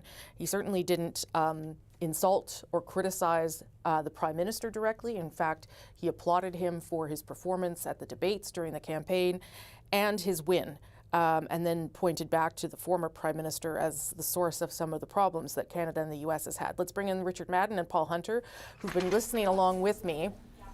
We're very used, obviously, to these displays inside the Oval Office and the way the President kind of performs in some ways for the cameras and takes moments to extol on some of his issues. What was different and important for Canada is this time Canada's Prime Minister was sitting there, and a couple moments I wondered, oh, is he going to get in here? Is he going to make a point? And he did on a couple of occasions. Paul, give me your impressions on what we just saw. Well, I was certainly watching Mark Carney's body language at the end when it felt like it was taking a turn southward. It's always complicated when you enter into the conversation the word respectfully. which Mark Carney did as he was making his points about some of Trump's views on, be it the 51st state or on trade issues. But I thought, I thought it began remarkably friendly with some of the things that that Donald Trump said. I think he said as well that he not only did he watch the debate in Canada, but he said that I think he called it the greatest political comeback ever, perhaps even better than mine, said Trump. But then they both kind of stood their ground. On the 51st state stuff, it was interesting to hear Trump say it takes two to tango. The suggestion being, I guess, that if Canada doesn't want to, he wouldn't press it. You never know with Trump. But then he went on to make his case. But then on trade, then he went down the path that he has gone so many times. We don't want Canada, the U.S., doesn't want Canada's cars, doesn't want its energy, doesn't want its X, Y, Z. As Mark Carney sat there, I guess, deciding whether to interject or not. I was half expecting him to say, are we going to get into this now? Or will we wait until the luncheon, which is the business lunch, which is beginning as we speak, presumably to pick up from where they left off. But I thought, the other thing I would say, Rosemary, is that it was interesting to hear Trump describe the USMCA, as they call it here, CUSMA as we call it, as a transitional deal. Perhaps Trump's way of saying that's why he signed it. And now it's time, as both countries suggest, time to work towards something new, which I think both said in that back and forth will take time. Yeah, you're right that the president was also quite flattering to the prime minister, saying, I have a lot of respect for this man. So that's sort of the bar that they're starting from, which I think is probably useful in this conversation. But he did repeat again and again, Richard, the comments that he believes about trade, that the United States is subsidizing Canada, that they're losing billions of dollars, that this isn't a deal that works anymore. At one point, he talked about how USMCA was a good deal for everyone, but it does need to change. He alluded to a bad relationship with his predecessor and also, I think, to Chrystia Freeland, who was part of the team that negotiated that deal. But it doesn't sound like, I think Paul's right. Each person stood their ground in terms of what they think. I don't know how that helps then a negotiation, but I don't think that the Prime Minister put Canada in a weakened position in the Oval Office. No, I agree with you. It was notable, Rosemary, how Carney stayed mostly silent throughout this bilateral meeting, letting the president take center stage, so to speak. It's a bit of a contrast when we saw French President Emmanuel Macron and British Prime Minister Keir Starmer really trying to interject themselves in the conversation. But Prime Minister Carney did try to push back gently when the president started talking about the auto sector. Carney threw statistics and so forth. And you did see that little bit of tension when I think the president said, this is going to be a conflict. So I expect that that's what's going to be discussed behind closed doors, the auto sector in particularly, energy exports and lumber. We heard the president repeat himself as well. I think the shiny object that the American networks are likely going to pick up, of course, is that whole debate around the 51st state. Obviously, Carney came prepared with his response saying, look, like in real estate, some things aren't for sale. Then the president went on to say, well, never say never. I think that's the shiny object, but the substantive side, I think the president hinted of what that might be. Autos, I think, is top of the list. Okay, I'm going to put you both on pause just for a minute because otherwise I'm going to lose my next guest, and that's Canada's former ambassador to the U.S. and former Premier of New Brunswick, Frank McKenna. Frank McKenna, thanks for sticking with us. You were listening in there. What did you make of how the Prime Minister did? Well, I thought he did just fine. Look, it's an event being held at the White House. One has to be respectful, as Canadians always are, to the host, and I thought our Prime Minister asserted himself where he could and was respectful and didn't try to interject where it would have been inappropriate. The moment that he did take, let's look at the two moments where he did interject. One on the 51st state, which clearly he could not allow Trump to say something without a response, saying, listen, in real estate there are things that are not for sale, just like this place. It's not for sale. Canada never will be. That's not something that Canadians will ever change their mind on. What did you make of his response there? Yeah, I like that a lot. It's just important to get it on the record because that probably will be the news item of the day. But he also made it clear that we're the biggest client of the United States of America. Yeah. And I think that's important as well. Because, Rosemary, what's very disturbing about what happened today and what's been happening all the way through is this constant litany of Trump's greatest hits, all of which are lies. Basically, they're lies. We have the largest trading relationship in the world and the smallest trade imbalance. Yeah. And that's only because we send them our raw materials to be processed by them. And that's not even to speak about services where they have a massive surplus with us. And the president is just wrong. They do need our oil. 25% of their oil comes from Canada. They need our aluminum. 70% comes from Canada. They need our potash. 75 or 80% comes from Canada. And I think it's disrespectful for the president not to acknowledge that Canada does bring something of value to the relationship. That was hard to listen to, quite frankly. Sure. Did you think, though, that the president was respectful to the prime minister? Put aside how he treated Canada, did you think he was largely respectful to Prime Minister Carney? He was respectful to our prime minister. He was not respectful to the facts. Yeah. But he was, and I think perhaps this is the beginning of a good relationship, because he seems to be quite effusive in his praise of the prime minister at a personal level. Yes. The other moment where the prime minister chose to step in, and I understand you probably wouldn't want to step in on everything because you'd be talking all the time if you were trying to correct the president and some of his assertions there about Canada. He stepped in on CUSMA, saying to the president, some things will have to change. You have taken advantage of it in some issues as well, and other elements is what we will discuss today. I wonder what you made of that, like almost a challenge to the president in some ways. Well, that was intriguing, that discussion, because the president started off by saying NAFTA was the worst deal ever made, and then CUSMA was a good deal, and all that really changed was the title. Most people would say that there wasn't much more than that, but it was Trump's deal. And then he went on to say it's a good deal for all of us, which would be Mexico, the United States, and Canada. And then he said it's supposed to be renegotiated, which it is in 2026, and we'll either renew it or tear it up, I guess. It actually is in existence until 2036, and it's simply a reopener clause in 2026. But it was interesting that he talked about that, but it was our prime minister who said there's some things about this deal that have got to change. Yeah. And I think specifically the fact the United States is using emergency powers on steel and aluminum, and trade powers on film and on just about everything else, autos and so on, basically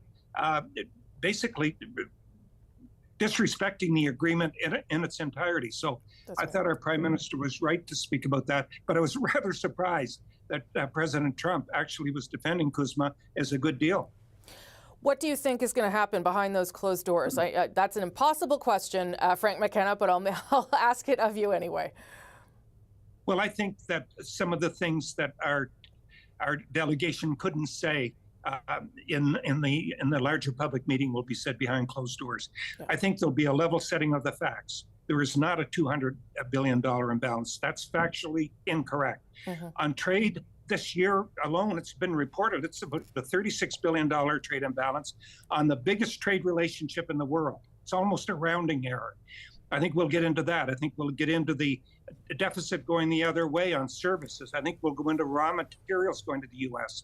I think we'll get into border security issues and how fentanyl is not an issue, fentanyl coming from Canada to the United States. I think we'll get into the fact that this border has two sides to it. As Margaret Atwood once said, it's like a one-way mirror. We see the Americans and they see the Americans, but we have issues as well. Guns coming across the border should be an issue. Softwood lumber is an issue for us. The fact that our oil trades at a discount in the U.S. costing us $80 billion, that should be an issue for us. So I think we need to make them understand this is a two-way negotiation, and we've got a lot of issues that we want to put on the table as well. And that will be taking place at this luncheon session. Frank McKenna, we speak almost every week now, and I don't mind it at all. Thank you for making the time, sir.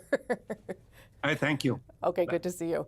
All right, as we continue to digest a little bit what happened inside the Oval Office for about 30 minutes as the leaders and their teams now head into a working lunch. And again, we'll hear from the Prime Minister directly later this afternoon. David Cochrane was inside the Oval Office as well when the Prime Minister and the President spoke. Went on perhaps a little longer than I expected, David, and the Prime Minister picked his spots to intervene. What did you make of how he did? It was interesting, Rosie. From my vantage point, I was to the president's left, right behind the couch where J.D. Vance, Marco Rubio, Howard Lutnick were sitting, and Stephen Miller, one of his advisors, and Susie Wiles, his chief of staff, and Caroline Levitt were all there. So I couldn't see the faces of the Americans beyond President Trump, but you could see all of the Canadian delegation, the ministers, the ambassador, the chief of staff to Prime Minister Carney were all there. And the level of physical discipline that they maintained throughout all of that was quite remarkable. Mark Carney reacted occasionally because obviously the cameras are on him. You could see him shift and change his facial expression. But Dominic LeBlanc, Melanie Joly, David McGuinty, very static, would smile at the appropriate times, but did not have reactions to some of the, shall we say, interesting things that the president had to say. Because, while the tone of that meeting was very friendly, some of the things Donald Trump was saying were kind of menacing, right? Like even when he talked about the 51st state, saying it's only a matter of time, he looks at it like a real estate, transaction, which brought that moment from the Prime Minister when he said, as you would know, Mr. President, some things are not for sale. This being one of them, Buckingham Palace, making a reference, to two historic properties. But, there was no signs of big movement there, I thought, Rosie. When he was asked, Donald Trump, is there something Mark Carney could say to get you to take tariffs out of Canada? He said, no. And why not? He goes, that's just the way it is. We don't want you to make cars. It's going to be so uneconomical for you to make cars at some point. They'll have no point, but to do it in the United States. We don't want your steel. We don't want your aluminum. None of the things that Canada wants to see some movement and flexibility on, at least outwardly and verbally, there was no indication of flexibility and movement from the president. So while it started off very friendly with the praise, for Mark Carney as a person, for his great political win and taking some credit for his role in the political comeback, so as it went on, the language got into that sort of darker stuff that has Canadians anxious, with no clear signs that the president necessarily is looking for an off-ramp on any of those policies, at least in the public portion of the day. Yeah, I mean, I thought what Frank McKenna's assessment there was, I don't know if you heard it, was that the president was respectful to Mark Carney. He wasn't particularly respectful to the facts and to the country. No. And I wonder how much of the conversation this afternoon has to be about trying to imprint upon the president and the people around him that some of the things he's saying simply aren't true, and that Canada is in fact needed for some of what the United States is doing. What do we know about how that meeting is going to unfold? Everyone's in the room. Everyone's going to be talking. Is there an agenda of any kind? And then I'll end on what the tone felt like in the Oval Office too. I got to say, it felt kind of tense. I'm not going to lie. Like when I look at, normally when you're in a room with Canadian ministers on a foreign trip, there's nods and eye contact and little friendly, there's none of that. It was very, okay, we are in a world right now where we're in a room right now with the most unpredictable leader on the planet, certainly Democratic leader on the planet, and the stakes are in the billions. And as Frank McKenna pointed out, Rosie, like the $200 billion subsidy number that the president keeps quoting, it started at $100 billion, it went up to $250 billion, it's back to $200 billion. It kind of shifts. It's not accurate at all. But it's something he keeps sort of like rubbing in the face of Canada and then talking about how we give you free military protection. We're going to do that anyway because you're right there.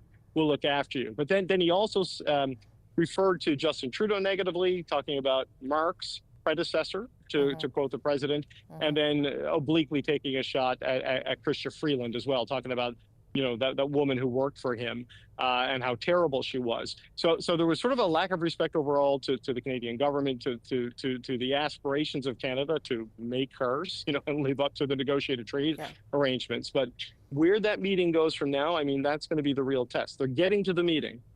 It's not like where things went sideways with President Zelensky, though Donald Trump did reference that at one point, and it got a big laugh from Howard Lutnick, the Commerce Secretary, who was sitting on the couch.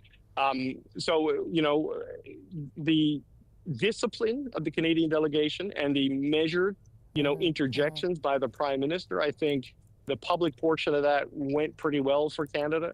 The friendly tone of the president, even if what he said, the way he said it was friendly, what he said, though, was, as I said, kind of menacing and alarming. Yeah. It's a question of whether there can be any progress. It's hard to know from what the president says in a situation like this versus how things go in that private meeting. We're going to have to wait a couple hours before we hear from Mark Carney, when he speaks at the Canadian Embassy. And I suspect even then, Rosie, details, they'll be tightly held and a bit scant, perhaps, and where to go unless there is something significant that does come out of this. Yeah, and I would say, just given the things that the Prime Minister has said before, just being in a situation where you are in some ways negotiating in public, probably not his ideal situation either. So we'll see how this works behind closed doors. David, thank you for that. I'll let you get off to the next part of your day. David will be back, of course, Rosie. with this special, and then back for Power and Politics at 5 p.m. Eastern. There'll be a lot to talk about. David Cochran in Washington. Canada's auto industry, of course, a key focus in U.S. President Trump's trade war. And we got some breaking news from one of Canada's automakers just hours before today's meeting.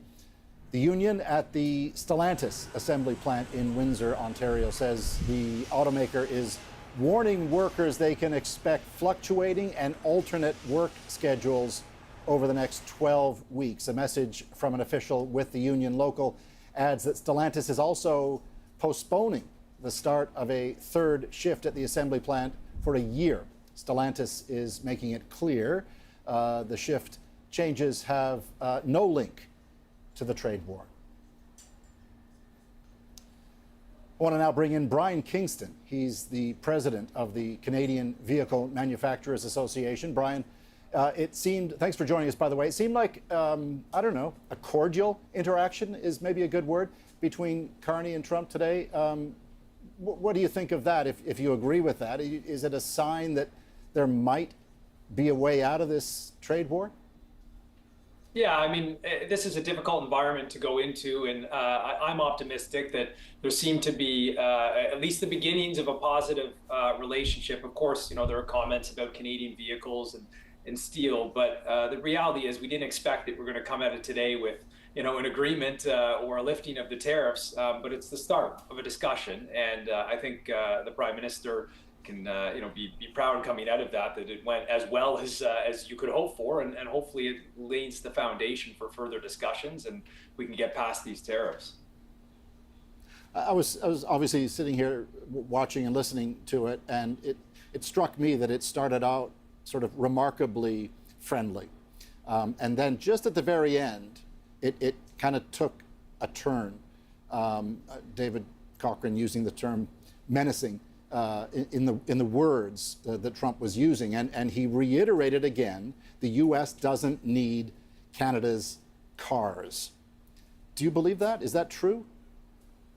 No, and I just come back to the facts and the economics of the situation. We hear that comment a lot, but the reality is we've got a deeply integrated supply chain built over the better part of 60 years. And in fact, the Americans need the Canadian market just like the Canadian market needs the U.S. We are the biggest export destination for U.S.-built vehicles. American-built companies have about 40% market share in Canada, and the Americans run a surplus with Canada in automotive. So this is a relationship that works well, and it in fact works better for the U.S. than it does in Canada by virtually every metric. So, I think the facts eventually will come to the fore and we'll get to a mutually beneficial understanding. But this is going to continue to come up, and we'll just have to continue to make the case for the benefits of an integrated market like we've understood for 60 years. How much of this do you think is politics from a Trump perspective, given the votes that he wants across the river from Windsor in Michigan, and that's who he's speaking to, would say some when he says all these things? What do you think that's a part of this discussion from Trump's perspective? Oh, absolutely. I think that plays into it for sure. But I think that's a bit of a dangerous game, because if you see what's happening right now to the U.S. economy and the auto industry, the administration is literally driving it off a cliff.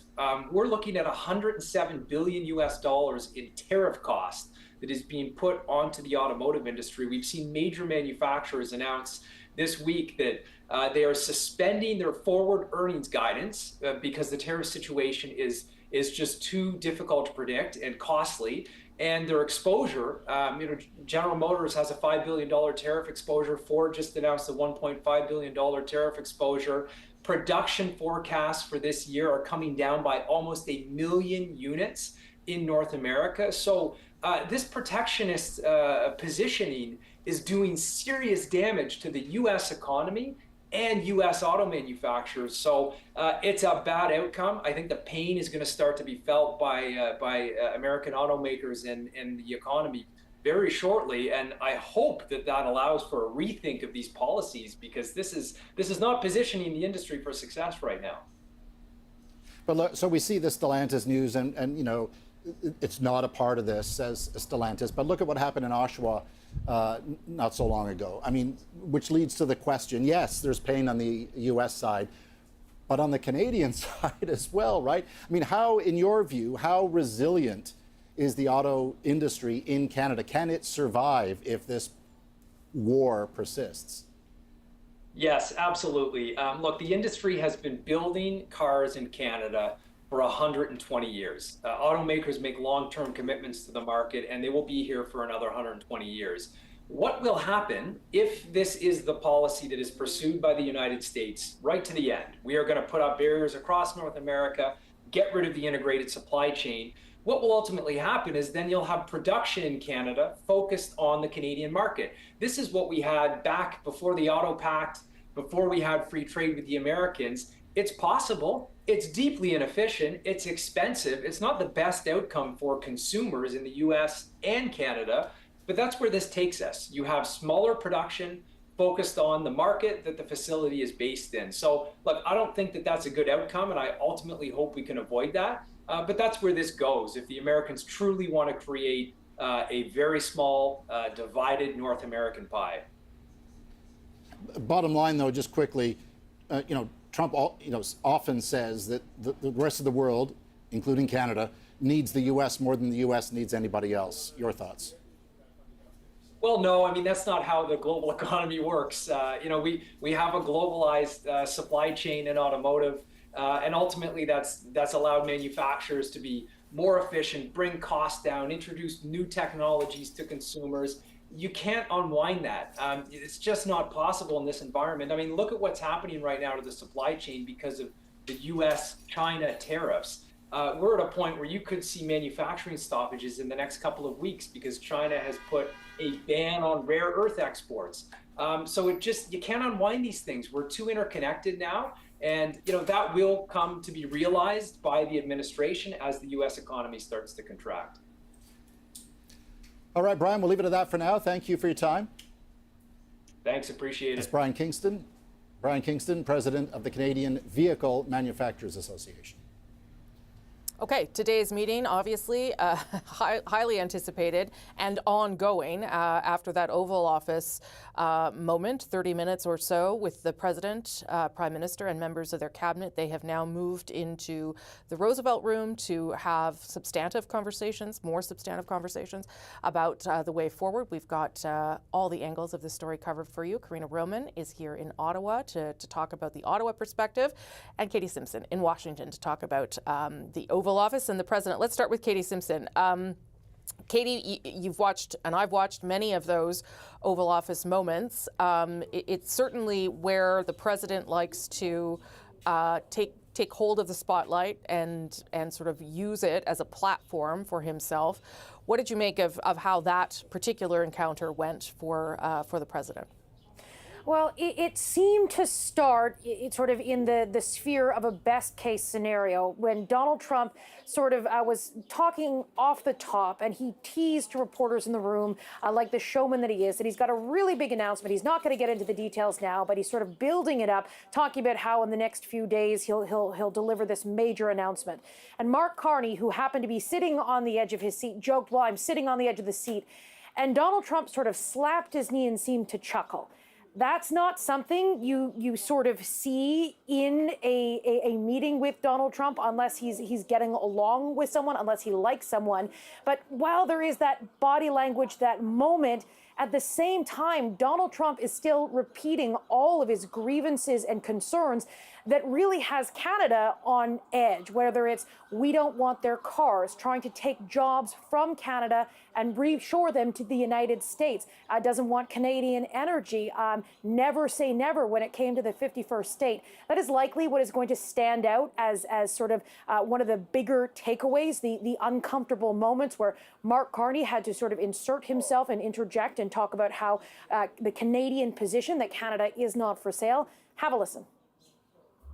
Mr. President, you have said that Canada should become the 51st state. Were you joking? No. Well, I still believe that, but you know, it takes two to tango, right? But no, I do. I mean, I believe it would be a massive tax cut for the Canadian citizens. You get free military, you get tremendous medical cares and other things. There would be a lot of advantages, but it would be a massive tax cut. And it's also a beautiful, you know, as a real estate developer, you know, I'm a real estate developer at heart. When you get rid of that artificially drawn line, somebody drew that line many years ago with like a ruler, just a straight line right across the top of the country. When you look at that beautiful formation when it's together, I'm a very artistic person, but when I looked at that beauty, I said, that's the way it was meant to be. But, you know, it's, I do feel it's much better for Canada. But we're not going to be discussing that unless somebody wants to discuss it. I think that there are tremendous benefits to the Canadian citizens, tremendously lower taxes, free military, which honestly we give you essentially anyway because we're protecting Canada if you ever had a problem. But I think it would really be a wonderful marriage because it's two places that get along very well. They like each other a lot. Well, if I may. As you know from real estate, there are some places that are never for sale. That's true. We're sitting in one right now, you know, Buckingham Palace that you visited as well. That's true. And having met with the owners of Canada over the course of the campaign last several months, it's not for sale, won't be for sale ever. But the opportunity is in the partnership and what we can build together. And we have done that in the past. And part of that, as the President just said, is with respect to our own security. And my government is committed for a step change in our investment in Canadian security and our partnership, and I'll say this as well, that the President has revitalized international security, revitalized NATO, and us playing our full weight in NATO, and that will be part of it. And they have So in that answer, Mark Carney sort of, reasserted the point that Canadians do not like that 51st state talk, that Canada is not for sale. Later in this Oval Office news conference event, Donald Trump went on to say never say never. He came back to that point again. And then he talked about the policies that he has in place, or the policies he wants, in order to build the American economy, even at the expense of the Canadian economy. So, while there was a more respectful tone, Donald Trump offering complimenting Mark Carney, even laughing and sort of joking off the top, still at the core of what Donald Trump is saying, it is the things that, have really created such massive tension in the Canada-U.S. relationship, which is at a low point. Yeah, and the very things that the Prime Minister himself has set as a line, a red line, that he doesn't want to hear from the President anymore in terms of respecting Canada's sovereignty. That struck me as well, though, Katie, when he said, over the past few weeks, I've met with the owners of Canada, and they're not interested in this idea, speaking about Canadians that he met on the trail. Okay, so this part in front of the cameras is done. They're now moving on to other meetings before we hear from the Prime Minister later. Give us a sense of how that might unfold. Well, the big thing to look for next is when obviously Mark Carney is going to come out and take questions from reporters around 3 o'clock this afternoon. But it's what are we going to hear from the Trump administration officials? Often we'll see some of Trump's, his key cabinet members, Howard Lutnick, Peter Navarro, the trade advisor, Scott Bessent, who's the the Treasury Secretary. They go out on U.S. cable news and they sort of are there to speak on behalf of the president and make points for him. And oftentimes we've heard these high-profile cabinet members come out and attack Canada. So what I'll be watching for next after the closed-door session is rounded up. We're going to hear from the Canadian side, but it's what are the Americans going to come out and say? What is Donald Trump going to post on Truth Social about what happened? Is it going to take on a respectful tone? Is he going to send out his attack dogs into U.S. cable news and really go after Prime Minister Carney or maybe some of the points that he made in the Oval Office about some of those policies he wants to help grow the American economy even at the expense of Canada's? Those are the kinds of things to be watching for, because remember that the sort of the baseline goal here for the Canadian side is to start resetting the relationship so that eventually things can get back to a respectful, constructive place of dialogue and trade negotiations can begin. One thing that Donald Trump did say in that Oval Office event, was like, is there anything Mark Carney can say or anything that can be done to, get him to change his mind about tariffs on Canada? He said, no, it's just the way it is. And so that really is the baseline of where we are right now. Okay, Katie Simpson, glad to have you. We'll come back to you through the afternoon as well. That's Katie Simpson just outside the White House there in Washington. So we've been talking about that side. Let's talk about the other side in terms of how this went for the Canadians, where this might go from here. The relationship has been tense. It was tense under the previous Prime Minister. Certainly heard more personal respect for Prime Minister Carney than we've heard for the former Prime Minister. But whether that changes anything, I think is what we're all wondering. Karina Roman is on top of that part of the story, and she joins us from our parliamentary bureau. Karina, obviously the stakes are high for the Prime Minister, but we now at least have a sense that the President does seem to be showing some respect for the Prime Minister. How that changes inside a meeting, whether it comes to anything, I'm not sure. And he had shown it before as well, after the one phone call they had early on in the first 9 days of when Mark Carney was Prime Minister. But this is high stakes because this is why Mark Carney got elected. This was his ballot box question. Canadians agreed with him to the most part that, yes, you're the right person to do this job, to face off and stand up for Canada against Trump. So if you're the right person, go do it. And that's what he's doing today. So this is his number one job that he defined for himself, and then Canadians agreed with him on. But early on, we had a concerted and deliberate effort by Mark Carney and those around him to really temper expectations and make sure that Canadians understood that there's no deal coming out of today, that tariffs, even before Donald Trump said that there's nothing he can say to change the tariffs at this point, that he said the expectation was we weren't going to see tariffs lifted after today. So really trying to temper those expectations to make sure that they could claim success just by getting the respect that was shown and the cordial interactions, for the most part, that were shown. Carney has said the relationship is probably going to zig and zag because of the unpredictability of Donald Trump and his administration. And so a lot of today was bracing and preparing for that unpredictability, especially in the Oval Office. Obviously, that was something that was of concern. Not just would respect be shown, but what would he bring up or what would be asked of the president that would put Prime Minister Carney, in a position to choose, do I intervene? Do I let that one go? Lots of blatant untruths, as we saw there with the $200 billion subsidy talk, the questions about the 51st state. So I know we just played that clip with Katie, but the part where Mark Carney answered or asked to say something on that 51st state issue was notable. So I want viewers to see it again. Have a listen. It's a great honor to have Prime Minister Mark Carney with us. As you know, just a few days ago, he won a very big election in Canada. And I think I was probably the greatest thing that happened to him, but I can't take full credit. Thank you for your hospitality and above all for your leadership. You're a transformational president, focus on the economy with a relentless focus on the American worker, securing your borders, ending the scourge of fentanyl and other opioids, and securing the world. And I've been elected with my colleagues here, with the help of my colleagues here. I'm going to spread the credit to transform Canada.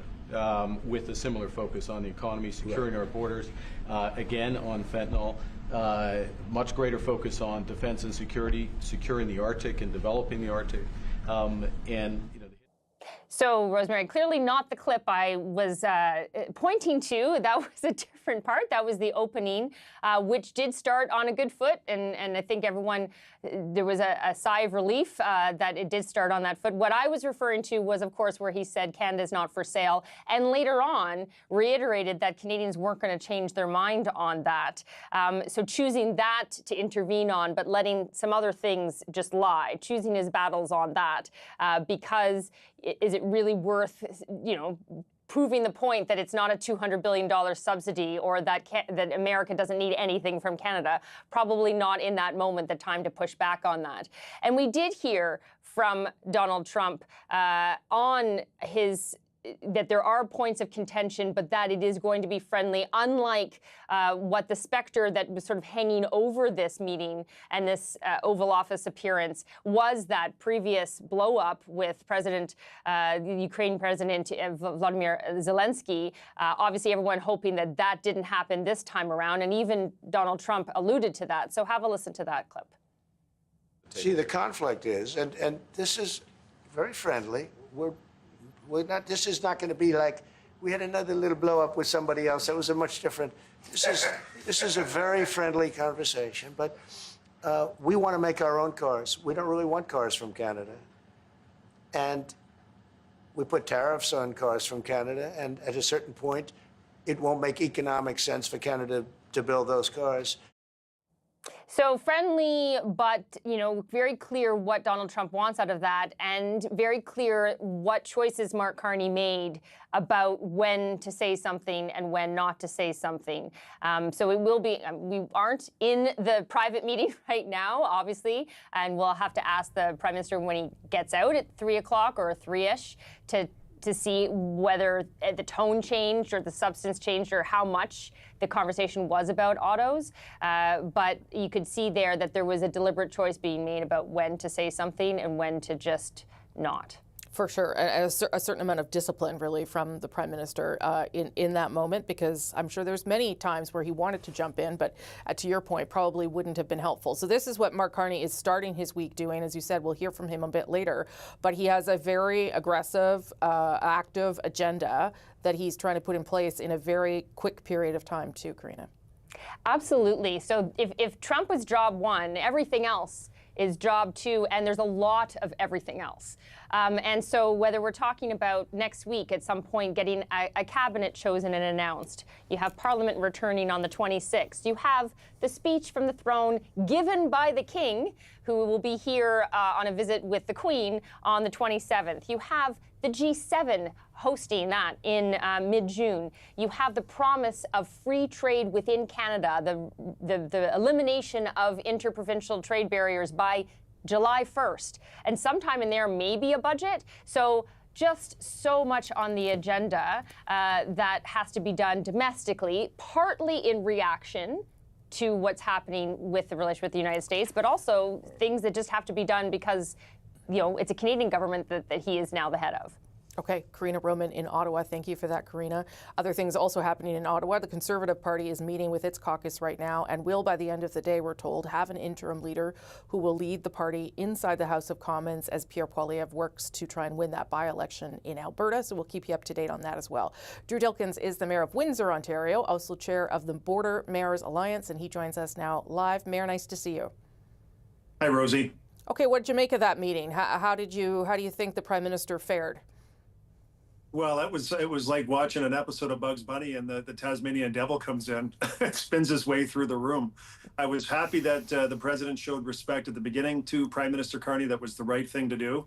But politically, having to sit there, I feel bad for the Prime Minister because he must sit there and you're almost sitting there impotent. You can't sort of intervene. And I saw the Prime Minister reach out his hand a number of times trying to intervene and interject, but it's a very difficult environment for someone to walk into. Clearly, it's Donald Trump's house. He controls the narrative, and he continues to replay that same cassette tape with the same set of incorrect assumptions and facts that he's using to make his argument.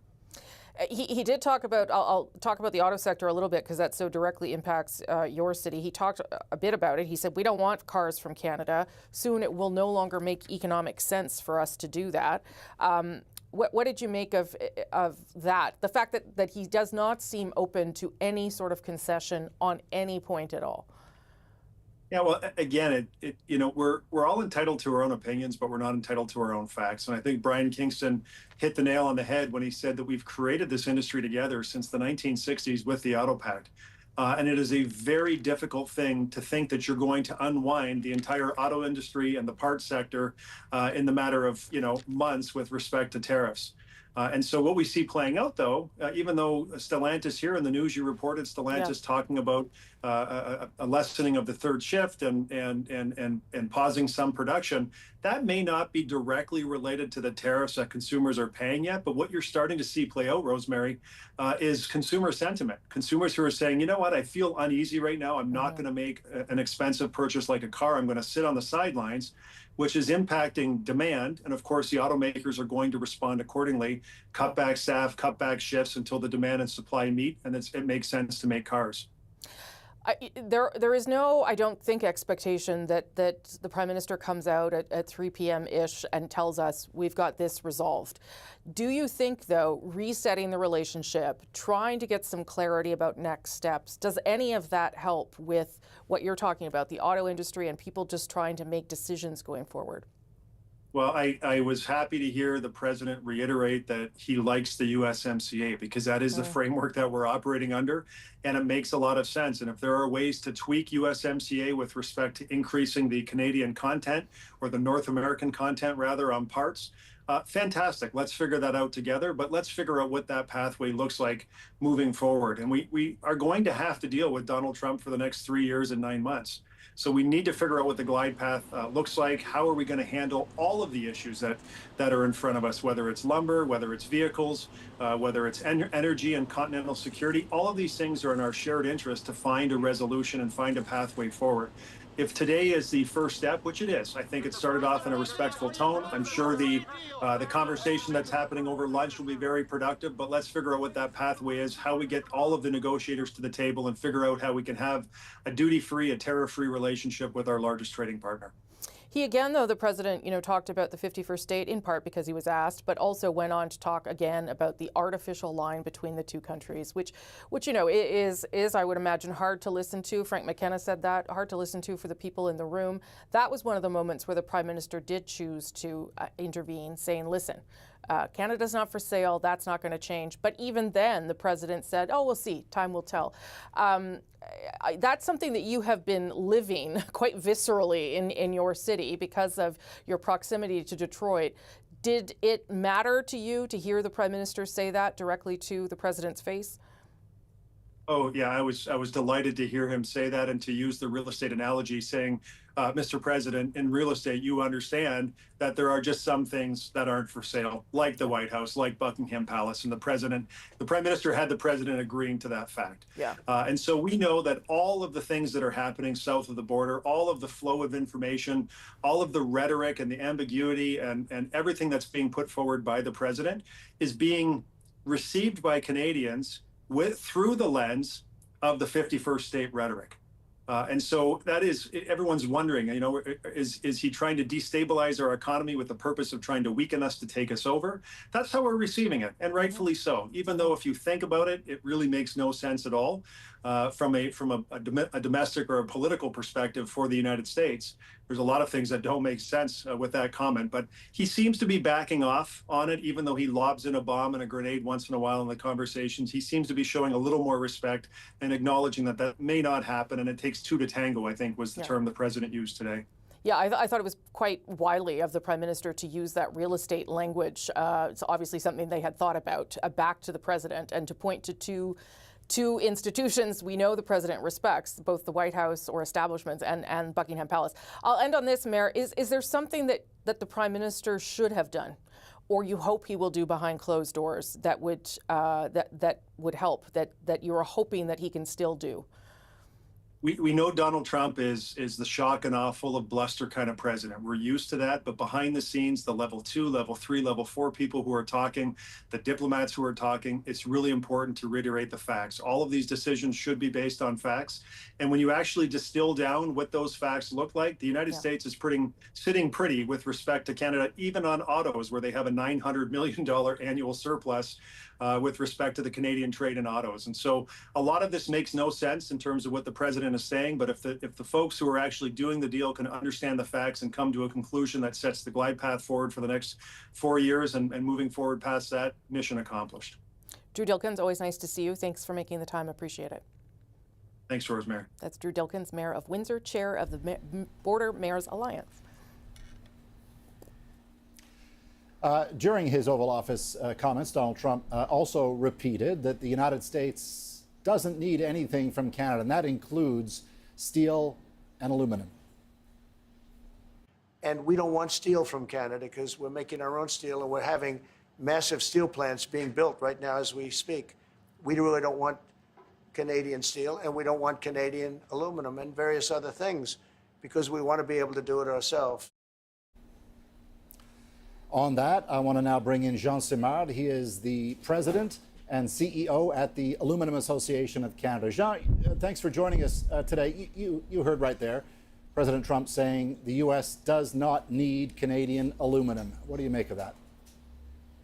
Well, I think it's a way to downvalue what they really need and what they really want. It's an old real estate trick. So you downvalue what you want to buy in order to get to enter a negotiation that is more to your benefit, your advantage. Basically, the U.S. produces 670,000 tons of aluminum, and they consume 5 million tons a year, growing. So at the end of the day, they can say they still need aluminum. Right now, they're paying 25% more than the rest of the world is paying for it. The levies from the U.S. on steel and aluminum in Canada have been in place, I guess since March now. What has been the impact on the aluminum industry in Canada of those tariffs? Well, I'd say the first impact is trying to figure out what level of tariff is set on aluminum on a daily and weekly basis, because it keeps changing all the time. So we've gone from 25% to 10% to a possible stacking, no stacking. So there's a lot of adjustments that are required. The metal is still finding its way to the market. The demand is still robust as we got the numbers for the end of April. Moving forward, the big question is, will the consumption patterns in the US maintain themselves in terms of cars and building and construction? So we're following very closely the numbers, the manufacturing numbers. So if there's a slowdown, we will start feeling it. But at this point in time, there is no difference for us in terms of primary metal. Small mom and pop shops, the people who process aluminum, are feeling themselves more impacted because many of them buy metal, they process it, they ship it to the US, it comes back. So they're in a crossfire of tariffs and retaliatory tariffs. So this is a more complex situation, but I think that the governments are doing all that can be done to alleviate, to mitigate those impacts. So you heard both the words and the tone in that meeting. I mean, are you hopeful that something meaningful will come out of this when it comes to the tariffs? And by that, I mean both short term, like that we'll hear something positive right away, and long term, that this will get somehow resolved. I think that for any resolution to occur in this situation, you first have to have a good relationship. And today, if there is one success coming out of this meeting, is what I think is the establishment of the beginning of a good relationship between the two leaders. Moving along, then it's the way you frame the discussions. Prime Minister Carney was very clear about the fact that it would be CUSMA-based discussions, which makes a lot of sense. And by the way, CUSMA is not due for renegotiation. It's due for revision. That's in 6 months from now. So there is time for the parties to get to a common understanding of the reality. And the mayor from Windsor said very rightly so that it's all about fact-based evidence and data-supported numbers. And this is what Canada is very good at. This is how we were successful during the last trade negotiations years ago. And I think this is how we have to do it. And it has to be backed by a united Canada, as Prime Minister Carney has said many times. One of the things that Donald Trump has said many times is that Canada needs the American market more than anything else. One of the things that Mark Carney has certainly suggested is that maybe it's time for Canada to look for new markets. When it comes to aluminum, are there other markets globally for Canada's aluminum? Is that realistic? Certainly. The world is in balance in terms of aluminium. Last year, 73 million tons of aluminium were produced and 73 million tons of aluminium were consumed. So what one doesn't take, the other one will take it. And we have our plants are strategically seaborne, so we can ship to Europe from most of our plants as well as to the US. And in the case of British Columbia, we can also ship to Asia as well as to the US or Mexico. So Canada has an optionality of markets for its aluminium, which is very sought after by those markets because we are safe and secure suppliers of responsible low carbon footprint metals. So if we have to move out of the US, we will move into another market. Jean, thank you for your thoughts and your insights. My pleasure. Thank you for having me over. Have a good day. Bye. You too. Jean Simard, bye-bye. Jean Simard is the president and CEO of the Aluminum Association of Canada. Well, as we just heard, the escalating trade war has created anxiety and uncertainty for the Canadian business community. CBC senior business correspondent Peter Armstrong is here in Washington with us, looking at whether this meeting will help ease those concerns. Peter, what do you make about what Trump had to say about tariffs and trade today? An interesting sort of series of contradictions, which I guess can't be too much of a surprise to anybody who's been following this. But because on the one hand, he's saying we don't need any of your stuff and that trade is, the tariffs are going to remain and who knows what the future will unfold, how it will unfold. But at the same time, I do think we got some glimpses of what maybe not the path ahead might look like, but what the frame around that path might beginning to emerge here. And in that, I heard more positive talk about the existing Canada, US, Mexico trade agreement, USMCA as they call it here, CUSMA as we call it in Canada. I heard more positive talk about that in this meeting than I think maybe we've heard since the beginning of this trade dispute. Donald Trump saying this deal works for everybody, that there are parts of it that have been good for everybody, that sure, there are parts that they need to talk about and that there's this statutory renewal that'll take place. It's supposed to take place next year. He seemed to indicate that maybe it'll take place between now and then. And I think from the business community, they've been really hungry for some sense of what those parameters might be, what the sort of walls around this conversation that could look like. And I think they got some of that. But then, of course, there's the contradiction. So listen to what Donald Trump had to say a little bit after his bit about, yeah, this has worked out well for everybody. He also said this. We're going to work on some subtle changes, maybe. I don't even know if we're going to be dealing with USMCA. We're dealing more with concepts right now. Look, right now, we're doing trade. We have trade. They're paying a tariff on cars and steel and aluminum. And I think we have a baseline of 10% or something like that for the tariffs. But we're getting along very well. Right now, going no further, but we have an agreement. We did something with even parts. You want to discuss that, Howard, with respect to Canada, which helps Canada out?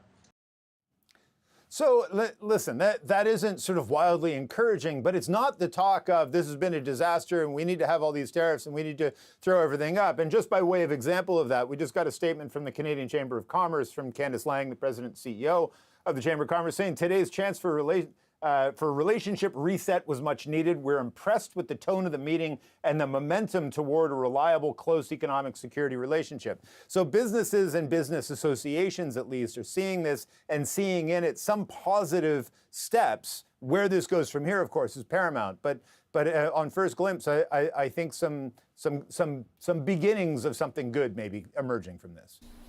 So much about tone, for sure, Peter. Mark Carney, of course, managed to get a comment or two in. What did he have to say in response? Well, on his response on a lot of the trade stuff, I thought was interesting, and it reinforces, I think, a lot of what we've been hearing from businesses and business associations. That the businesses I talk to consistently remind me, and obviously are consistently reminding the Prime Minister as well. Canada and the U.S., the governments of these countries don't do any of this trade at all. It is American businesses buying and selling products with Canadian businesses that are buying and selling products to their American customers. And that is the relationship that's worth $1 trillion in bilateral trade. That is the relationship that is kind of the foundation that has made a lot of American companies incredibly rich and a lot of American shareholders incredibly rich over the years. So it's interesting to see how Mark Carney was trying to sort of navigate that message without sort of getting too much in the graw of the president, but also sort of saying, look, we're your best customer, we're your biggest customer, and that part of the relationship is important to highlight as well. With more to that conversation, of course, happening once cameras left that room and then they moved in for the working lunch. Peter, thank you so much. You bet. That's CBC senior business correspondent Peter Armstrong here in Washington. It would really be a wonderful marriage because it's two places that get along very well. They like each other a lot. As you know from real estate, there are some places that are never for sale. That's true. We're sitting in one right now, Buckingham Palace that you visited as well. That's true. And having met with the owners of Canada over the course of the campaign last several months, it's not for sale, won't be for sale ever. A key moment there in that first face-to-face meeting between Prime Minister Carney and U.S. President Donald Trump, a message that Carney needed to say directly to the president and indeed for Canadians, saying to Trump in the Oval Office that Canada is not for sale and never will be the 51st state. Trump's response, never say never. That working meeting continues at this stage right now, although we are told it is close to wrapping up. I'm not sure if that was the schedule or not, but Richard Madden joins me now from outside the White House. He's been watching all of this as well. This closed-door meeting, I guess the continuation of the half an hour or so that they did in the Oval Office. Not sure if it is more substantive or whether it will get to anything, although it does appear soon to be over. Neither leader was showing, concessions of any kind in terms of trying to stand their ground. Give us a sense of what you made of it, Richard. Yeah, well, first and foremost, Rosemary, the motorcade is still here. The Canadian motorcade is still here, indicating that lunch behind closed doors is continuing. But you are right, it's expected to wrap up shortly. The big takeaway, of course, was what you played earlier. I think a lot of the American networks are zeroing in on that comment, that exchange between Prime Minister Carney saying Canada's not for sale, making that real estate analogy, and then, of course, President Trump saying never say never. There were some contentious issues towards the end, particularly when it started getting into the weeds on autos and lumber and energy, where we could see that Prime Minister Carney was trying to interject himself, trying to get involved in that conversation. But this is the Trump show. He just kept speaking. Overall, bottom line here, I think Carney did he did a decent job. It wasn't a disaster, but I did notice that he didn't speak up as much as other leaders have in their Oval Office meetings with the president. I'm thinking Keir Starmer from the UK and France's Emmanuel Macron. Also found it interesting how Trump was complimentary to him, a far departure from how he treated former Prime Minister Justin Trudeau. He said he watched Carney's election. He said he followed it. And then he said towards the end, or towards the very beginning, I was probably the greatest thing that ever happened to him. Trump seemingly taking credit for Carney making Trump the centerpiece of his campaign. We also heard the president taking shots at former Prime Minister Justin Trudeau and, of course, former Finance Minister and Deputy Prime Minister Chrystia Freeland. president, who he really didn't have a lot of positive things to say about her, suggesting that perhaps she was a reason why the relationship between Canada and the U.S. had been strained. So some colorful insights from the president. But overall, I think Carney accomplished what he wanted to. I suspect he would like to have gotten involved a little bit more in the conversation. But that line about the 51st state, obviously, it looks like it was pre-planned, and he executed that line that has really made headlines here in the U.S. Oh, okay. I thought you had a clip, but that's okay, Richard. You did a very good job of summing it all up there. Well, you played it before we spoke, so I thought, okay. we'll just let it continue. We'll just let it go. Okay, Richard, thank you. I'll come back to you. Thanks, Fred. That's sure. CBC's Richard Madden in Washington. Steel industry, just one of the major industries affected by this trade war. There has been a 25% tariff levied on steel. That happened back in March. Catherine Cobden is the president and CEO of the Canadian Steel Producers Association. She joins me now. Catherine, nice to see you again. Hi, Rosemary. Thank you very much for having me. Of course. So I don't know if you anticipated a resolution to anything today. That probably would have been in your wildest dreams, yes. But why don't we start with just what you saw in the Oval Office in terms of the tone and whether that meant anything to you and to the people you represent? Yeah, that's a great place to start. I think that the cordial tone in the exchange between the Prime Minister and the President was quite encouraging.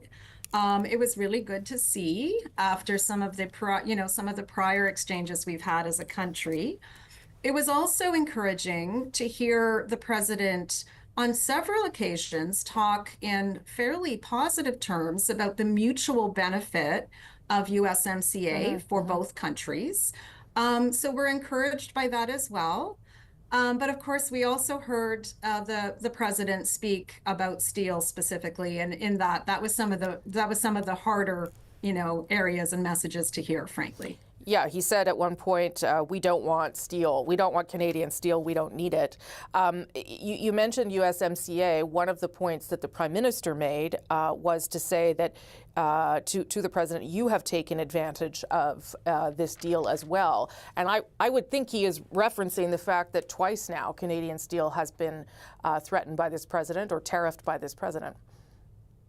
Yeah, I mean, I also think he is foreshadowing that in the USMCA kind of discussion in the future, there will be things that both parties are going to want to address. So fair enough. That's why this, renewal discussion is scheduled to take place next year. As it pertains to steel, I want to say it's laudable that the president wants self-sufficiency for steel in his country, but the facts of the situation are that his country still needs 26 million tons of steel to be imported into his country. Right. In other words, he's about twice Canada's entire steel production shy of being self-sufficient. So I understand the objective, but I just want to point out there's quite a gap between the objective and where the country is in steel production today. Yeah, and I appreciate that because we like to operate in facts when it comes to things the president is saying. And is there any ability, or how long would it take for a domestic industry in the United States to make up that difference? Is that even a possibility? Yeah, like 26 million tons is a lot. By the way, we supply about 6 million tons, which is half of our entire domestic production. So it's a very significant market, but still we're not anywhere near close to supplying the majority of their supplies. So the scale is tremendous. It's going to take years, in our opinion, to achieve that objective. So we're really, ultimately hoping that it'll be understood that Canada's really not the problem. Canadian steel is not the issue. We have done as a country the same things that they've done. We have tariffs on Chinese steel. We have, supply chain transparency and all of that. So, but I think that's going to take time. And one of the challenges, Rosemary, is that we don't have a lot of time. We're about 8 weeks into the tariffs on Canadian steel. We're seeing layoffs pile up. We're into the hundreds and, high hundreds of layoffs at this moment with more to come. Yeah. I think now one thing, we were talking a lot about uncertainty. One thing where I think there's certainty is 232 on steel is going to be hard. And we need to be thinking about making changes at home that will help our industry and reduce our reliance on the United States. And we heard the Prime Minister mention this over and over again in the campaign. But I think it's really time now that we get going on that. Even that, though, Catherine Cobden, and I hear you, probably, is there enough demand in the domestic market to make up that huge amount that we sell already to the United States? Well, exactly. That is the question. But we do have opportunity. We believe that if we were to remove unfairly traded steel, which is unbelievable in some ways that this is happening in our market. But if we were to put tariffs at our border against countries that are proven cheaters in the system, we would actually make up a significant portion of the market we're going to lose in the United States. So for us, it's kind of pedal to the metal on getting those tariffs at the border and giving Canadian steel producers an opportunity to compete in our own market. So we've had to shift. Like, we have, a significant production here that actually meets Canadian demand, but we had to shift half of it away because we had a lot of unfair trade in our midst. But if we can get rid of that, I remain very hopeful about the future of the Canadian steel sector. If we don't address this problem, I'm very, very discouraged and very concerned. Okay, Catherine Cobden, on that note, not the happiest note, but we will leave it there. Thank you for your time today. Appreciate it. All right. Catherine Thank Cobden, you very much. Appreciate it. Catherine Cobden, President and CEO of the Canadian Steel Producers Association. Let me just show you what we are waiting for now.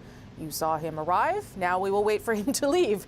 The Prime Minister set to emerge there from the White House after his meeting with Donald Trump.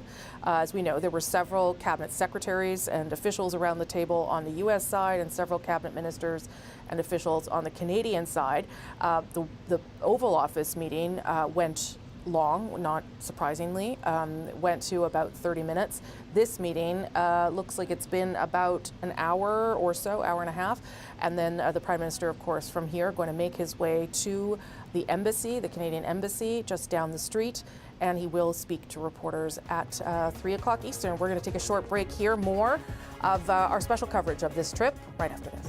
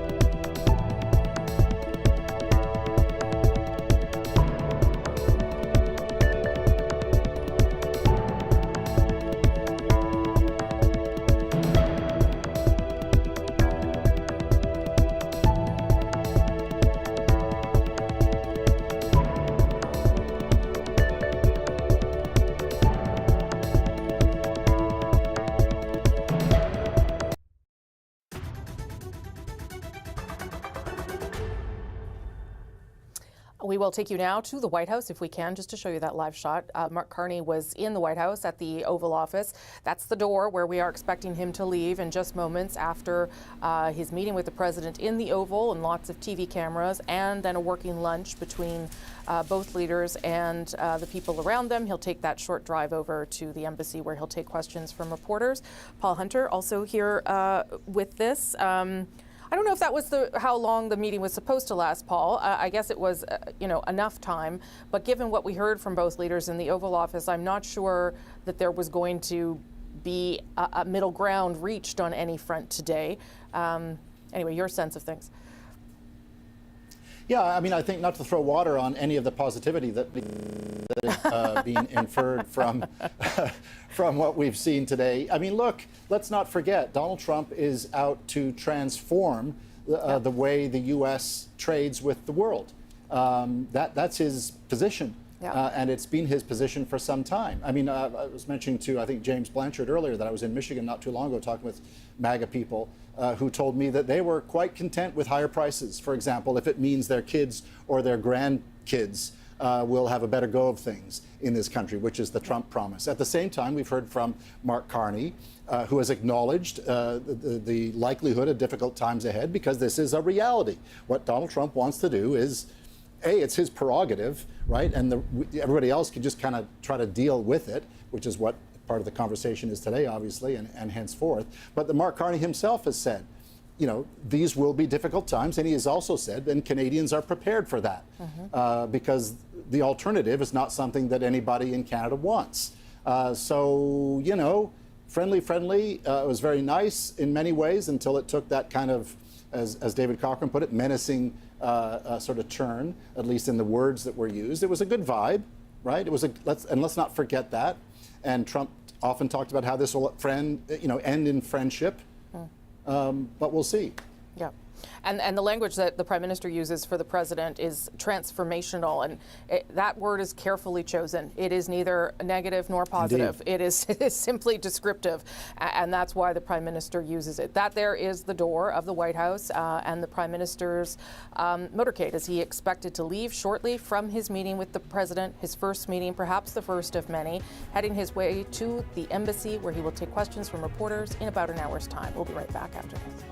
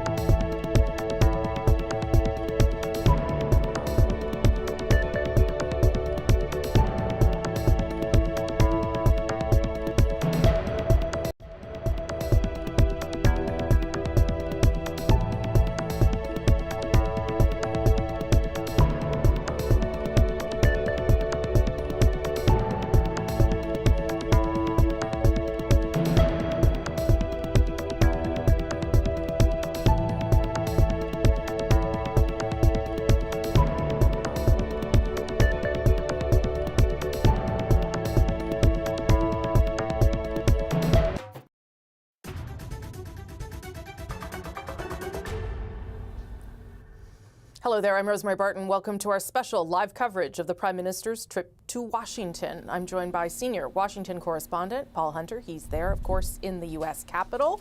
The highly anticipated meeting between the Prime Minister and Donald Trump at the White House is expected to end soon. Carney's motorcade currently just waiting outside one of the doors there. It is their first face-to-face meeting, first conversation since a phone call took place back in March.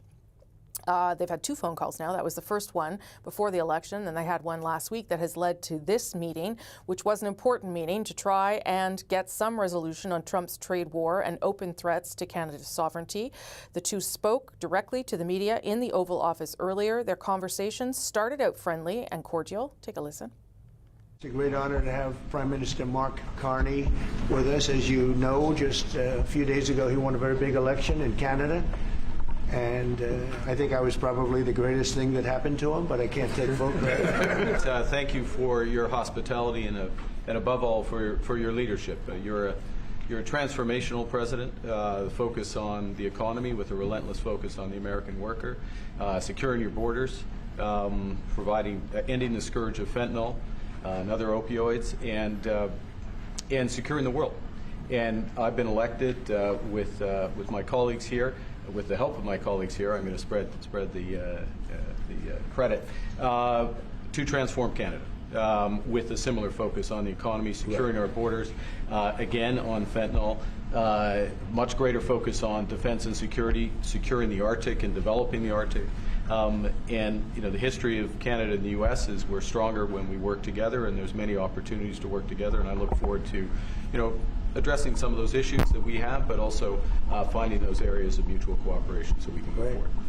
As you know from real estate, there are some places that are never for sale. That's true. We're sitting in one right now, Buckingham Palace that you visited as well. That's true. And having met with the owners of Canada over the course of the campaign last several months, it's not for sale, won't be for sale ever. But never say never. Never say never. The Prime Minister set to leave the White House there in a few moments and then address the media, Canadians, in about an hour's time. That meeting, as I said, about 30 minutes in the Oval Office, about an hour and a half or so of that working lunch and meetings between him and the President and members of their cabinet. He will give that press conference at the Canadian Embassy, which is not too far away from the White House. We will bring all of that to you live, of course. Does look like something's on the move there. Relations in terms of how, hang on, I'll just quiet myself in case the Prime Minister is exiting. Those are his official photographers.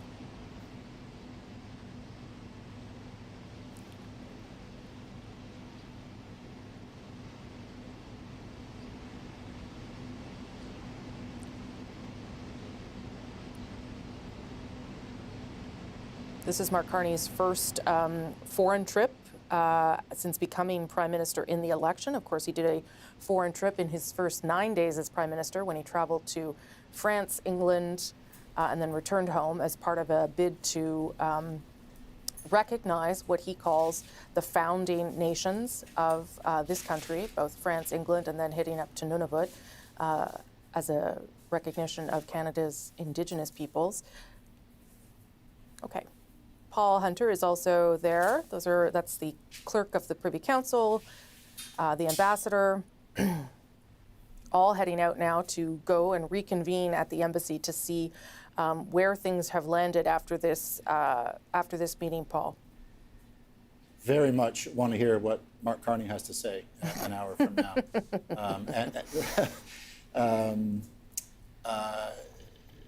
And yes, indeed, they'll drive from here just, I don't know, it's about a minute drive, given that they'll have all the green lights going their way, I should think, up to the embassy, which is about halfway from here to Capitol Hill, maybe a little closer to Capitol Hill. Planning what to say, knowing that Canadians broadly very much want to hear as well. It's interesting to see the degree to which the Prime Minister's office photographers indeed want to capture every step of the way here. It's a big deal going to the Oval Office, and these are, it goes without saying, but let's say it anyway, ridiculously high stakes for this meeting to get things moving forward was trying to think what to boil all this down to, and I came up, since we're in Washington, D.C., Rosie, I'm going to use a D and a C and say difficult but cordial.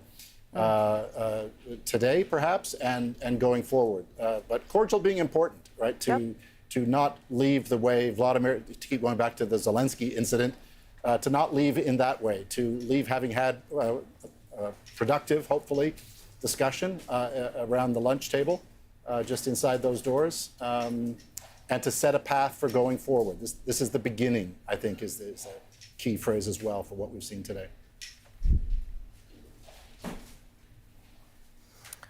Okay, that's the Public Safety Minister, David McGuinty, leaving. Some people were emailing me asking why they're still cabinet ministers. There are still cabinet ministers until there is a new cabinet. So those people continue in their functions even through an election. We'll see whether they hold the jobs after next week when we are expected the swearing in of the new cabinet. But David McGuinty, Mélanie Joly, and Dominic LeBlanc were the three cabinet ministers that the Prime Minister took down there with him, in large part because they have pre-established relationships with their peers, their cabinet secretary peers.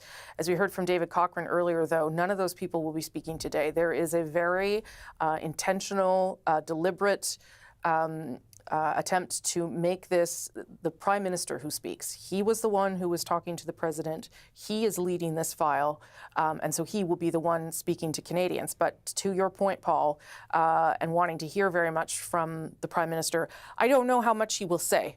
And that is partly because he has made it very clear that he will not negotiate in public, that he doesn't want information about what happened behind closed doors coming out, whether it does or not, I don't know. But he is trying to be very careful. And that is in part because the Trump administration, I don't think, loves that either. They don't love when they may do it, but they don't love it when things are leaked out and when there are multiple people talking about an issue. So the desire on the part of the Prime Minister's office is really to make this a Mark Carney moment for him later today, and for him to be the primary communicator on this, at least for today. And that'll be interesting too. We just saw Dominic LeBlanc there getting into the car too. I think that's a good point, Rosie. I think a couple of things about politicians broadly. Smart ones know when to shut up, and when to speak, and who to speak. And I think you're right. Mark Carney has made clear that he's the Prime Minister, and he is the voice on this. And I think that leads to clarity of position and clarity of the way negotiations will proceed. I think it's fair to say when you start doing things in public, it complicates things immensely, despite the fact, and I predict this will happen here. I mean, the camera shot that we're seeing of the SUV, the Suburban there, there's a Unimic right there, surrounded by reporters right now, who I guarantee you will shout out questions at Mark Carney when he leaves, and I guarantee you he will not walk over to the microphone and start taking answers, especially since we got the news conference coming up at the embassy. Yeah, and also I think because given how things have unfolded with previous prime ministers, Justin Trudeau, obviously, things that are sometimes said in press conferences become irritants for this president. And so you want to make sure that the message is the same, obviously, and that it is carefully worded so that it doesn't do anything to antagonize the president as it did, for instance, at the G7 in the Charlevoix, where whether or not it's real or whether or not the president has taken it the right way is sort of besides the point. It is about making sure that the spirit of this meeting is reflected by the Prime Minister directly, both to Canadians and, of course, to the United States and to the president after they leave, because, as we've been saying, this is likely the first of many meetings and only the beginning of a conversation here between the Prime Minister and the President. I saw Marco Mendicino, his Chief of Staff, leave there as well. And we are going to hear something, though, from the Prime Minister, whether it is about the tone, whether it is about progress, whether it is about what future conversations are like. He will have to say something so that Canadians have a sense here of how he has managed this, because as we've been talking about, Paul, this is, he was elected on a lot of things, but this was the thing that he made the central ballot issue for himself. And so he does need to show, perhaps not success, but he needs to show a little progress here today. Indeed, and mindful, looking ahead to the press availability or news conference, whatever we want to call it, at 3 o'clock, he's got to be mindful of two audiences, right? That's right. Everybody watching back home in Canada, and watching closely, and expecting certain things to be said by him, perhaps. But also Donald Trump. I mean, it was one of the interesting things in the Oval Spray was hearing the president say that he watched the debate in Canada. Like he's not oblivious to things that are said about him. And certainly on this issue, we'll be listening to how Carney frames it and how that may color what comes forward. So Mark Carney has to be aware of both those things at the same time and find the sweet spot. And as we say all this, waiting for Mark Carney to step out, one does wonder what's going on in there. We've seen people milling about for a while now. Clearly, they're still chatting. We do know that Donald Trump likes to give little mini tours of the place inside. I don't know if that's happening or not. But they've been ready for some time now, and I don't know.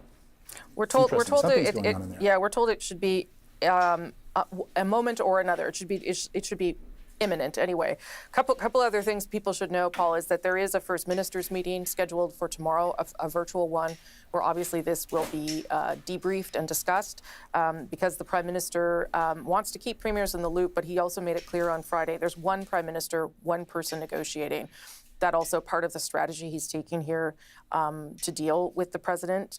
We've also had our colleagues, Andrew Nichols and others, watch a bit of the tape of Carney and Trump because we could only see one angle on TV. And as the president is talking about making Canada the 51st state, apparently you can see the Prime Minister say 5 times, never, never, never, never, which is probably something the president heard quite clearly, but wasn't something that we picked up on that particular pool feed that we had. So in case you thought that there was only one attempt by the Prime Minister to make his feelings clear to the president, there were multiple.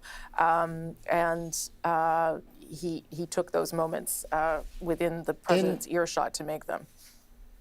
In fairness, I would suggest I can't imagine Donald Trump would expect anything other than that. No, for sure. From the Prime Minister. I also wonder, just as an aside, whether Mark Carney or the Canadian team asked him if he's going to come to the G7 and whether we'll hear about that, because that would be interesting to hear. Certainly in terms of the relationship between the two countries and given what happened last time he went to Canada for a G7. Yeah, that would be his first trip to Canada as Prime Minister in his second term here if he decides to make that move. He does like a summit, generally, the president, I think, right, Paul? Like he wouldn't be averse to that. Nope. Yes, he does. He's in a word. He likes to be the president of the United States on the world stage. And that's a big event, the G7, and a significant one, an important one, especially given how he is trying to transform, as I was saying earlier, the way the U.S. deals with the world on a trade basis. I see photographers starting. I predict they'll come out shortly because I can see a few seconds ahead of you. I think Rosie, very good. Yeah, people are going to start to filter out shortly. Okay, and that G7 meeting in Kananaskis, Alberta, in June. Of course, Canada is hosting that, and we'll see indeed whether we get clarity about the president coming later today. This is some of the officials leaving.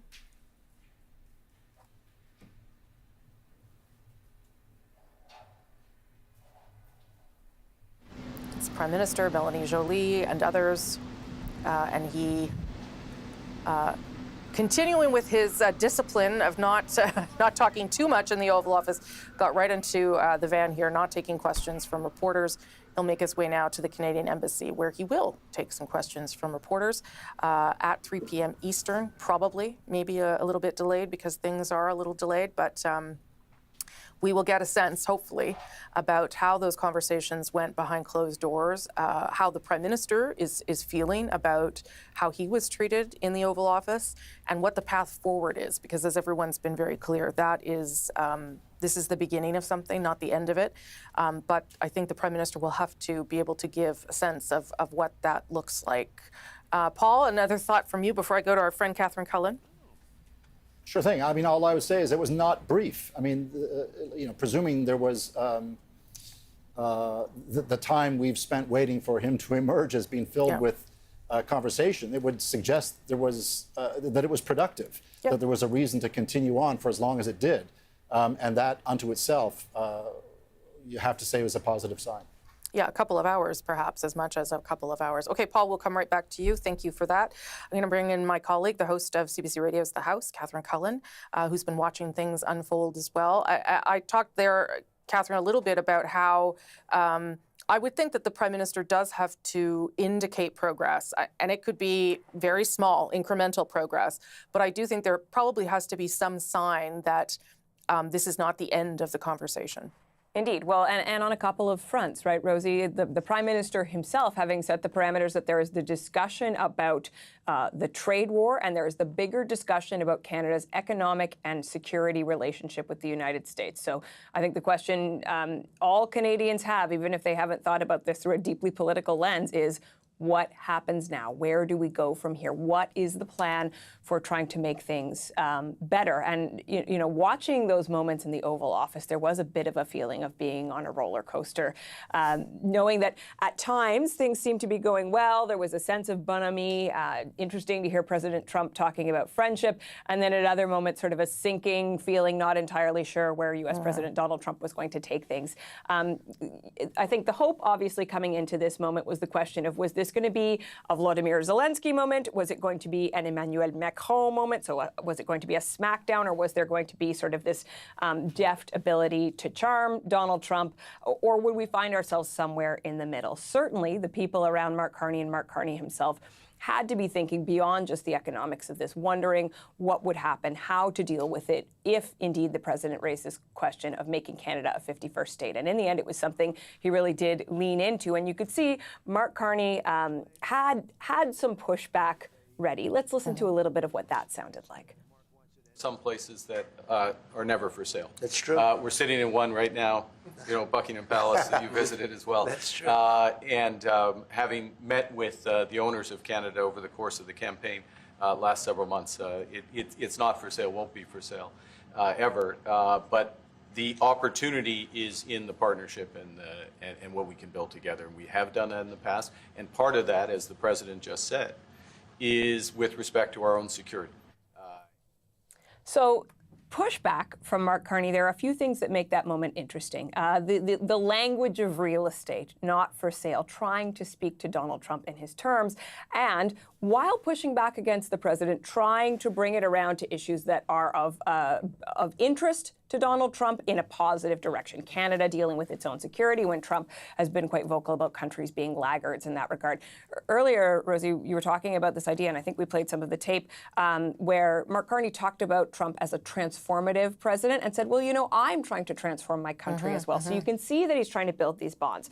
Now, you also talked about that moment, the never, never, never moment when Trump was raising the question of Canada as a 51st state. I believe we have that clip great. now. It's short, but let's watch what Mark Carney does as Donald Trump is talking. But never say never. Never say never.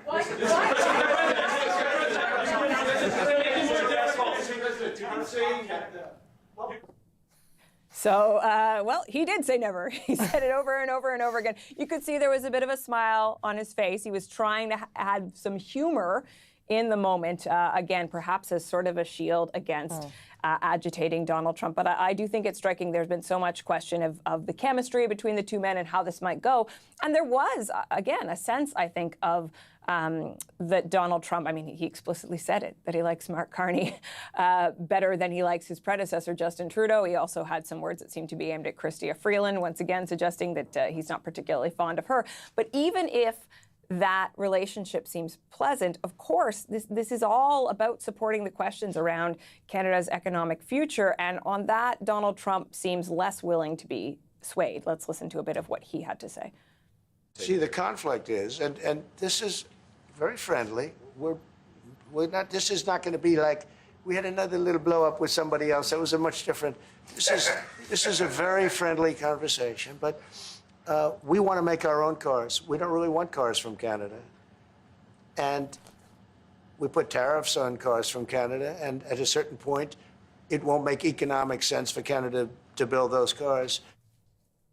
And so you see, even this attempt at, like, we're going to keep things friendly, it does not necessarily keep things away from the territory that is of such great concern to Canadians of all walks of life, but certainly folks in the auto industry with that particular example. Yeah, and of course you want you want a collegial relationship with Donald Trump. I don't think Canadians want the Prime Minister to become his BFF either, right? So it's about trying to not be walking that line. That's right, and not be overly friendly. Obviously, the Prime Minister's agenda is a busy one. We'll hear from him in less than an hour's time about how that meeting went. But when he gets back here, he's got like about 1 million other things he's got to get done.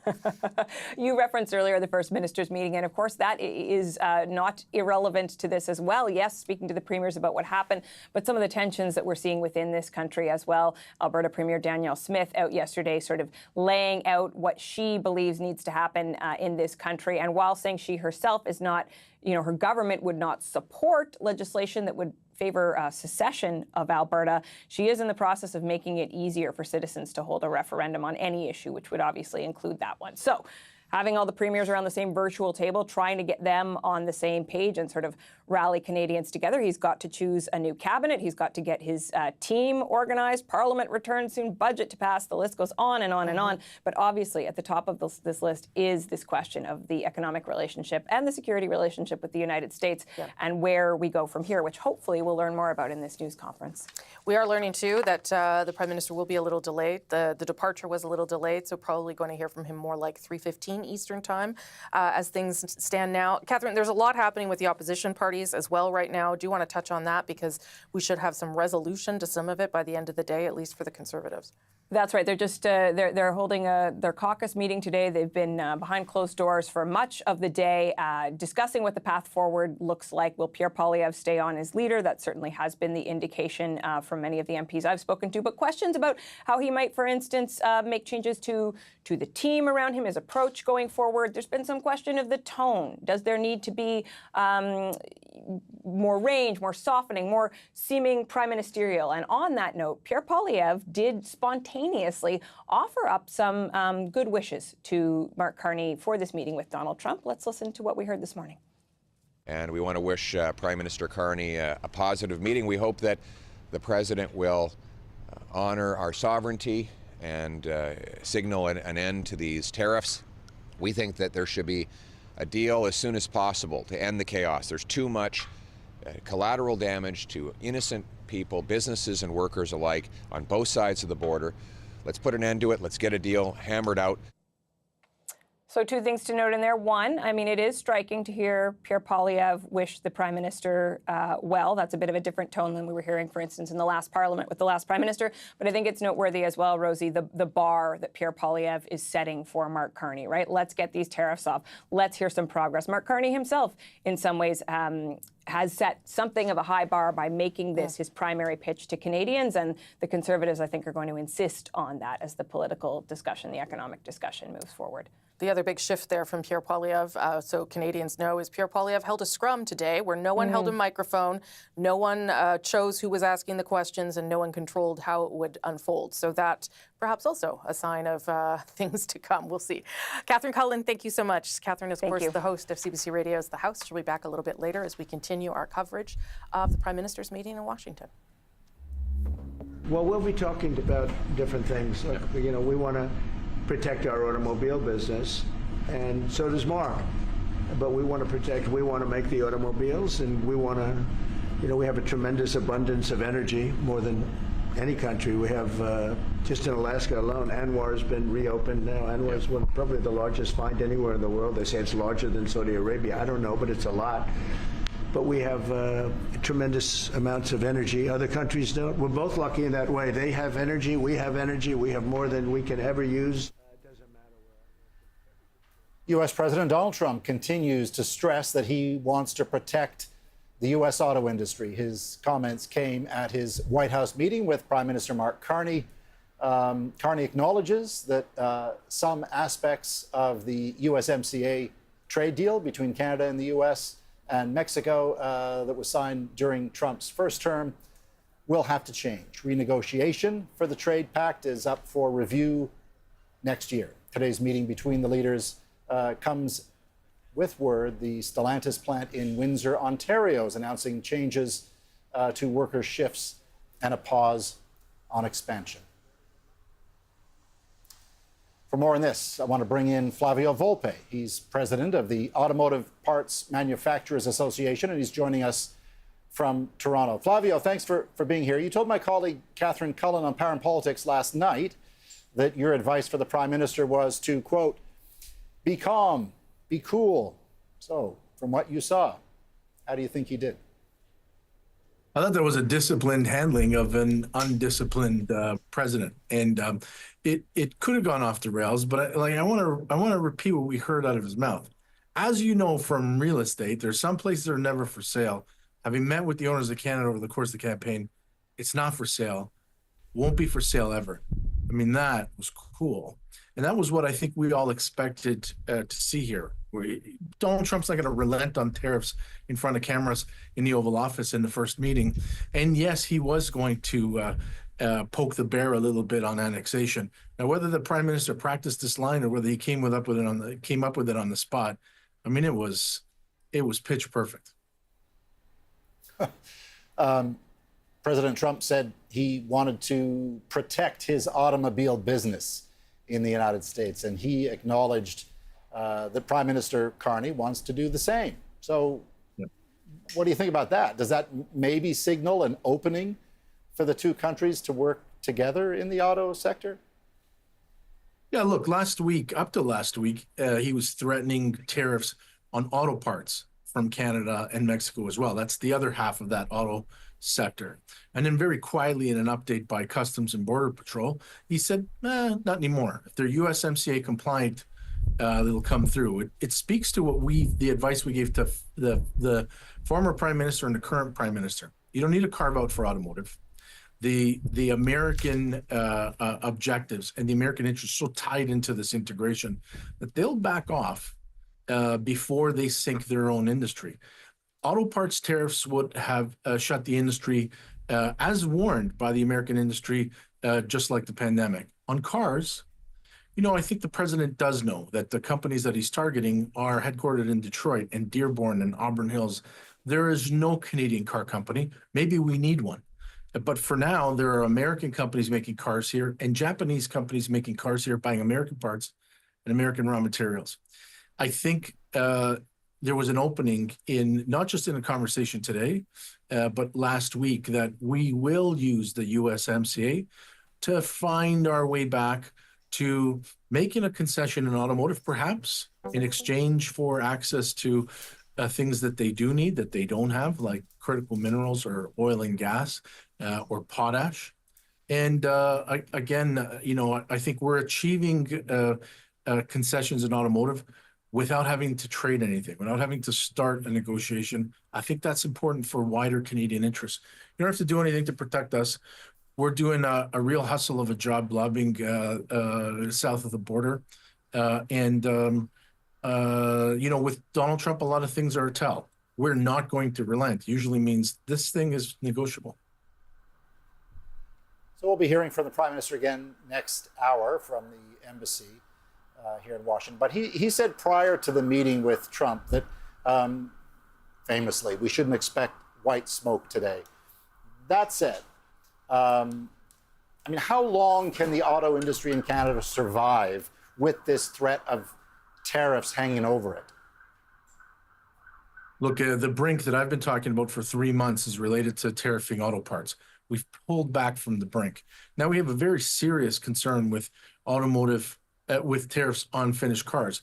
The workers and the suppliers in Windsor and Oshawa and all the places in between, Ingersoll, Oakville, are worried that the longer this goes on, the less those cars are saleable, and it takes really long for those companies to pivot to make cars to sell to Canadians.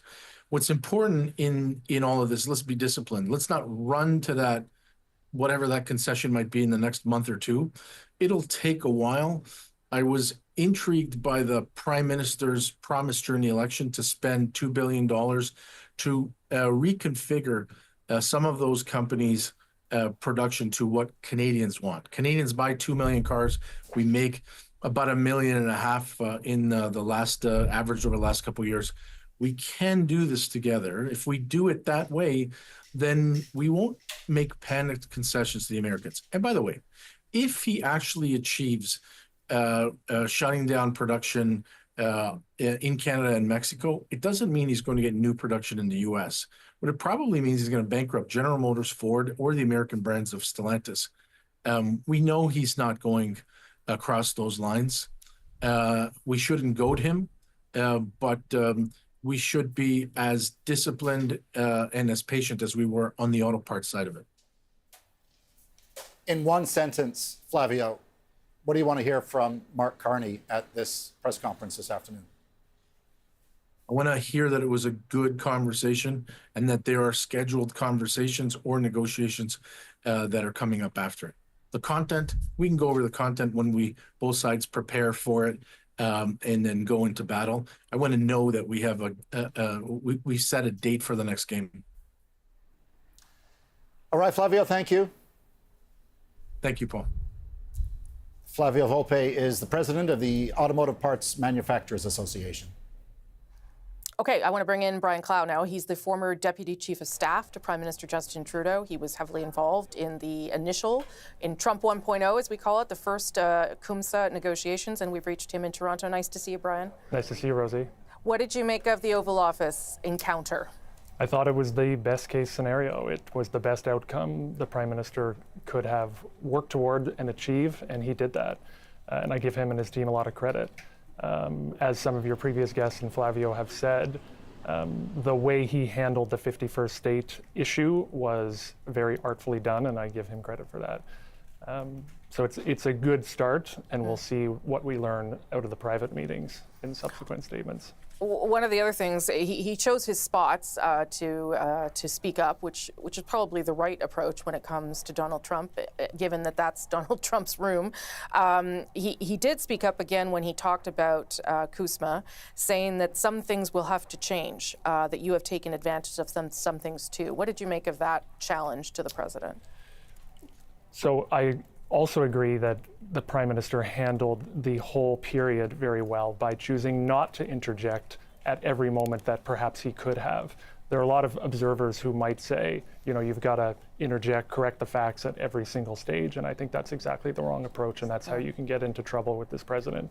I was very interested to see that the president himself credited USMCA in a way that he hadn't in a long time, many months. He talked about it in a positive way that we haven't heard for a while. But clearly, both the Prime Minister and the President both said there need to be changes to the deal. And that negotiation will happen either later this year or next year, we'll see. What do you think that indicates? Do you think the President is open to keeping the deal and trying to salvage it? Is that what you're saying? Well, we'll see. It's hard to pin too much onto one statement from this president because he can change his mind quickly. But it's certainly a good sign, given we hadn't heard him talking about the deal positively for many, many months. He also talked about your former boss, the Prime Minister Trudeau, of course, taking a couple pot shots at him, even now, even after the Prime Minister has moved on. What does that tell you about how the personal nature of that relationship had really deteriorated to a point where it was not working, perhaps, in the interests of this country? It didn't surprise me, and I would attribute the strain on that relationship to the fact that Justin Trudeau and Donald Trump did not see eye to eye on a lot of issues. Yeah. And over time, including during the Biden years when they were watching Prime Minister Trudeau, they came to dislike a lot of his policy positions. But that's what the Prime Minister stood for, and that's what a lot of Canadians stand for. I would also say, despite the potential strain, especially in the last few months, these two were able to work pretty closely together and get a lot done at the same time. And then my final comment is getting off to a positive start with this president, as Prime Minister Carney seems to have done, is really important. It's a really important ingredient to future success.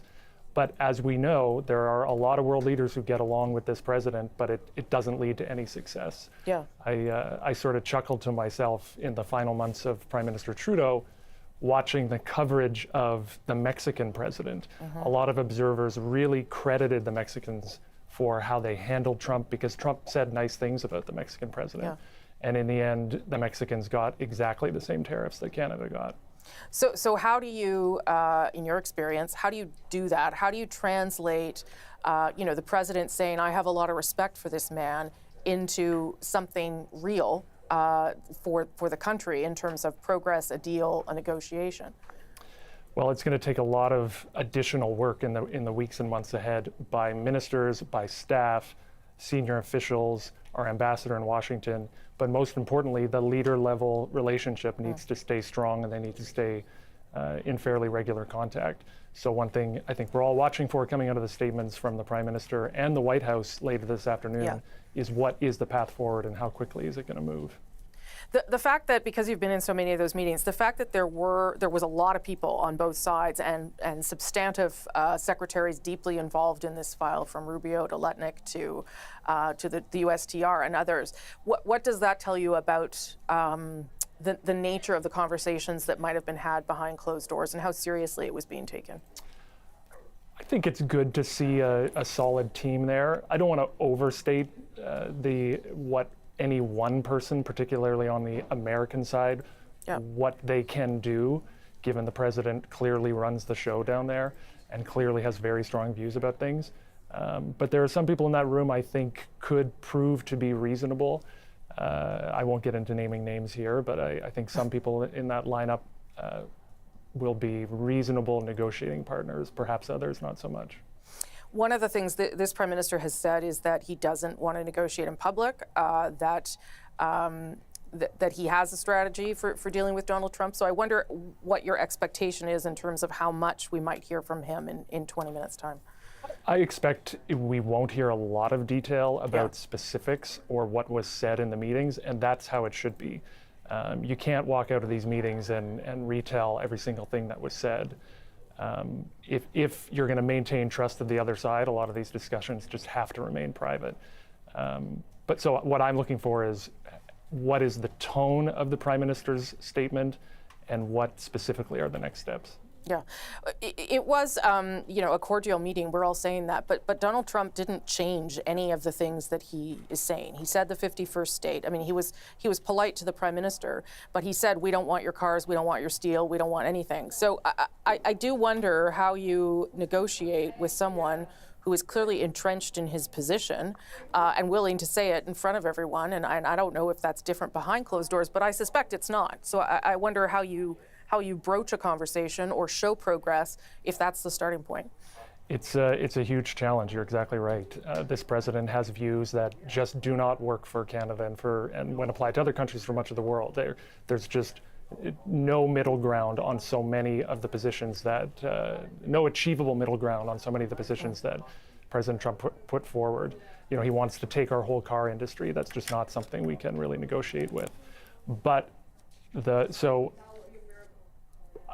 I do think, though, today was a positive first step to reset the relationship, a fresh start, hearing the president be positive in return, despite the fact that he said some fairly egregious things.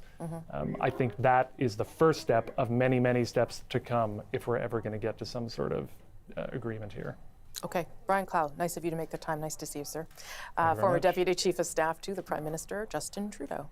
Let's go to Katie now. We saw Prime Minister just leave the White House following talks. She is still there, but the Prime Minister's made his way to the embassy where he's going to take questions in about 20 minutes' time. Katie, give us your sense of what you're thinking now after having digested that part of the meeting and turning your attention to what is going to happen next. Well, remember how everyone leading into this meeting, sort of the discussion was the expectations were quite low. Something that Canada would see as a win is if Donald Trump takes on a more respectful tone toward Canada. And Donald Trump may have been more polite. He may have offered compliments and been very nice and friendly with Prime Minister Carney. What we saw in that meeting is that the threats, they still are there, even if they're delivered in a more polite and respectful respectful way. The threats about tariffs, they are just there in place. So what I'll be looking for going forward is, what are we going to hear from the Canadians about where things go next? What are the next steps? And is there some space here to restart the Canada-U.S. relationship? Clearly, there is some mutual respect there that we saw on display in the Oval Office. Now, Canada has the Canadian officials, the Prime Minister and his team, they have to find a way to sort of use this moment and turn it into momentum to try and restart trade talks. Ultimately, at the end of the day here, we know that Donald Trump is not happy with the Canada-U.S. trading relationship, and it came up in the Oval Office. Our colleague Tonda McCharles at the Toronto Star asking right off the bat, is USMCA dead? Because Donald Trump has complained about it. He's complained about the Canada-U.S. trading relationship. And he talked, although he sort of contradicted himself a couple of times, that's something that Donald Trump does. In the same event, he'll say one thing and then he'll say something different that sort of seems to contradict. So we'll have to drill down and get some more specifics in the future. But he seemed to talk about how USMCA, or CUSMA as we call it in Canada, was an off-ramp for NAFTA, the original North American Free Trade Agreement. And then he seemed to suggest that, perhaps it doesn't even need to be renewed when it goes for review next year. Now, Mark Carney spoke about how things are going to have to change, and that's going to be a part of those bigger, broader conversations. But this really is supposed to be a starting point to reshape the dynamic, to change that relationship. And certainly the way that Donald Trump has spoken about Mark Carney and the team that's in place now is very different than what we heard him speak about former Prime Minister Justin Trudeau and former Foreign Affairs Minister, former Trade Minister, former Finance Minister Chrystia Freeland. Donald Trump has criticized Chrystia Freeland in the past. And I remember there was one moment where he said something very specific about Chrystia Freeland on Truth Social. And I reached out to, at the time, one of her staffers. So, what's sort of the reaction there? And the answer I got at the time was, Chrystia Freeland, who I think was then the finance minister, is fine with the fact that she lives rent-free in Donald Trump's head. That was the reaction at the time. But there's obviously no love lost there. And so now, is this going to be the opportunity for the Canadian team that is now in power in the Prime Minister's office to restart the relationship, rebuild, and then sort of find a way to trade talks? Because ultimately, at the end of the day, Canada and Canadians are never going to agree to becoming the 51st state. Mark Carney saying never, never, never, over and over and over again. It's something that Canadians do not, it's a non-starter for Canadians. But the thing that is really going to be what comes next is, can the Trump administration and the Carney government, can they find a way to get to constructive trade talks? Because that is where things are likely to change. That's where there's going to be momentum and movement. Okay, Katie Simpson, I'm going to give you one more question if I can, because you have been through this before in terms of a formal negotiation of the CUMSA. It was interesting, and you heard Brian Clow there before you say that he also found something interesting in what the president was saying around that. I take your point. He contradicted himself a couple times. But I wonder if we're looking for progress or a framework to start talks, whether the Prime Minister might indicate anything about how the president feels about that deal moving forward. I think realistically, in terms of, what are the tangible steps that we're going to see next, it's going to all come down to trade, and it's all going to come down to the renegotiation of that agreement or the review process that is formally set to start next year. Because really that is where there can be movement, right? Canada has very firmly said that, that it wants to see the tariffs removed. It wants to work more closely with the United States. But again, those tariffs remain a barrier at this point. Mark Carney tried to, speak Donald Trump's language, talking about how he will make fundamental changes to how Canada approaches defense spending, the kinds of things Donald Trump wants to hear and see action on. So it's those kinds of conversations that we're going to have to look to see if they do move the needle for Trump at all. But ultimately, it's going to get down to formal negotiation. One thing, Rosie, that is related to this but also separate is the ongoing active trade negotiations that the United States is having with, they say, 90 other countries at the same time because of those, what they call reciprocal tariffs. Tariffs they say are based on fairness, the baseline tariff that's in place now. trade negotiations are incredibly technical. We watched this in Canada for the renegotiation of NAFTA, now CUSMA.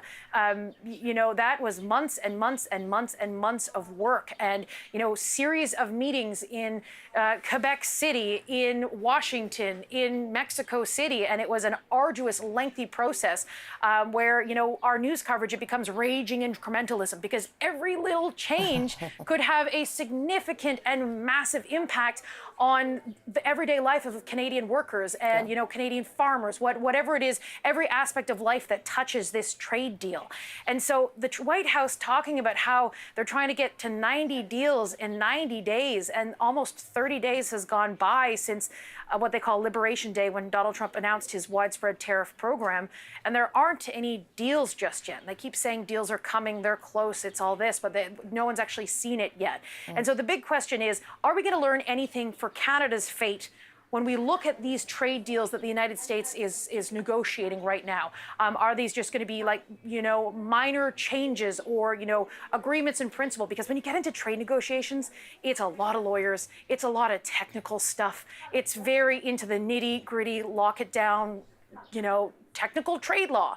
And so it's going to be interesting to see if we're going to learn something about what Canada's fate might look like based on those other ongoing negotiations. Yeah, and the president even saying today he didn't even know if a deal would get signed. The media are talking about deals. He's not even committed to making all of those deals. So you're quite right. We'll see what that means for us. The CBC's Katie Simpson in Washington. We'll come back to you, Katie. Thank you so much for that. We're standing by to take you to the Canadian Embassy in Washington. But first to Edmonton, Alberta Premier Danielle Smith has been taking some questions from reporters and asked about the idea of a referendum on separation. The timing was it was a week after the election.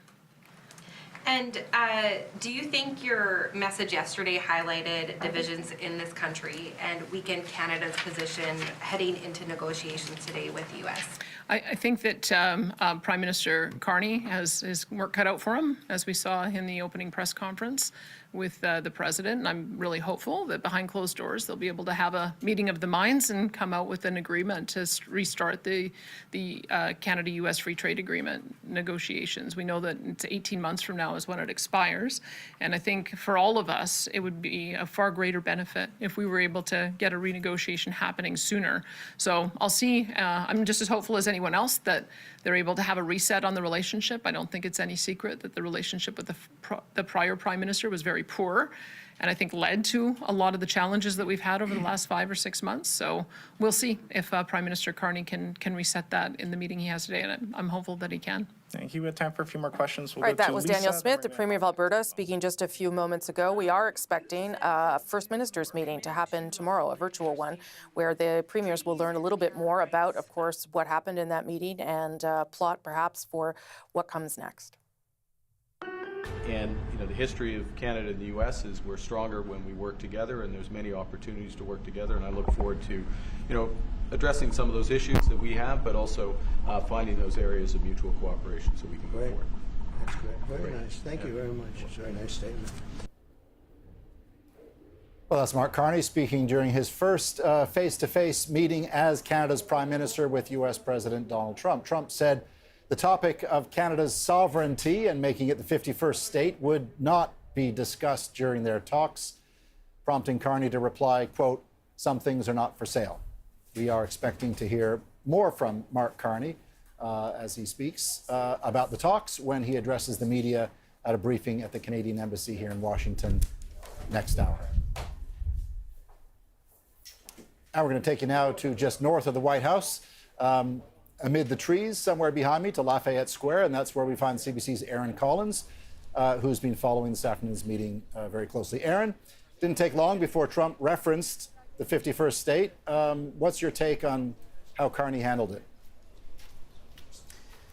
I think I agree with Premier Danielle Smith there. I mean, the Prime Minister had his work cut out for him today, right? I mean, job one was to just sort of get out of this meeting without creating an international incident, check, right? Have a cordial relationship and lay the groundwork for future talks. So, there was a polite tone set early on. The Prime Minister calling the President a transformational president, the President complimenting the Prime Minister on his recent campaign. So, all this is well and good, but this is a volatile president. It's difficult to know how he's going to react from one sitting and one setting to another. So I think almost as important as what happened today was sort of the tone that was set for future interactions. So I think if we watch that exchange over the 51st state comment again, just sort of with an eye to how Prime Minister Carney's trying to be firm, but also polite. Have a listen.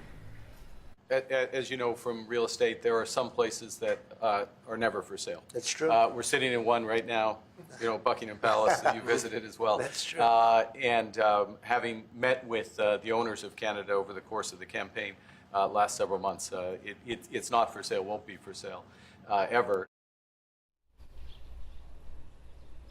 So obviously, very firm there, but also the tone set for future discussions. And, as we were hearing from Katie there's going to be more formal discussions, setting the tone for that to be cordial moving forward.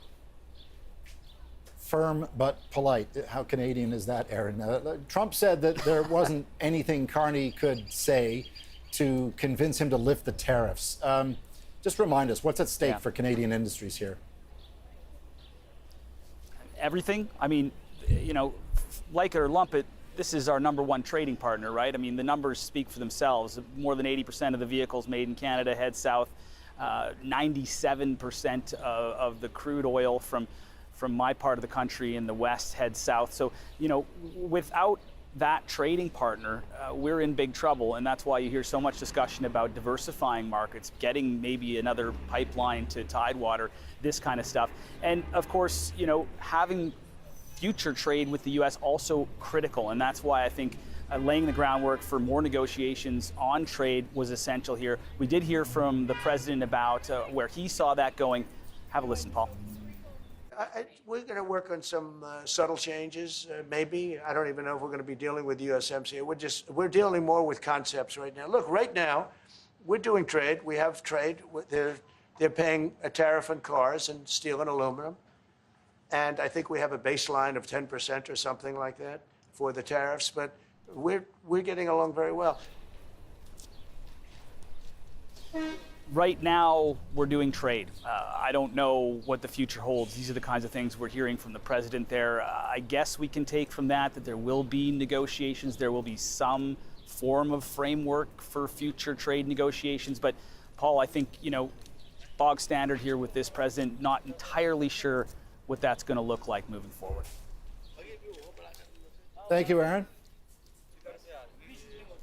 That's the CBC's Aaron Collins in Lafayette Square here in Washington. Okay, businesses obviously on both sides of the border watching this meeting today, watching to hear what the Prime Minister will have to say in about 10 minutes' time to get some clues on progress. And for more on that, I want to bring in Beth Burke. She's the CEO.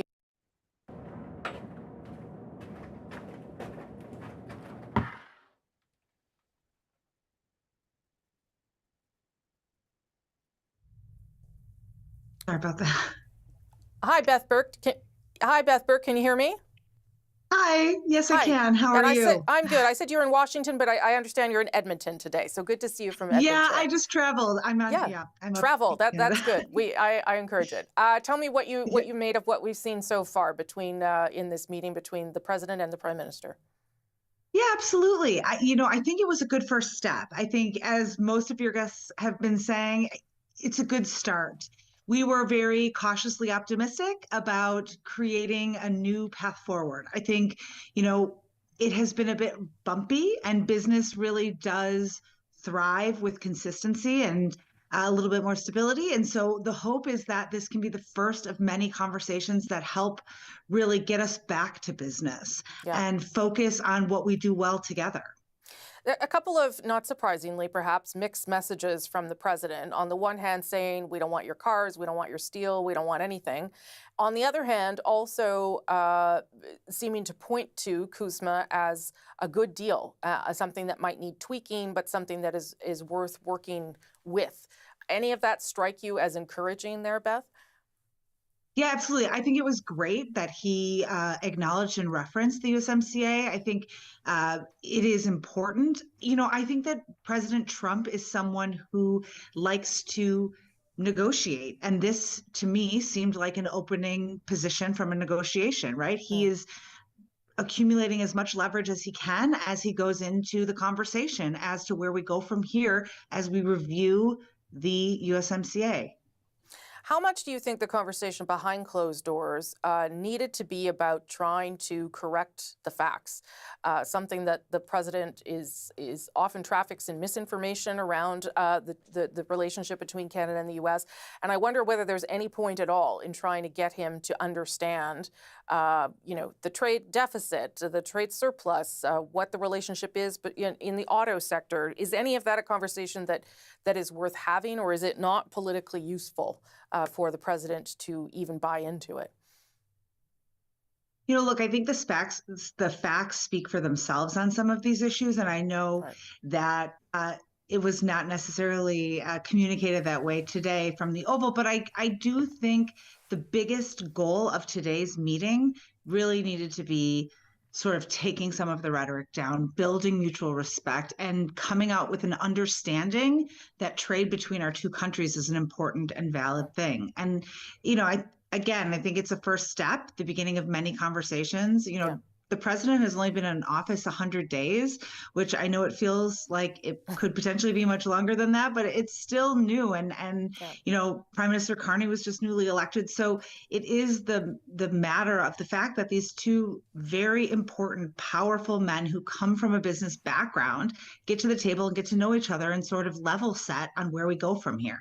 Yeah, I mean, there was respect between the leaders. I'm not sure that the president demonstrated respect towards the country, but we'll see whether that changes. Finally, Beth, let me just ask you what people in your council, what businesses want to hear from the Prime Minister at the top of the hour in terms of, as you said, stability and steps forward. Yeah, I mean, I think the hope really is that this is the beginning of a path and that we hear there's more progress to be made.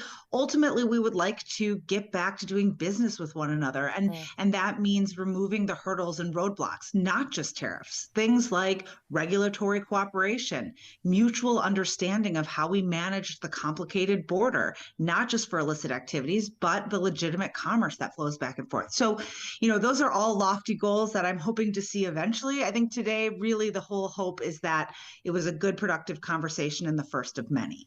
Okay, Beth Burke, the CEO of the Canadian American Business Council. Thanks for making time for us. Appreciate it. Thanks for having me.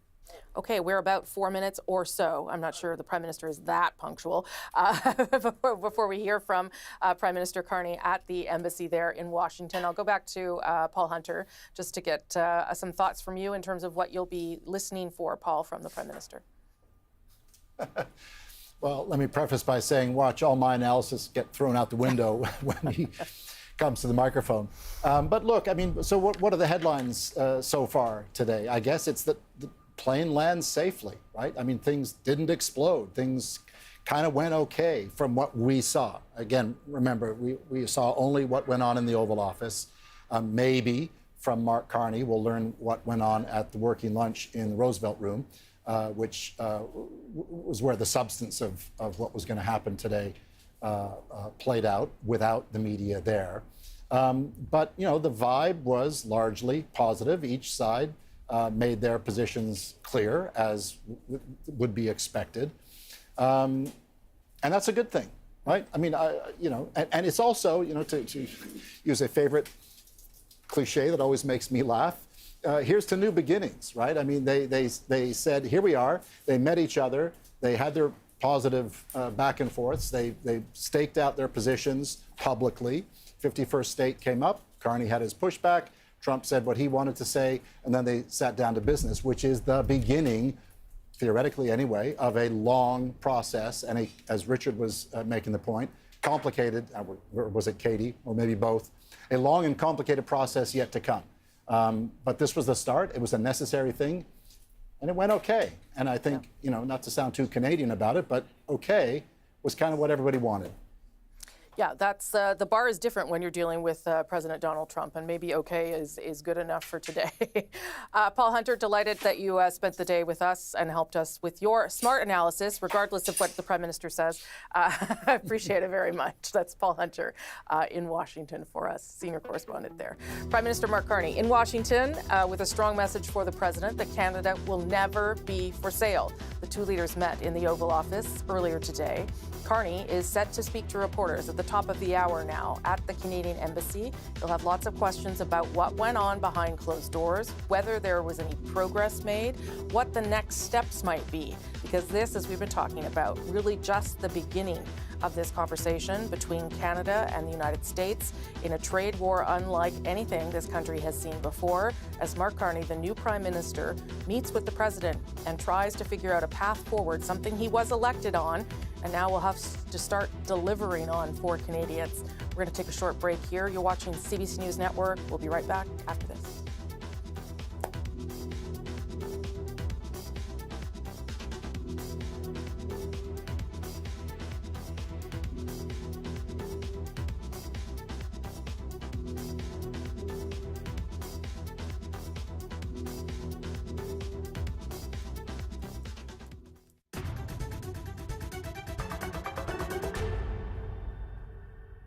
Hello there, I'm Rosemary Barton in Ottawa. Welcome to our live coverage of the Prime Minister's trip to Washington.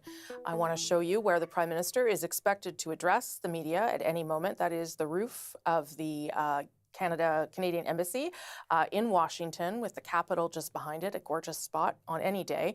And the Prime Minister expected to make his way there shortly to speak to reporters after meeting with the President in the Oval Office and then later in the Roosevelt Room as their cabinets got down to discussions. As we've been talking about, obviously, the first face-to-face meeting between these leaders started on a relatively friendly note, quickly got into some of the more difficult issues that they were discussing and will continue to discuss. Take a listen. It's a great honor to have Prime Minister Mark Carney with us. As you know, just a few days ago, he won a very big election in Canada. And I think I was probably the greatest thing that happened to him, but I can't take full credit. As you know from real estate, there are some places that are never for sale. That's true. We're sitting in one right now, Buckingham Palace, that you visited as well. That's true. And having met with the owners of Canada over the course of the campaign last several months, it's not for sale, won't be for sale ever. But never say never. Never say never. We don't do much business with Canada from our standpoint. They do a lot of business with us. We're at like 4%, and usually those things don't last very long. We have great things, great product, the kind of product we sell, nobody else can sell. I'll say a word on USMCA, if I may, Mr. President. It is a basis for a broader negotiation. Some things about it are going to have to change. And part of the way you've conducted these tariffs has taken advantage of existing aspects of USMCA. So it's going to have to change. There's other elements that are come, and that's part of what we're going to discuss. Right. Canada loves us, and we love Canada. That's, I think, the number one thing that's important. But we'll see. Over time, we'll see what happens. Just some key moments from that Oval Office meeting that lasted about 30 minutes with the cameras inside the room. The working lunch that happened later took about 2 hours' time, maybe not quite 2 hours, where the conversations would have been more in depth about the parts of the negotiation needed going forward. We are waiting at this hour to bring you the press conference from the Prime Minister of Canada after that meeting to talk a little bit more, hopefully, about what happened and where progress was made. The CBC's Karina Roman is also here in Ottawa to talk about the diplomacy we witnessed. And the CBC's Katie Simpson is just outside the White House on grounds right now, steps away from where that meeting took place. Obviously, I'll cut you off, Katie, if the Prime Minister appears there on the roof of the embassy, but played some of the highlights there of the meeting between the leaders. But what are you thinking about now about this initial exchange, initial face-to-face meeting between them? Well, heading into the meeting, the bar was pretty low in terms of what success could look like.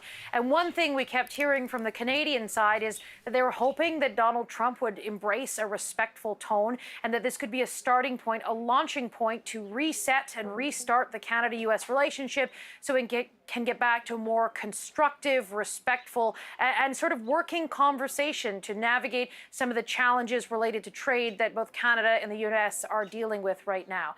And so, yes, there was that more respectful tone, but at the same time, you know, Donald Trump may have said it in a more respectful way, but he still made arguments to the Prime Minister's face that Canada would be better off as part of the United States, that his tariffs are here to stay, and that ultimately his goal is to grow the American economy, even if it is at the expense of jobs in allies and neighboring countries. Have a listen to what Donald Trump sort of spoke to about that. And really, it's all the main goal of his tariff agenda and the trade war that he sort of plunged the world into. Donald Trump sees tariffs and using different methods throughout his trade war as a way to get companies to rebuild plants in the United States or shift operations to the United States to help grow jobs in the manufacturing sector. And really, he leaned into that argument, making the case to the Prime Minister and so many Canadians who are watching from all over the world about how his main goal here is to grow the American economy, and it doesn't matter who is collateral damage. See, the conflict is, and this is very friendly. We're not. This is not going to be like we had another little blow up with somebody else. That was a much different. This is a very friendly conversation. But we want to make our own cars. We don't really want cars from Canada, and we put tariffs on cars from Canada. And at a certain point, it won't make economic sense for Canada to build those cars. And we don't want steel from Canada because we're making our own steel, and we're having massive steel plants being built right now as we speak. We really don't want Canadian steel, and we don't want Canadian aluminum and various other things. So really, that is the heart of the trade war right now. Donald Trump doesn't want these products from other countries, even if there isn't adequate supply of those resources in the United States. Take aluminum, for example. The United States does not have enough domestic capacity to meet demand. It relies on aluminum largely from Quebec.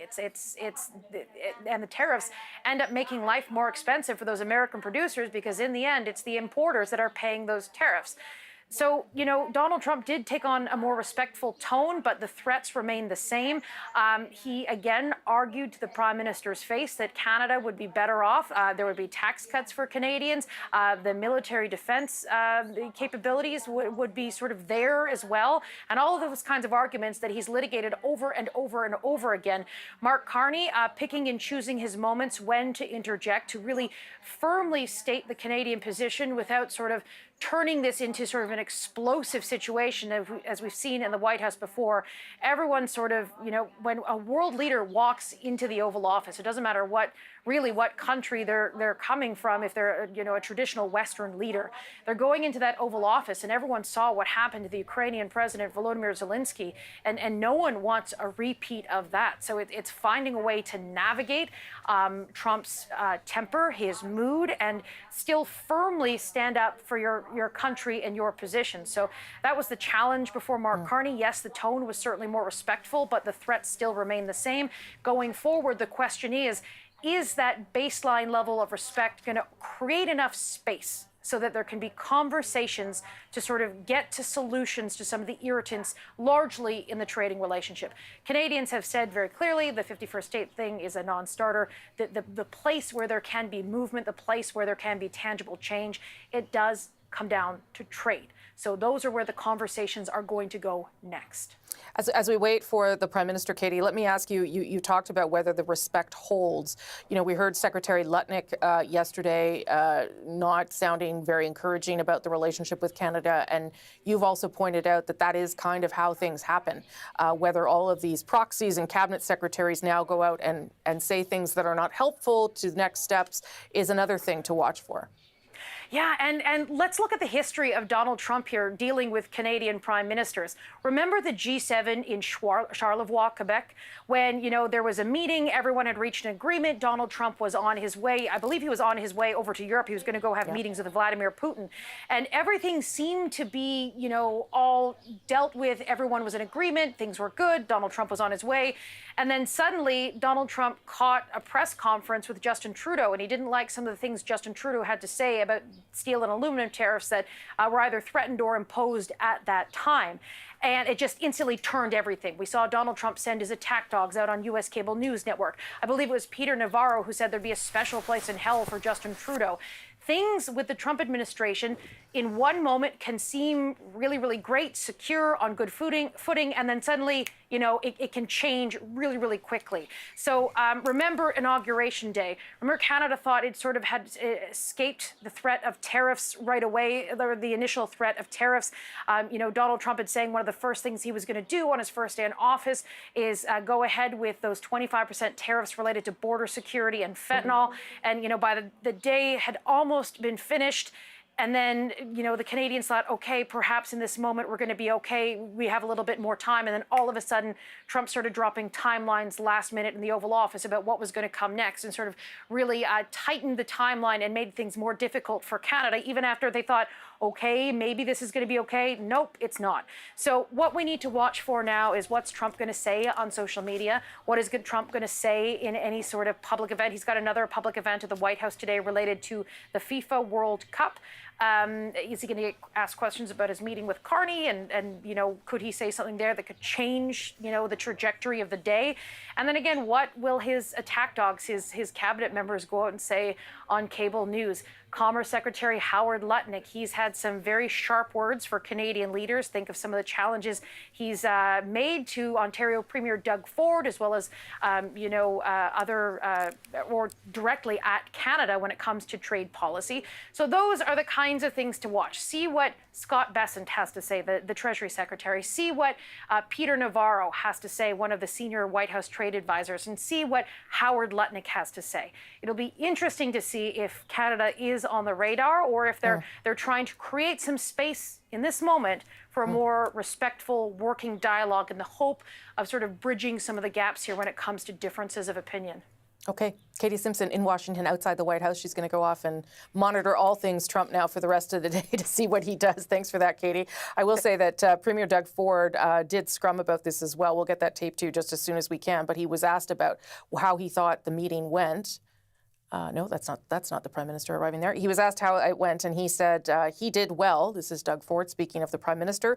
It was very productive. He held his own.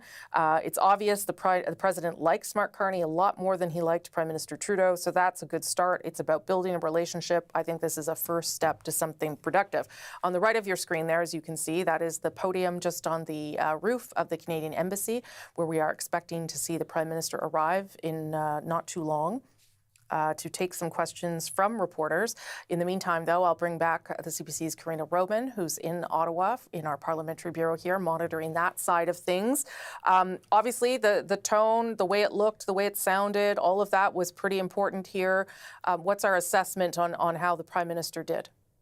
Well, if in terms of meeting their very, managed expectations, in a short word, they met their expectations because, as Katie said, there was no big blow up, or maybe it was Paul Hunter who said that, but just that it didn't go off the rails. And so that in itself was important because this is what Mark Carney was elected to do, his number one job. He said the ballot box issue was who can deal with Trump. He convinced enough Canadians that he is the right person for that. This is now him executing that promise that he will be the one to face off and get a new deal for Canada. So if this is his number one job, the stakes are pretty high. That said, as I mentioned, they did try and very in a concerted, deliberate way manage expectations. There was never any talk that there was going to be some kind of deal today or that the tariffs would be lifted. So, when Donald Trump actually said there's nothing Mark Carney can say to get the tariffs gone today, he said, no, that's just the way it is. That's not a fail, because that was never the expectation that that would happen today or anytime soon, to be honest. But, you know, there was a lot of preparation in terms of dealing with an unpredictable president, knowing what's happened before in that Oval Office, wanting to make sure that that didn't happen in this meeting, that they can get on a solid footing going forward. So, you know, you could see that there was deliberate choices of when to intervene and what to maybe not say anything about. So everyone was watching to see what would Mark Carney say if and when the 51st state stuff came up. And it did come up in response to a question from a reporter. And so no surprise. But Mark Carney obviously felt that that was a time to intervene and say something, that he couldn't just let that go unanswered. So have a listen to what he had to say.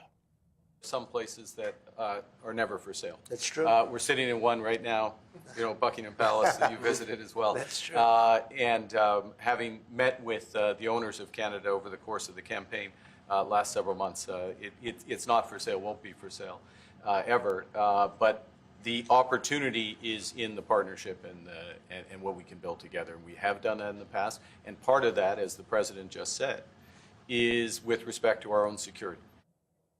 Now, when he talks about the owners of Canada, of course, he's talking about voters and Canadians who he talked to over the course of the 5-week campaign.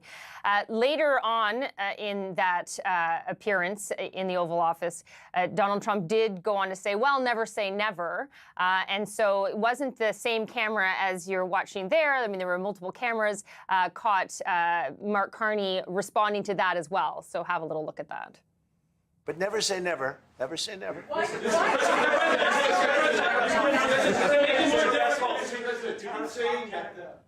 So I believe there were 5 nevers there from Mark Carney in an effort to push back again in a not so much lighthearted way, but not in an aggressive way. And so obviously on the 51st state stuff, on the things that are about Canadian sovereignty, Mark Carney thought it was very important in that meeting for him to not stay silent and to speak up. Yeah, I'm not sure he could have not spoken up and then returned home as Prime Minister. So wise to choose this moment there. But he also, to your point, Karina, chose when not to speak, and he didn't, you know, try to fact check the president every time he spoke. He didn't push back every moment. And what did that tell us? And when did he not intervene? Yes, that was almost more notable than when he did intervene, because there's a lot of fact-checking to be done with the President of the United States. There's a barrage of blatant untruths that he has repeated over and over and over again. You know, that the U.S. subsidizes Canada to the tune of $200 billion, that the U.S. needs nothing from Canada, that the trade relationship is actually very insignificant. You know, there was a moment where he very subtly disparaged Chrystia Freeland and her role in negotiating CUSMA, although he didn't mention her by name. But that's someone who is currently in Mark Carney's cabinet and a friend of Mark Carney's. He also characterized, Donald Trump did, his previous conversation with the former Prime Minister Justin Trudeau. I believe this was actually when Justin Trudeau went down to Mar-a-Lago, where Donald Trump says he asked Justin Trudeau, what would happen if we put 25% tariffs, you know, on Canada, on autos, on steel, on aluminum? And so he repeated his characterization of that conversation. Have a listen. He said that would mean the end of Canada. He actually said that to me. And I said, that's a strange answer, but I understand his answer. But no, I mean, it's hard to justify subsidizing Canada to the tune of maybe $200 billion a year. We protect Canada militarily, and we always will. We're going to, you know, that's not a money thing. But we always will. But, you know, it's not fair. But why are we subsidizing Canada $200 billion a year, or whatever the number might be? Now, you saw there Mark Carney sort of throw his hand there as if, ooh, I'd like to say something. But when it was too difficult to do that without making a spectacle, he clearly decided, OK, we're just going to let that one lie, or that many things lie in that statement that Donald Trump made. So the choice is not to intervene. And as you said, not to fact check. I don't think there was anything to be gained by fact checking Donald Trump to his face on most of those things. Just, you know, sometimes you just have to bite your tongue.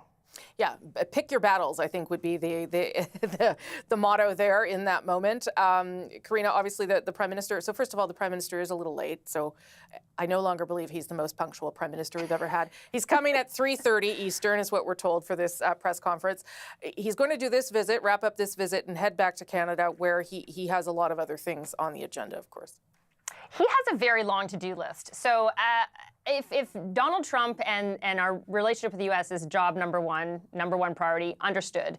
But job number two is a lot of other things, and it's a long list, as you hint at. Very ambitious and packed agenda of what he wants to get done in the next month or so. Obviously, there's a cabinet to be ultimately chosen, and we expect that to happen next week. Parliament returns on the 26th. Then you have the speech from the throne given by the King on the 27th.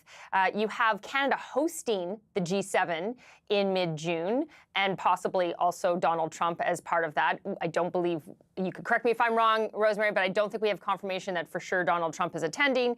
But we also have the promise of free trade within Canada by July 1st, something that is a very clear marker that Mark Carney put down during the election and in his discussions with premiers. There is also going to be a First Minister's conference, a call this week. So, and then maybe a budget. Sorry, I have to throw that in there. So lots to do in the next little while. And so this is very important. And we all anticipate hearing from the Prime Minister soon on what was perhaps accomplished to some degree behind the closed door meeting, but a very, very strong, heavy domestic agenda as well when he returns. I don't even think you mentioned the King coming to do the throne speech. That's how no, busy it is. Oh, you did? Okay, I all did right, say that, okay, yes. okay. I didn't mention the Queen, though, sorry. The Queen is also coming, yes. Okay, good.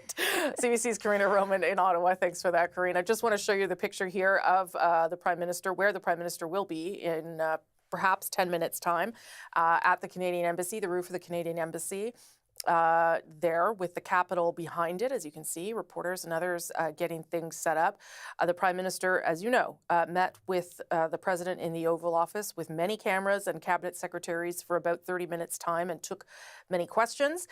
He later went to the Roosevelt Room over a working lunch with the President, again with officials and cabinet secretaries and ministers, to talk about next steps and progress on this ongoing trade war that has had, remember, already significant impact on the Canadian economy and hurt the industries that have been tariffed, whether it be steel and aluminum or others. This is already there's already an impact being felt in this country because of the decisions made by the President. As we wait for the Prime Minister, let's bring in CBC News senior business correspondent Peter Armstrong, who's also in Washington, looking at whether these meetings are going to help any of these concerns.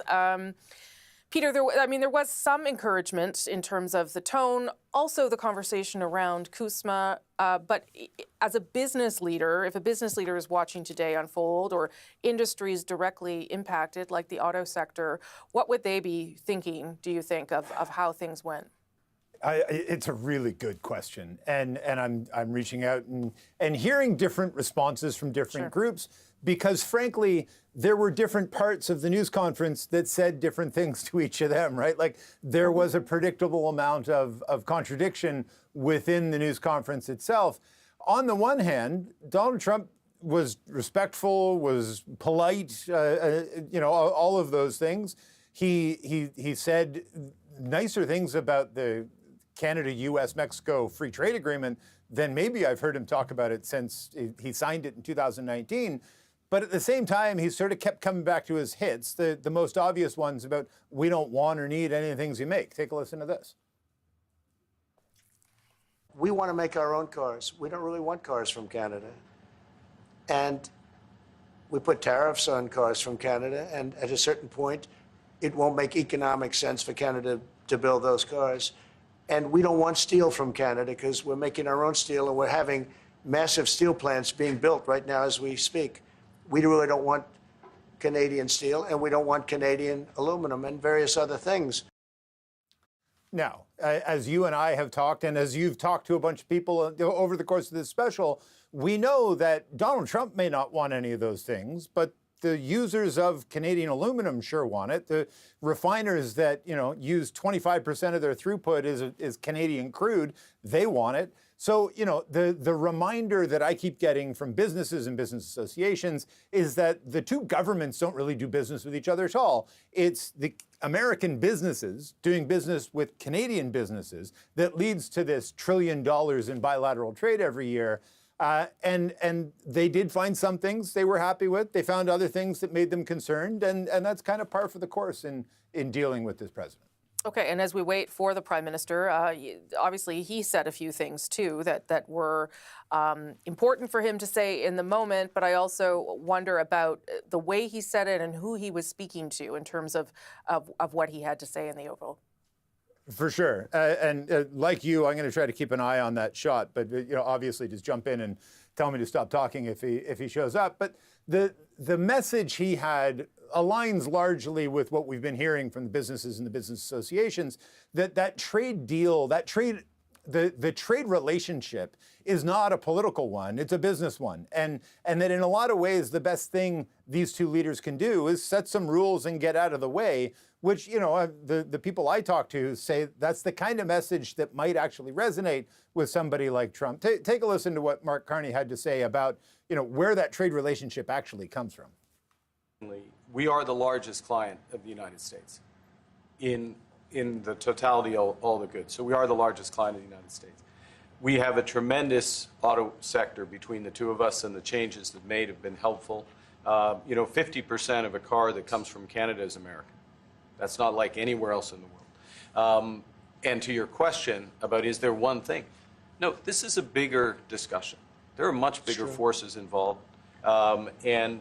And this will take some time and some discussions, and that's why we're here. And why we're here, what a lot of the businesses I've been talking to say they want to see is what's the path out of this mess? And increasingly, Rosie, I was struck over the course of that conversation as Trump talked more and more about CUSMA, about USMCA as they call it here. Maybe it isn't the disaster that he's been talking about it has been in the past. And if it's not, and if there's an opportunity here to try to use that to reframe the trade dispute and put everything into that basket and say, well, let's talk about CUSMA rather than just all of these various trade disagreements, then that would be a real win. And I think there's a scenario emerging here where maybe, just maybe, CUSMA or USMCA or the new NAFTA, whatever you want to call it, that could be the vehicle through which we get those trade negotiations back on track and back on the rails, and use that as sort of the framing of whatever the next round of conversation starts to look like. Okay, we will take some time and some discussion, says Mark Carney in that clip, and you're right. That's where we're headed. CBC senior business correspondent in Washington, Peter Armstrong. Thank you, sir. Let me bring in now the host of Power and Politics, David Cochran, also in Washington. He's going to do his whole program from that lovely spot there, in a couple hours' time, an hour and a half's time or so. We're waiting for the Prime Minister. David, are you hearing anything? I am not, so I'm asking you. Are you hearing anything about how things went? No, and I think this is kind of by design. It goes back to what we talked about, I don't know, hours ago, Rosie. I've lost all track of time these days. That they really want this to be a one message or a one message kind of day. And, often in trips like this, after meetings like that, you start to get, a summary over text or email or a phone call by people who listened in or took notes or watched things. But it's been pretty quiet so far because you could see the discipline on display in that meeting with, only the Prime Minister responding verbally to anything that was said and only interjecting sparsely and when he needed to. And I think it's very much clear to me that whoever the ministers are and whatever the approach is in terms of what teams are built out to deal with the security, defense, and economic conversations with the U.S. government, this is very much going to be a Mark Carney event, that he will be driving it, I think, strategically in a big way, obviously with input from a lot of people who've been through this before, and he will want to be the person who is speaking on behalf of the country on this. To this point, largely the disagreements over Canadian sovereignty, the arguments over the 51st state, it's been going back and forth, story by story, headline by headline, and really presidential utterance by presidential utterance. David, I'm going to cut you off because the Prime Minister is a couple minutes early. Okay. Here he is, Prime Minister of Canada in Washington. De réunion visant à établir une nouvelle relation globale entre le Canada et les États-Unis. President Trump and I met today as leaders of two sovereign independent nations. And I want to thank the President and the members of his cabinet that attended for welcoming me and my colleagues to the White House and for our very constructive discussions. I conveyed to the President today what our countries have long proven to be true, that Canada and the United States are stronger when we work together. We can get a better deal for our workers. We can create more opportunities for our businesses. We can build stronger economies across North America when we work together. And really today marked the end of the beginning of a process of the United States and Canada redefining that relationship of working together. The question is how we will cooperate in the future, how we can build an economic and security relationship built on mutual respect, built on common interests, and that delivers transformational benefits to our economies. We had what I would describe as wide-ranging and, as I said a moment ago, very constructive discussions. We agreed to have further conversations in the coming weeks, and we are looking forward to meeting in person at the G7 summit in Kananaskis in Alberta. Now, while that's going on, in Canada, we will focus on what we can control. Alors, demain, so tomorrow I will be meeting with the First Ministers for a call to discuss the conversation that we had here today and to also discuss the work ahead. We are going to reinforce our strength at home. We will reinforce Canada's security for an increasingly dangerous and divided world. We will transform our border security, our security in the Arctic, and our support for our allies around the world. We'll build an economy that creates jobs, grows incomes, and withstands shocks, when, in fact, the strongest economy in the G7, an economy that works for everyone. We will build a renewed Canadian economy where everyone can succeed in a world that is being deeply transformed. We will build infrastructure that will allow businesses to access the new markets around the world. And we will build a single Canadian economy, not 13. We are masters in our own home. And we can give ourselves far more than any foreign government can ever take away. So now is the time to build, and based on the discussion today, to build at home and to build with our partners abroad, including the United States. Merci beaucoup. Thank you very much, and I look forward to your questions. Thank you, Prime Minister. We'll now begin the press conference. We'll begin with questions from the traveling delegation. First question, première question. Good afternoon, Prime Minister. Tonda McCharles, Toronto Star. I was watching your face through the meeting in the Oval Office, and I wondered what was going through your mind when the President talked about erasing the artificial border and how he criticized your predecessor and Madam Freeland. Thank you for your question. I'm glad that you couldn't tell what was going through my mind as that was going through. With respect to the first point, the President has made known his wish about that issue for some time. I've been careful always to distinguish between wish and reality. I was clear there in the Oval Office, as I've been clear throughout on behalf of Canadians, that this is never going to happen. Canada is not for sale. It never will be for sale. Some things, as I said in the room, some things are never for sale. And he agreed with that. I distinguish between the two. And then with respect to the importance of reestablishing a constructive relationship for negotiations of a partnership, of an economic and security partnership, which is what we were here for, I look forward, not back, and I think we established a good basis today. What gives you specifically any indication that the President is willing to renegotiate a new trade deal with you and drop tariffs? Apart from the fact that he said that he would, is willing to have that negotiation, I think that's the main thing. That doesn't presuppose the outcome of the negotiation. As I've emphasized, it's a complex negotiation. There'll be zigs and zags, difficult aspects to it, but the prospect is there. We discussed it in more detail, and as I said a moment ago, we'll be following up both between officials, but also he and I in the coming weeks. Thank you. Bon, sorry. Line. Thank you. Thank you. Bonjour, Monsieur Carney. Bonjour, Madame. Avec quoi Mr. Carney. ressortez-vous concrètement? What are you coming out of this meeting from Mr. Trump with? Well, we had a wide-ranging discussion. We dealt with a number of issues that involve Canada's trade relationship with the United States. And we have a concrete path forward. We had an exchange of views with respect to tariffs and strategic goals on the part of both Canada and the United States. And there are a number of issues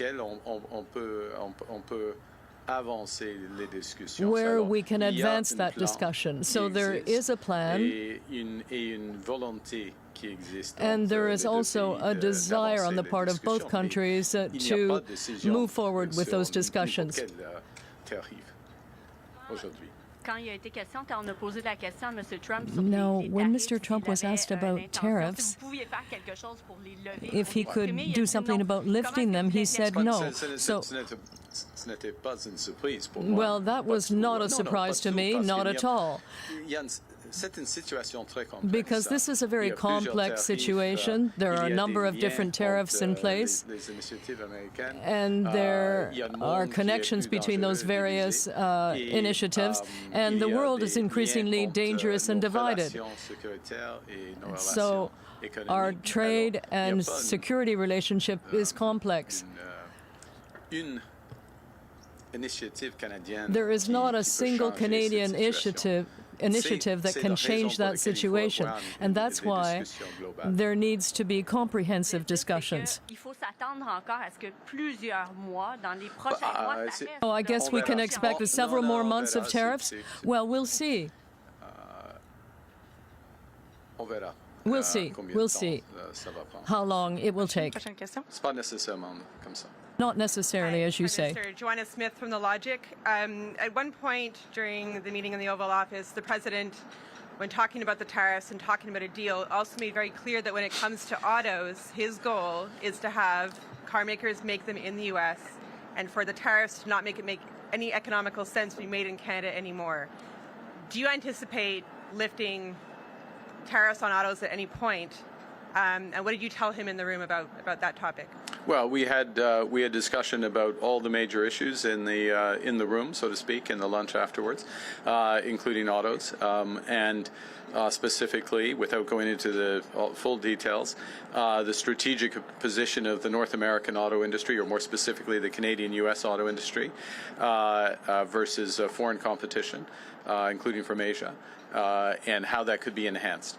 I and the Canadian government, and I would say the Canadian auto industry, I would actually say the auto industry as a whole, is of the view that Canadian auto workers, Canadian auto companies, Canadian parts companies, Canadian steel, Canadian aluminum, all play an important role in enhancing the competitiveness of American auto companies.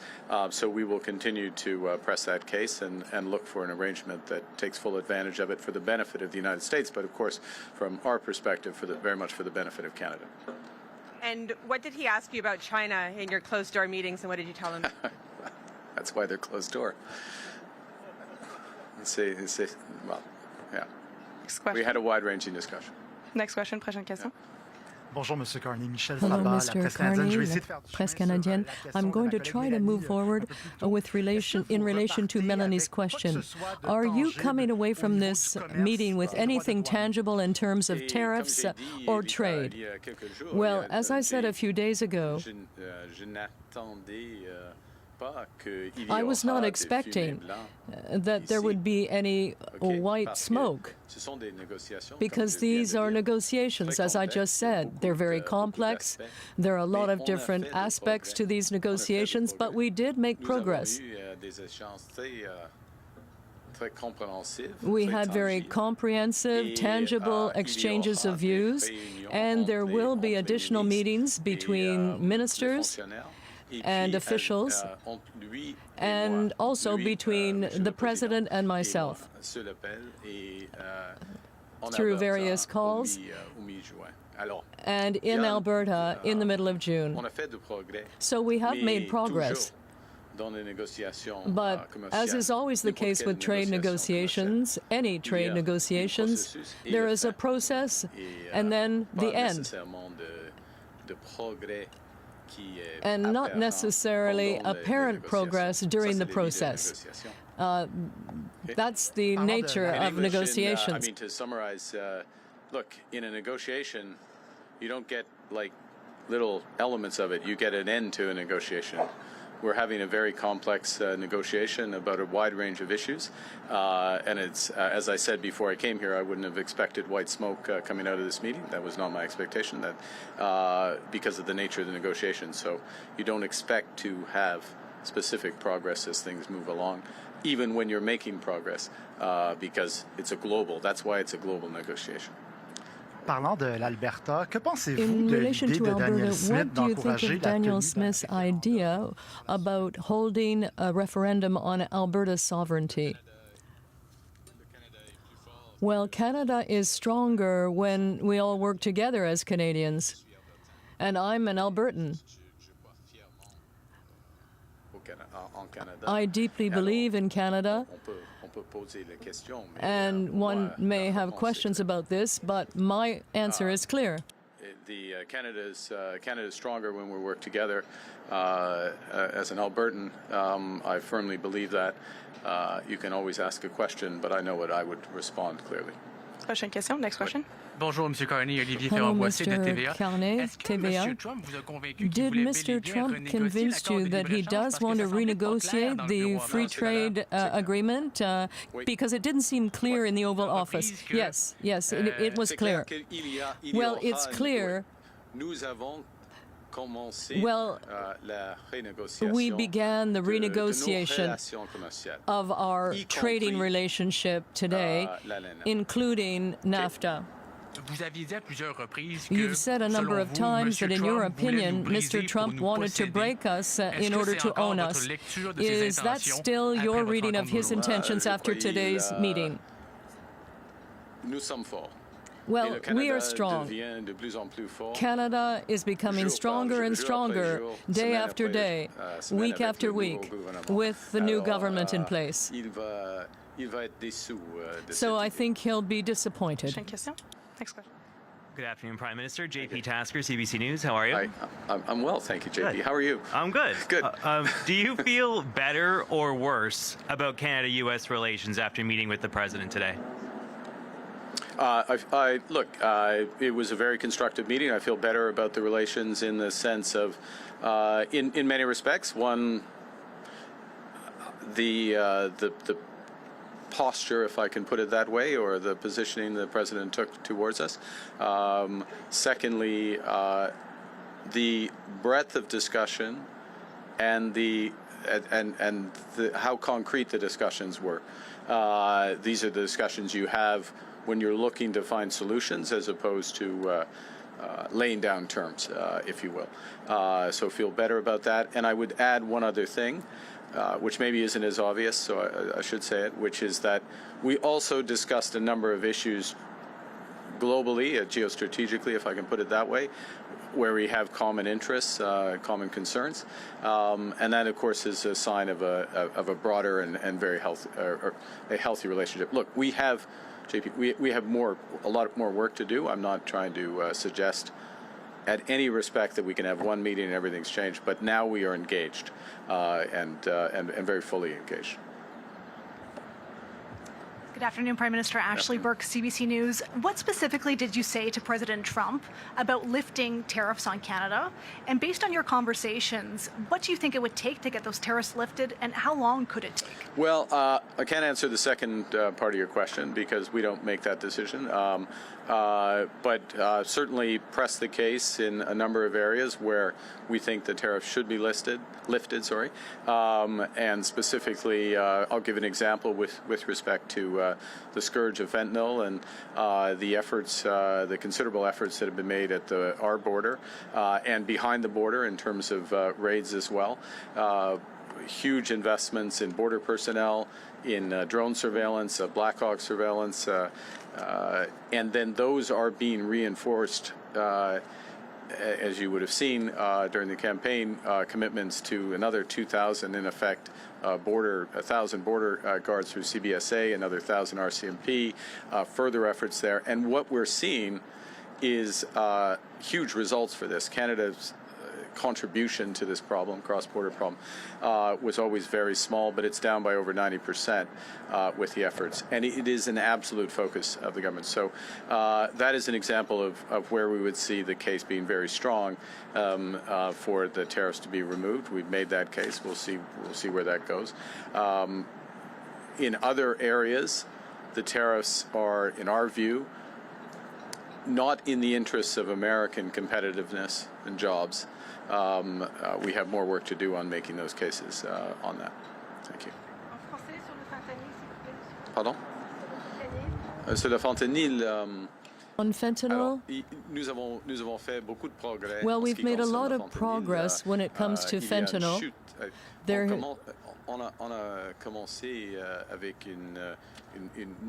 We started with a very low level compared to Mexico, less than 1%, but we've seen a dramatic drop in the amount of fentanyl that is crossing the border. It's 0.1% now.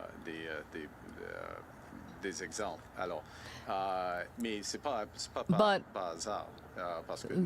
that's not by accident. It's because we invested a great deal in the security of our border, and my government will be investing 20% more when it comes to border agents and RCMP. So in terms of lifting the tariffs, I think we have very strong arguments at this time. Hi, Prime Minister. Stephanie Taylor with the National Post. I heard you say, there's a difference between the President's comments around Canada becoming a 51st state as a wish versus a reality. You told him that Canada was not for sale. But many Canadians are offended and deeply angered by the fact that he keeps repeating this comment. So have you asked the President to stop calling Canada the 51st state? Yes. Today. Okay, specifically, what did you ask him? Exactly what you just said. But what words did you use? How did you ask him? Look, I gave you an answer. Do you have a follow-up? En français. What was his answer? Well, we'll look. I don't know. He's the president. He's his own person. I would go back to showing the difference between a wish and a reality. We're very clear. I've been very clear publicly, consistently. I've been very clear in private. I was clear again in the Oval Office. Would be clear throughout. The president. He understands that we're having a negotiation between sovereign nations, and that we will only pursue and accept a deal that's in the best interests of Canada, not just in the short term, but in the medium and long term for Canada. J'ai dit, c'est pas utile de répéter cette idée. I said it's not useful for you to be repeating that idea. I said that to him, but he's the president. And he will say whatever he wants to say. But there's a big difference between a desire and reality. This will be the last question. Sorry, just last question. Okay. Steph didn't take a follow-up. So last question, please. Thank you. This is Vipal Manga from the Wall Street Journal. Given what's happened with the USMCA and the tariffs that Canada is facing, how do you trust that the U.S. right now is negotiating in good faith, and how do you trust any deal you sign with them? We'll make that determination over the course of the negotiations. I mean, that's the bottom line on that. It's a process. You see, and I would emphasize the following, which is that we have been in the process, as most would know, of an election, and so this is the point at which a serious discussion begins. And so we had the president at his invitation. I'm here. He welcomed us. We had a very substantive, wide-ranging discussion with the president, but in the presence of the vice president, the secretary of commerce, the secretary of foreign affairs, and beyond, his chief of staff as well. Now I'm in trouble. Stephen Miller. I think that covers it. That covers it. I hope so. And we have some very specific things to follow up on and build out from that. And in any negotiation, then you make a determination based on that. It also, part of what you make a determination based on is, are the incentives aligned in the agreement that you get? And I think the lesson would be of this experience is to ensure that the incentives are aligned and durably so between the two countries, and that is a way that agreements are self-reinforcing. Thank you very much. Prime Minister, this was the next press conference. C'est ce qui met fin à notre conférence de presse. Merci. Okay, that is the Prime Minister of Canada there at the Canadian Embassy in Washington, talking about his first face-to-face meeting with President Trump. Some of the highlights of what the Prime Minister had to say. Would not get into the details of the conversation. That is not surprising. Characterized it as wide-ranging and constructive. Talked about how there will be further conversations in the coming weeks, both at the official level, but also between the President and the Prime Minister, and confirmed that the President will in fact be at the G7 in Kananaskis in mid-June. At the end there, he was asked whether he asked the President to stop saying that Canada should become the 51st state. He said in French that he told the President it was not useful to repeat it, but that the President is going to do what he is going to do as the president. He said it was clear after this meeting that Canada has now started the renegotiation of our trade relationship, including the future of CUSMA, that he would characterize the meeting by saying that it was one that was looking to find solutions as opposed to laying down terms. There's a lot more work to be done, but there was progress made. He was also asked about the timeline, whether tariffs would remain in place for months. He said, we will see how long it takes, but he said to the reporter, it is not necessarily what you say there in terms of the timeline. Let me bring in Power and Politics host David Cochrane. He's in Washington for your take, David. Again, the Prime Minister doesn't want to negotiate in public, so we didn't get all the details, but we got a sense of the direction and what he is walking away with in terms of a path forward, and clearly he believes that there is one. Yeah, I think there's an attempt there to sort of manage expectations. Again, when he said, referring back to what he said on Friday, the papal reference of like, don't expect white smoke after this meeting. No white smoke, but no black smoke either. No steam coming out of anyone's ears after these meetings today. I mean, some disagreement. You know, most of the moments that I think stand out, certainly in a Canadian audience, from the meeting earlier today would be Mark Carney interjecting measurably, but forcefully on issues like the 51st state, when Trump was musing about acquiring Canada like some sort of G7 real estate deal. He made the point that, you know, in real estate, not everything, some things just aren't for sale. But you know, in the conversation there, he made the point that they've got a process now where officials will get to work on trying to settle the disagreements between the two countries. And the leaders now have a starting point from their conversation. Because sometimes you do need to meet with somebody, look them in the eye, and make very clear how you're feeling about something. Because the conversation to this point between Mark Carney and Donald Trump, despite a few short phone calls, has largely been an action and a reaction through the media. So there was some praise there today, you know, when he called Mark Carney a very smart guy, or he said he has a very competent, I have a lot of respect for this man, is what he said. And then Mark Carney referred to Donald Trump as transformational, which I think would be an accurate statement, because transformational can mean a lot of things. But a thing that struck me in his prepared remarks, Rosie, was when Mark Carney said, today marked the end of the beginning of a process of the U.S. and Canada redefining that relationship, of working together. The question is how we will cooperate in the future. And that he views what happened today as the beginning of the negotiation on the trade relationship, on whatever is going to happen with the USMCA and that more integrated security arrangement, but trying to keep expectations at a realistic level, not get too ahead of himself in terms of what this means, but sticking to the fact that what started here today is a process, and they're hopeful. And on these issues of, like, how long will you have tariffs on the table and these things, he said, well, we'll see how long it takes. He didn't take the bait on what was said about Chrystia Freeland and Justin Trudeau, saying, I'm about looking forward and moving forward and working together on things. Really, you know, an attempt to get in the room, reset things on a personal level, and then reset things on a bilateral level, but just get things moving without inflaming them in public. And also spending some time talking about all the other things he's doing domestically in case this doesn't work, in case he doesn't get to an outcome that is satisfactory for Canada here. But I'll just go back to that line again that he said, that this was a meeting where we were looking to find solutions as opposed to laying down terms. To me, that's interesting, because Donald Trump is someone that lays down markers and threats and ultimatums. And if that's not what the Prime Minister took from that conversation, that might be a little bit of positive news in terms of where the negotiation might go.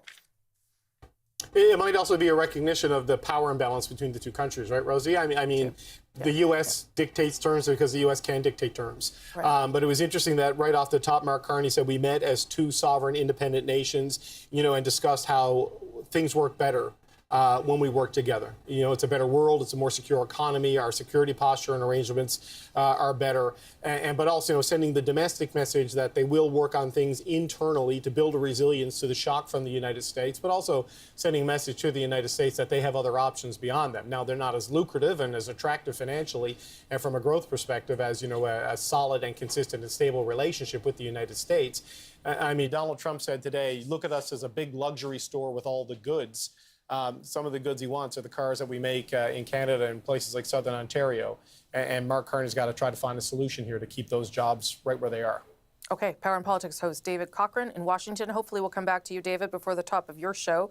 You're hosting from right where you are. Thank you for that. I want to bring in Louise Blais right now, though. She's the former Canadian ambassador to the United Nations, former Consul General of Canada in Atlanta. We've reached her in Washington. Nice of you to make the time, Louise Blais.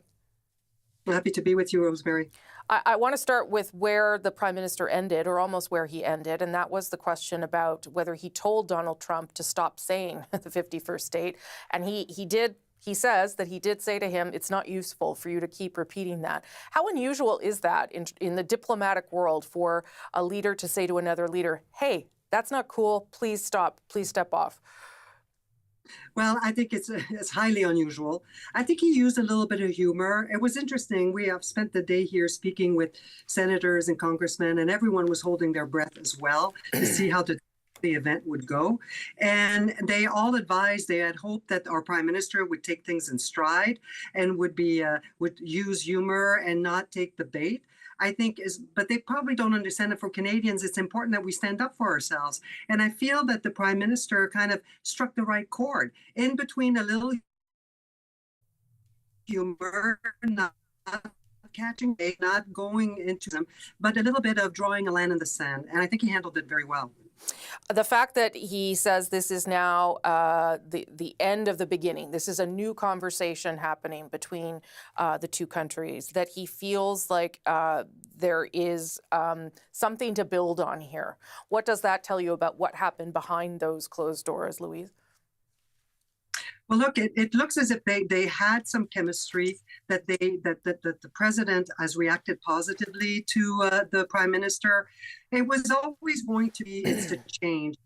It's post Justin Trudeau, but we have a sense that the penalty box with this president as a result of those conversations. I don't think an agenda was set in detail. I think both sides might not have agreed to the terms. And in any event, you never know with the president if he's going to go off in one direction or the other. But it sounds as if they stuck to a plan, to a structured conversation about real important aspects of the relationship, and they laid down the groundwork for further discussion. So look, I think it was probably everyone was a bit nervous, and I think we get the sense that they had meaningful conversation, and we have something to go on. To go on with, but the prime minister is right to be very careful about the expectations. I think we're going to hit some rough patches before we get to the finish line. But I think this was as good a start as we could have hoped for. And just quickly, Louise Blais, not talking about the details in the room as much as I would like that. That is a good thing, or how would you read the decision on that front? I think that's correct. I think as Canadians, we're going to have to get used to the fact that we may not know every single thing that is said. We're not going to get the readout in full detail every step of the way, because that would be divulging information that probably is strategic. So I think we're going to have to give the government a little bit of room for maneuver there. Louise Blais, thank you for being patient, and thank you for squeezing us in. Appreciate it very much. I was happy to do so. Nice to see you. Prime Minister Mark Carney in Washington, as we talked about, reiterating a strong message for the U.S. president that Canada will never be for sale, but also saying that negotiations have started. There will be more in the future, that they were constructive. Those are all, he says, good signs for what is ahead, although also managing expectations and talking about the things that need to happen inside Canada to deal with whatever happens in our relationship with the United States. We'll bring you up to speed on all of these developments in the coming hour. You're watching CBC News Network.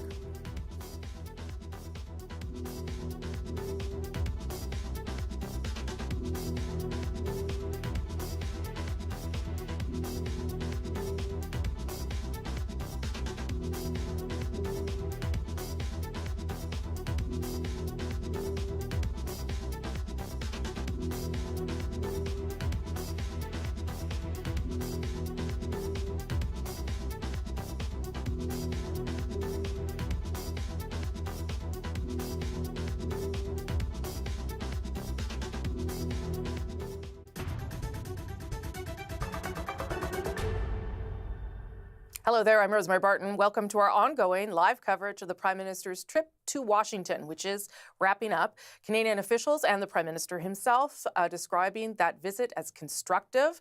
The Prime Minister avoided any sort of controversy or altercation in the Oval Office, stood up for Canada when the moment arrived, and he says behind closed doors had a constructive conversation that will continue. The Prime Minister saying that this is the beginning of that conversation. There will be more talks between officials and the two leaders in the weeks and months ahead. The CBC's Karina Roman has been tracking that conversation from our parliamentary bureau. Karina, let's talk a little bit about what we heard from the Prime Minister after this visit and what we should make of where we're at in our negotiations with the United States now. Well, I mean, again, on expectations, he was asked repeatedly, what do you have this tangible out of this meeting? He said, well, wait a second. Remember I said no white smoke? There is no white smoke.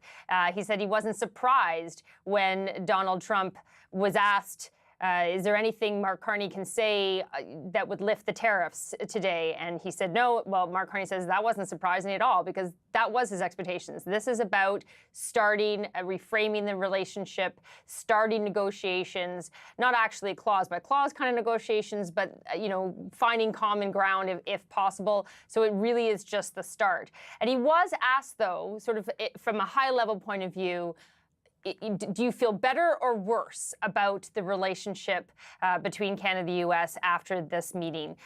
We'll listen to his answer. Feel better about the relations in the sense of, in many respects, one, the posture, if I can put it that way, or the positioning the president took towards us.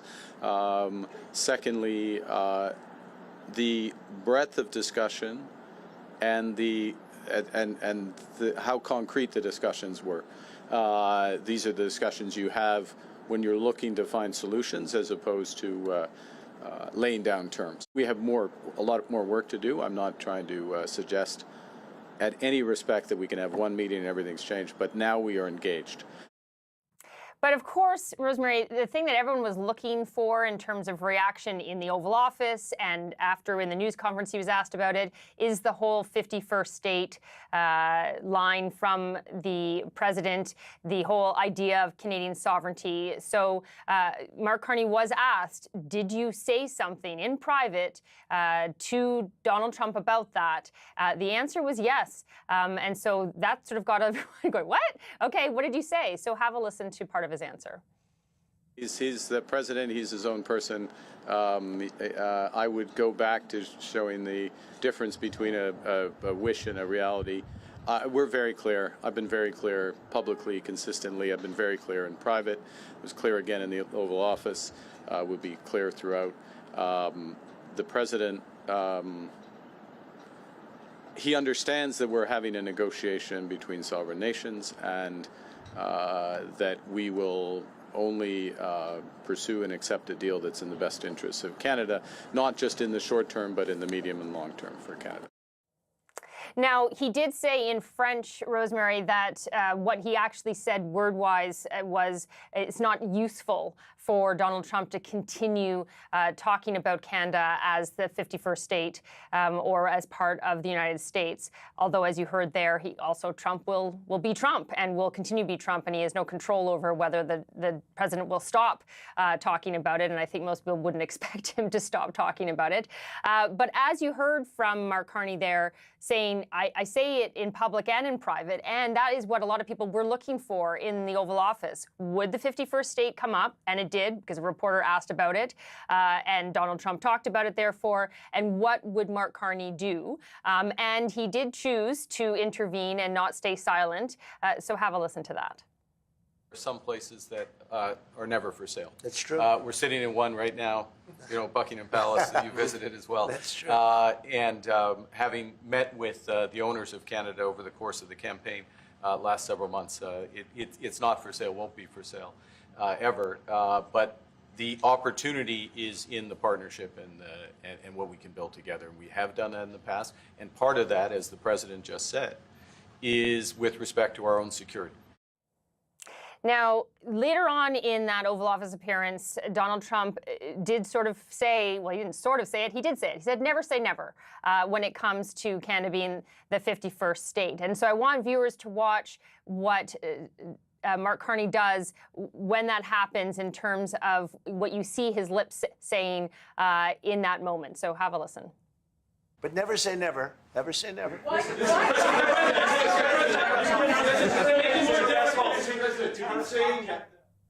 So I think those were 5 nevers there, but he did it with a smile on his face. He was obviously trying not to be confrontational, but when it comes to Canada's sovereignty, it was clearly the number one thing he was not going to stay silent on, when there's a lot of things that he could choose to intervene on, but that one he definitely wanted to push back on. Yeah, lots of talk about tone, obviously, and how things unfolded in there. But the fact that the Prime Minister has come out of this meeting and said there's a plan and a desire to move forward, I think is what the other part that Canadians should take away from this in terms of what happens next. Lots on his plate when he gets back to town, Karina, including, I think, a First Minister's meeting tomorrow. Yes, so First Minister's meeting tomorrow, which is not surprising considering how one of his promises is to have free trade within Canada by July 1st, and that means bringing down interprovincial trade barriers. But also, I'm pretty sure they'll want to talk about today's meeting, and he'll want to brief the premiers and territorial leaders on what transpired and get their input. But then we also have next week cabinet at some point. He needs to choose one. So we'll obviously be covering that. Then there is the return of Parliament on the 26th of May. There is the speech from the throne, and truly from the throne, because the King will be giving that speech. That's on the 27th. You have mid-June, you have Canada hosting the G7, and it sounds like it when we just heard from the Prime Minister in his news conference that the agreement is to meet in person again, and therefore it sounds like Donald Trump will be coming to the G7 to represent the United States. And then you have, as I mentioned, the July 1st deadline in terms of showing that we have much freer trade within Canada.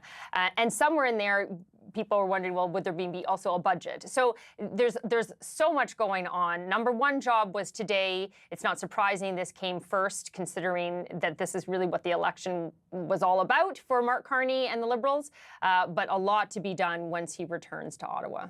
Okay, the CBC's Karina Roman in Ottawa. Thank you for that. Appreciate it very much. Should tell you that another thing happening in Ottawa at this hour, the Conservative caucus is still meeting right now. They are obviously trying to digest the results of the election, get a sense from their leader, Pierre Poilievre, about what's next. But we are expecting to hear in the next couple of hours also who they've chosen as interim leader, and that'll be the person who will lead the party inside the House of Commons until Pierre Poilievre gets a chance to run in that by-election in Alberta and make his way back in. So we'll track that story for you too over the course of the next hour or so.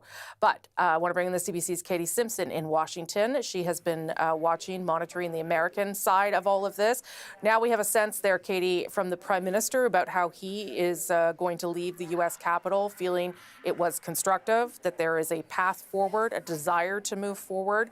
Any sense of what is resonating in the United States from this? Right now, the big headline out of this meeting is that Mark Carney delivered the line that Canada is not for sale.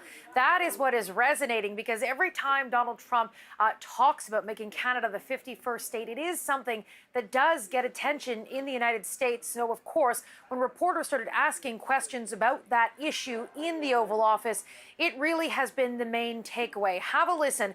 Donald Trump, again, making an argument about Canada becoming the 51st state, which Canadians largely view as absolutely a non-starter, something that they never want to see happen. Pardon me, Rosie. And what Mark Carney had to say to that suggestion. Mr. President, you have said that Canada should become the 51st state. Were you joking? No. Well, I still believe that, but you know, it takes two to tango, right? But no, I do. I mean, I believe it would be a massive tax cut for the Canadian citizens. You get free military, you get tremendous medical cares and other things.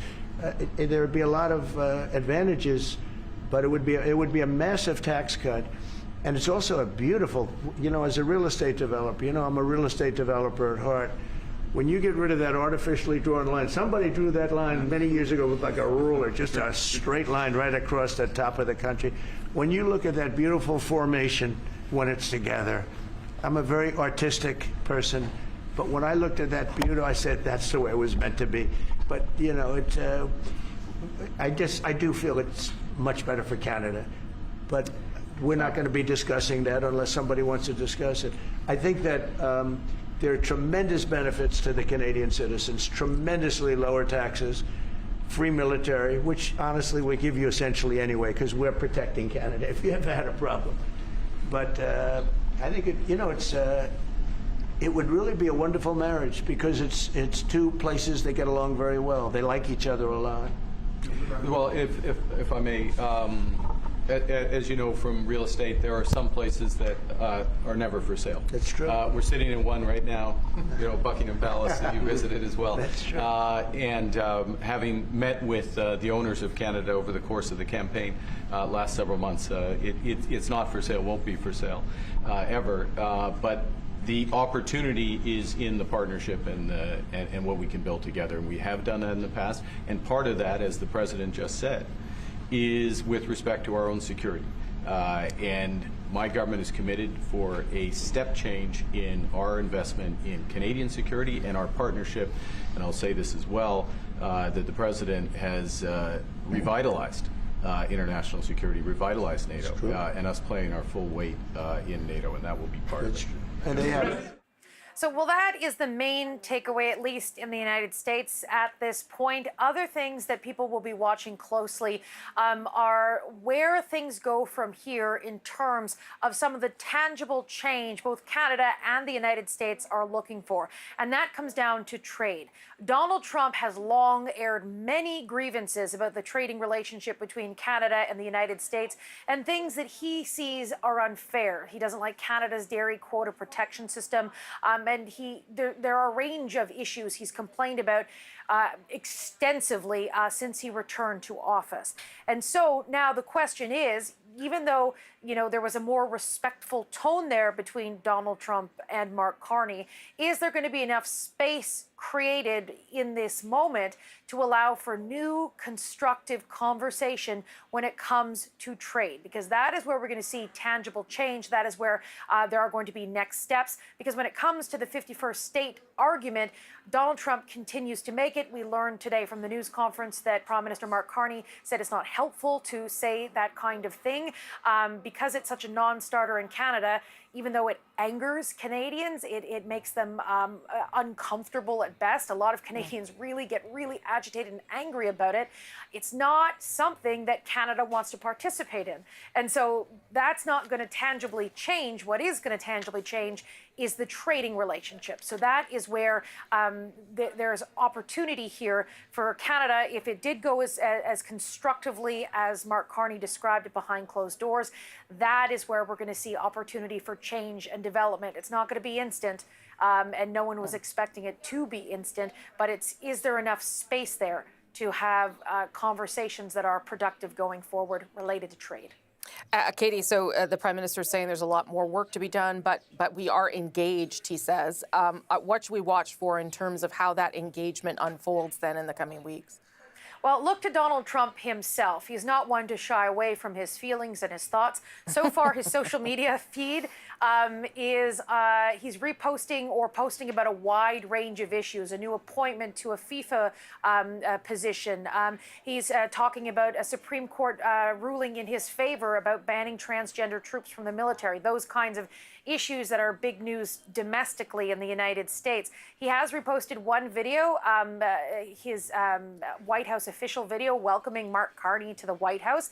But in terms of looking to Donald Trump himself, is he going to complain about things on social media? What are his next steps and comments about what's going on here?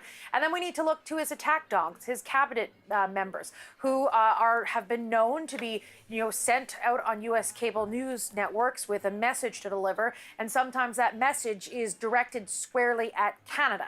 So we'll see what Howard Lutnick, the Commerce Secretary, has to say. We'll see what Scott Bessent, the Treasury Secretary, has to say, or Peter Navarro, a senior trade advisor in the White House. What they say will indicate largely what the president's mindset is and might give us some indication as to whether there's an opportunity for the constructive dialogue to sort of build or whether, those irritants are still sort of a major issue for the president and how he's feeling. Okay, and that certainly speaks to why the Prime Minister was so careful in his language at that press conference today. The CBC's Katie Simpson in Washington. Thank you so much. For more on everything that has happened over the past number of hours, I want to bring in Stephen McNeill. He's the former Premier of Nova Scotia. He's joining us from Upper Granville. He's also been part of the Canada-U.S. Council, Advisory Council on some of this stuff. Nice to see you, Stephen McNeill. Yeah, great to see you. Thanks for having me. How do you think it went? I thought it was a great day for Canada and for the Prime Minister. I thought his press conference in the Oval Office, I thought he handled himself very well in a calm demeanor, reflecting what Canadians told him during the campaign, that we are not for sale. But he also quickly transitioned to where there is an opportunity for us to build on our relationship. And I think that's where we need the conversation to go. And he did a great job of transitioning by delivering the message, but transitioning back to what is the goal, and that is building on our shared trade relationship. He says that it was constructive. He says there's a plan and a desire to move forward. and that the conversations are now going to continue between officials. He and the president will keep talking. What do you read into that in terms of how that might unfold, or where some of those opportunities that the Prime Minister sees might be palatable for the U.S. president? Well, the thing that it seemed obvious today is that the president seemed to respect the Prime Minister, and the relationship seemed to get off on a good footing. And I think that was the goal for today, making sure that this was the beginning of that conversation. The fact that he had Minister LeBlanc, Mr. Joly, and Minister McGuinty with him, continuing to build those relationships that had happened prior to the campaign was a positive one in the room. I think this is what should have been our goal, which was to start building that relationship between the Prime Minister and the President, and one of mutual respect. And I was encouraged on two fronts from the Q&A. One was when he said that he will be seeing the President in Alberta at the G7. They'll do a bilat, which is important. I think we'll continue this. There will be ongoing work. But I also really want to emphasize, and I think we as a country should take notice of the fact, tomorrow there'll be a First Minister's meeting. The Prime Minister realizes there's still work that we can do here at home, including engaging with all of the First Ministers is a positive thing. And quite frankly, to send a message to all of Canada, even those parts of Canada that don't feel like they're have been engaged fully in the Federation, that this is a new day and that we are starting to engage. And I think today was a good day for the Prime Minister and a good day for Canada. The fact that he said that Canada has started a renegotiation of the trading relationship, but also pointed to CUSMA, as did the president, is that encouraging to you that there may be sort of a framework that they can work inside of if that deal is not, in fact, dead? Because certainly some people have been suggesting that it is. I think all of us believe that was the starting point from the new negotiation, and the fact that the president emphasized he saw it that way too for the first time, I think is a good thing. But the Prime Minister also pointed out there are things in that deal that we want to see change. I think was encouraging.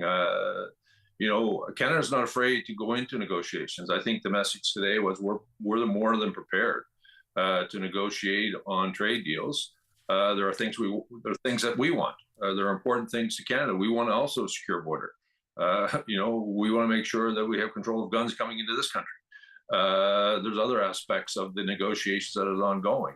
And I think the Prime Minister today emphasized the importance of the auto industry in Canada to jobs in the United States and vice versa. And I think those are important steps as they start negotiating here on in. And also the Prime Minister sent a message back to us. There is still work in Canada that we have to do about unifying ourselves, as well as looking for an opportunity to diversify trade within our respective provinces, but indeed out into the world. Yeah. Stephen McNeill, nice to see you. Thank you for making the time. Really appreciate your perspective on this busy day. Thanks for having me. Talk to you soon. Okay. We're going to take a short break here. More of our special coverage of the Prime Minister's visit to Washington right after this.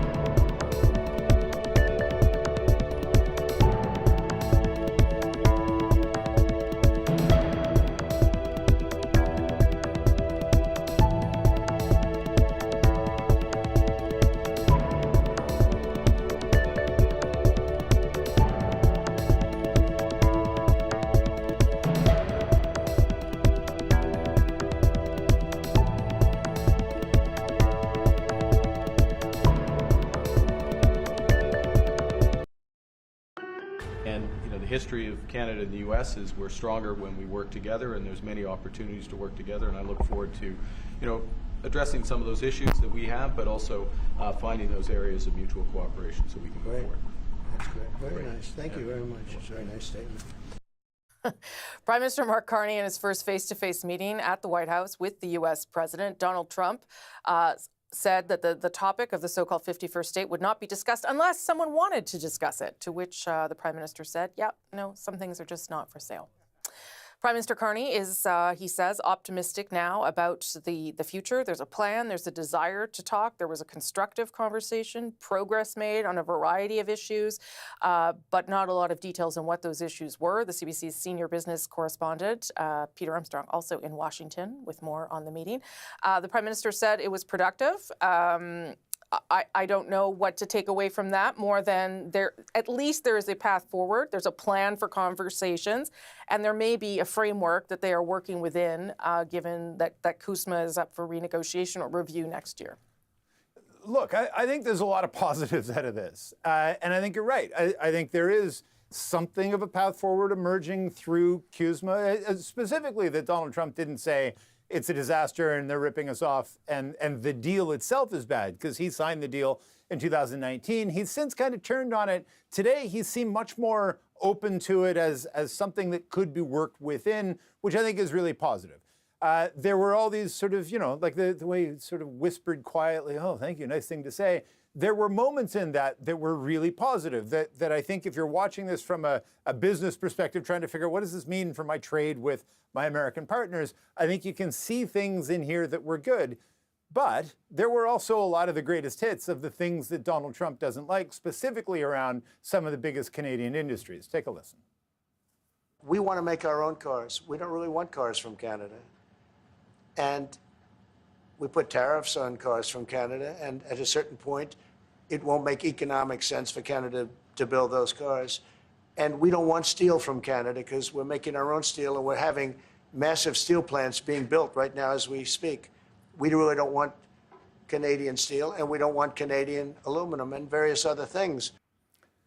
My favorite moment in all of that, Rosie, was watching Mark Carney's face as he reacted to all that. Tana McCharles had that great question about what was going through your mind. You kept a very stoic look on your face, and he didn't want to bite on that. But, look, the thing that we know, and the thing you and I have talked quite a lot about, is it doesn't matter, in a sense, that Donald Trump doesn't want Canadian steel or Canadian aluminum or Canadian energy. American companies do. And that is one of the leverage cards that the Canadian government has, and that they've been calling on their American customers and businesses they do business with to make sure, in Goldie Hyder's words, make sure Americans are talking to Americans and reminding Americans and the American administration that the uncertainty is bad for business and the tariffs are hurting them as much as they're hurting Canada. Yeah, and I assume that some of that was said behind closed doors as well, given that he also told the president the things that were not helpful to repeat. What did he have to say about the North American auto industry? Because that is sort of the point of pain, the pressure point that people are feeling the most right now, I would say, in this country.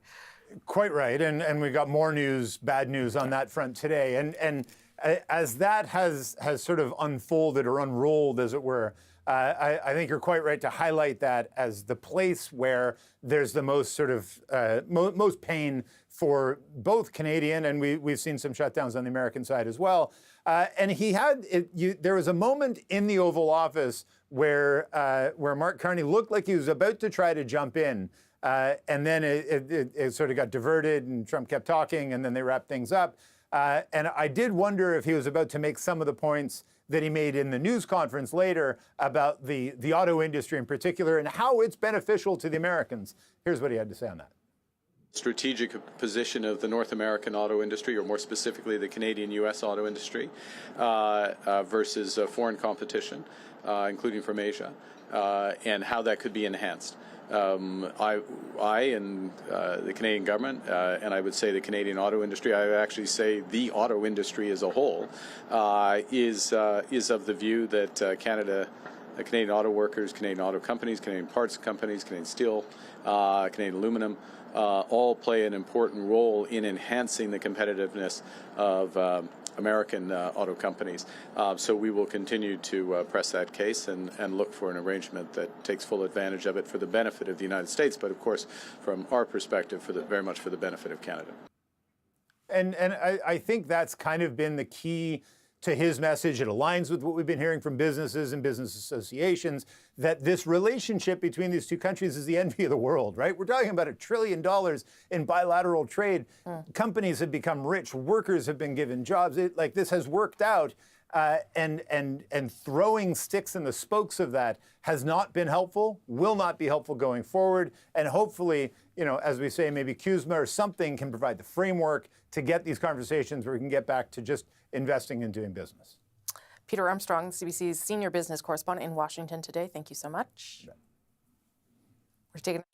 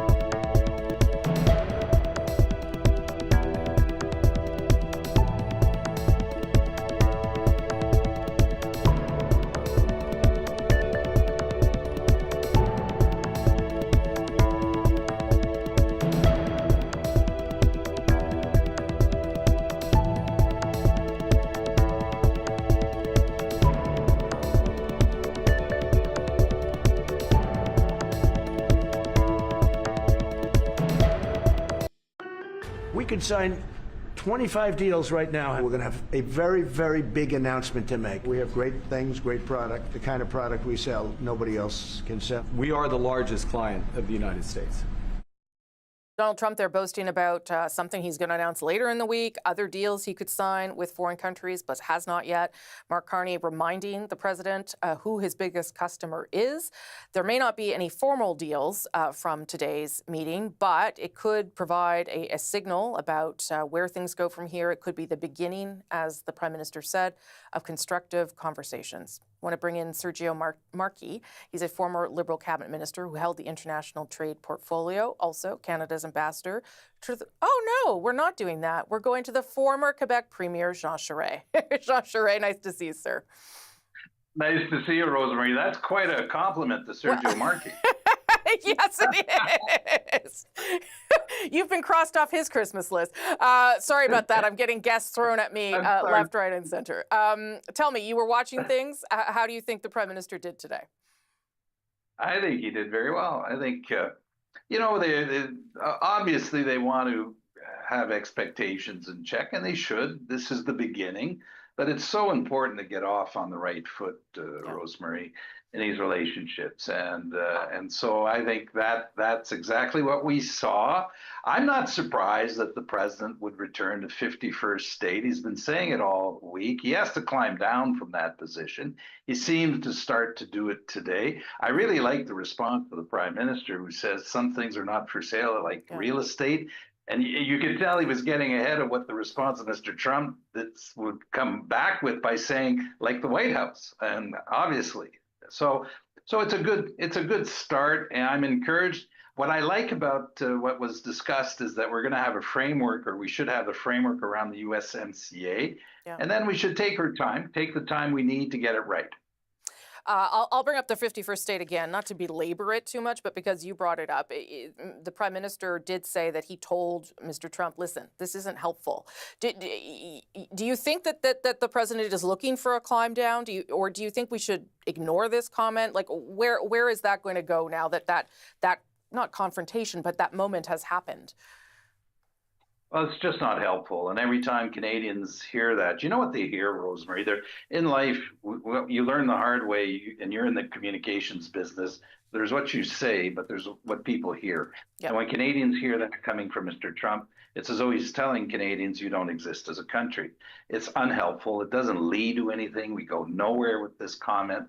The sooner we can put this behind us, the better. And if he wants to say it from time to time, we should not get too excited about it. Fine. No one is really following him on this, as you know. I mean, there's no one of any substance in the States who is lifting their hand and saying this is a good idea. So let's put it in perspective, move on to what the real issues are, which Canada's anxious to do, and work together. We want the Americans to succeed, and we want to succeed with them. And if we do it together, both of us will be better placed to face the rest of the world.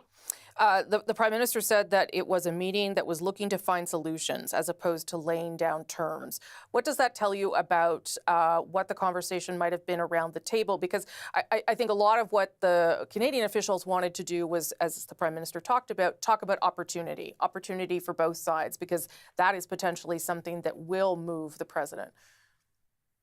Opportunity on security, big issue for the president. We know that. And the Arctic, huge opportunity there.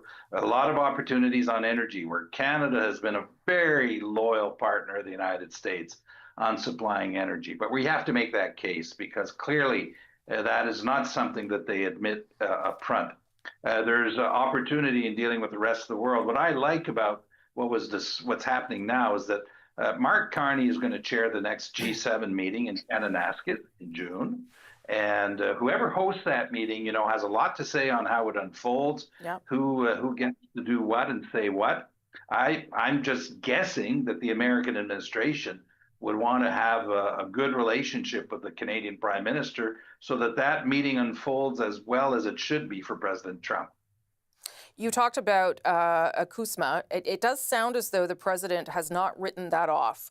And I wonder how important that is for the direction of the negotiations. It is very important because it is a trade agreement, Rosemary. And, compare that to what they're negotiating with the rest of the world. It's not trade agreement they're negotiating, it's deals. Now it takes years to negotiate a trade agreement. We saw that during CUSMA. I was very involved in the Canada-Europe trade agreements. By the way, the two main negotiators of CETA, the European one, and CPTPP, CPTPP was Kirsten Hillman. Canada sent their two best people to negotiate.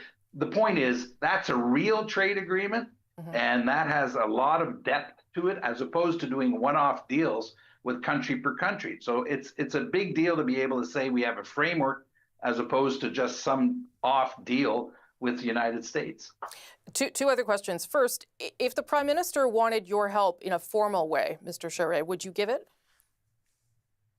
I'd give it to any prime minister right now. And, you know, I'm not in partisan politics, as you know, Rosemary. I love the story of everything I've done in politics is about Canada, the country all of us love. So I'd help in any way I can, in as much as I'm allowed to do it by my other jobs and constraints. Yes. So I want to see my country succeed. Had Mr. Poilievre been Prime Minister, Rosemary, I'd want to see him succeed.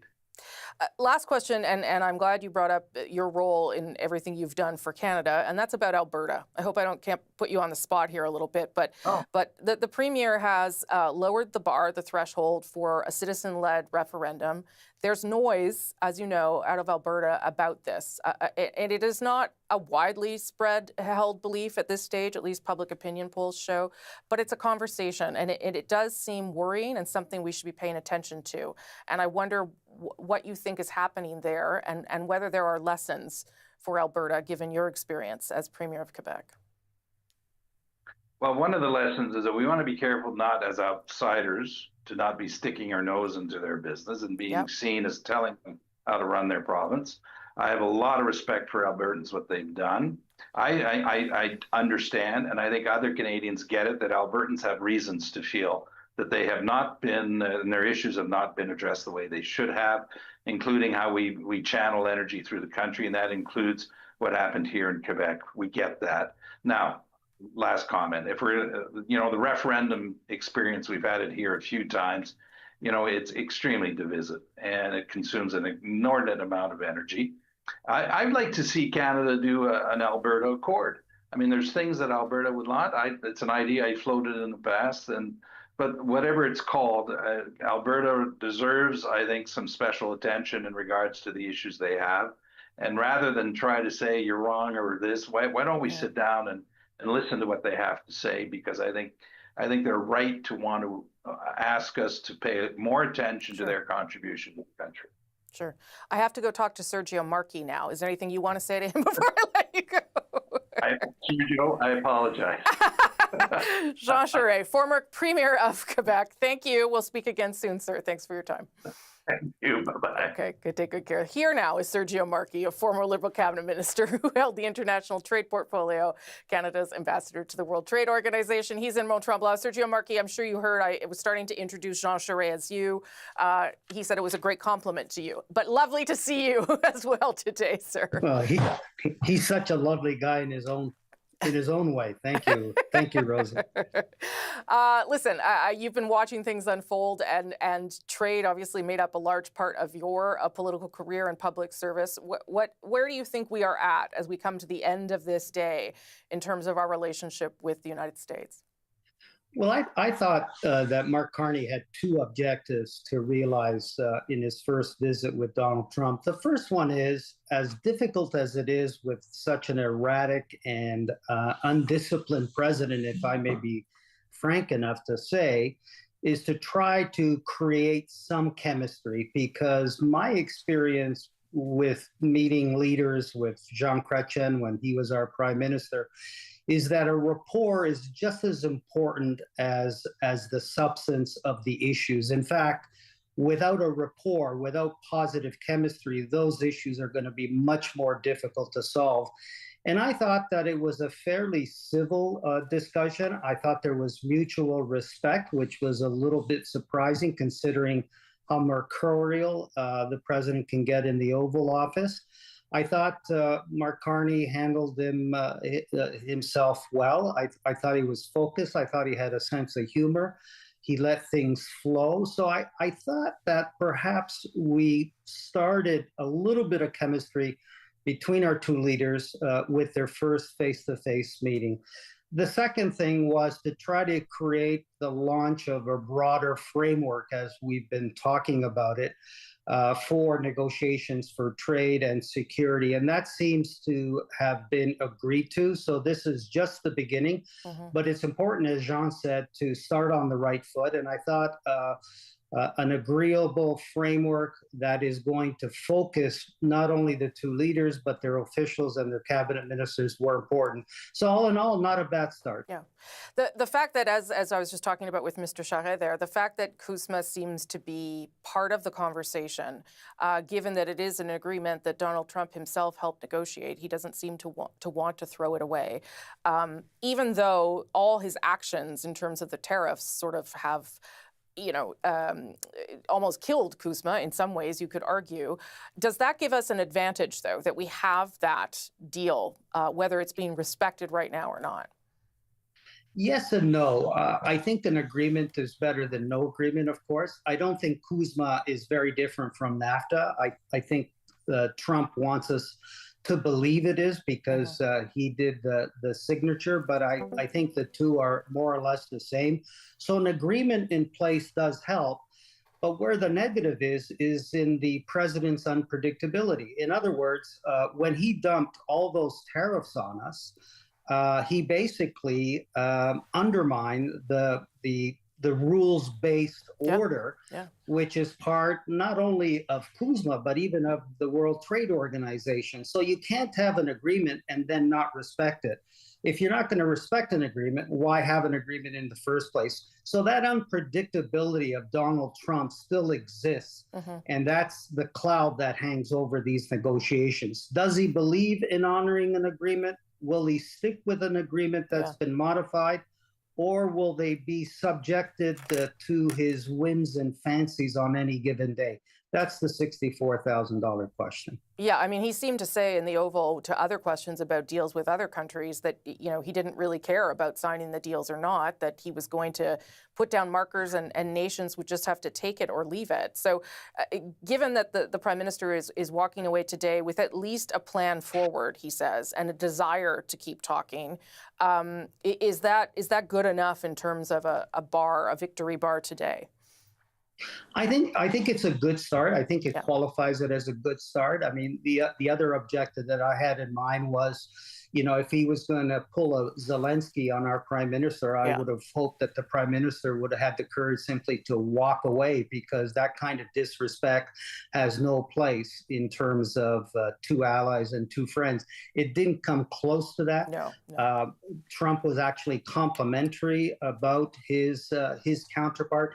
So in terms of the first meeting, Rosie, I thought it went as good as it could have been. It was going to be unrealistic to expect that he was going to drop any tariffs today, but he'll have to do it in the process of that negotiation. Otherwise, the agreement won't be worth the paper it's written on.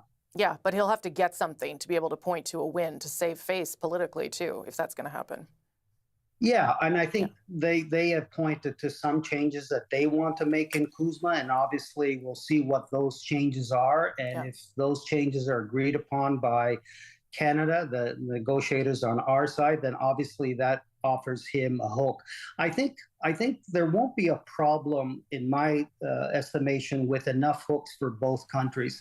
The question for me is, will Donald Trump honor anything he says and signs? Because he has shown time in and time out that he can flip-flop on a dime. And so for me, it's creating the chemistry that makes Donald Trump a little more serious with our prime minister and our country. He talked very positively about the friends he had in Canada and his mother and father having relatives in Canada.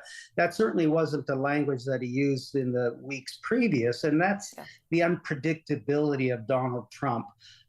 Here today and moves off of it tomorrow. So can we nail him down to honoring an agreement? And if we can, I feel that we will come out of this okay. I think we have a prime minister that has great economic credentials.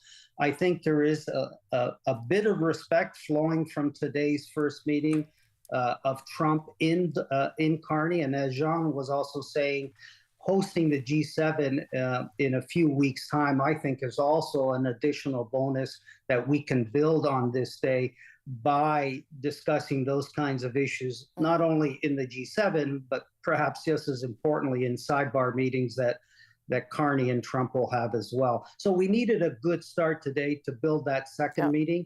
And I think Mr. Carney achieved that. Sergio Marchi, nice to see you. Thank you for making the time.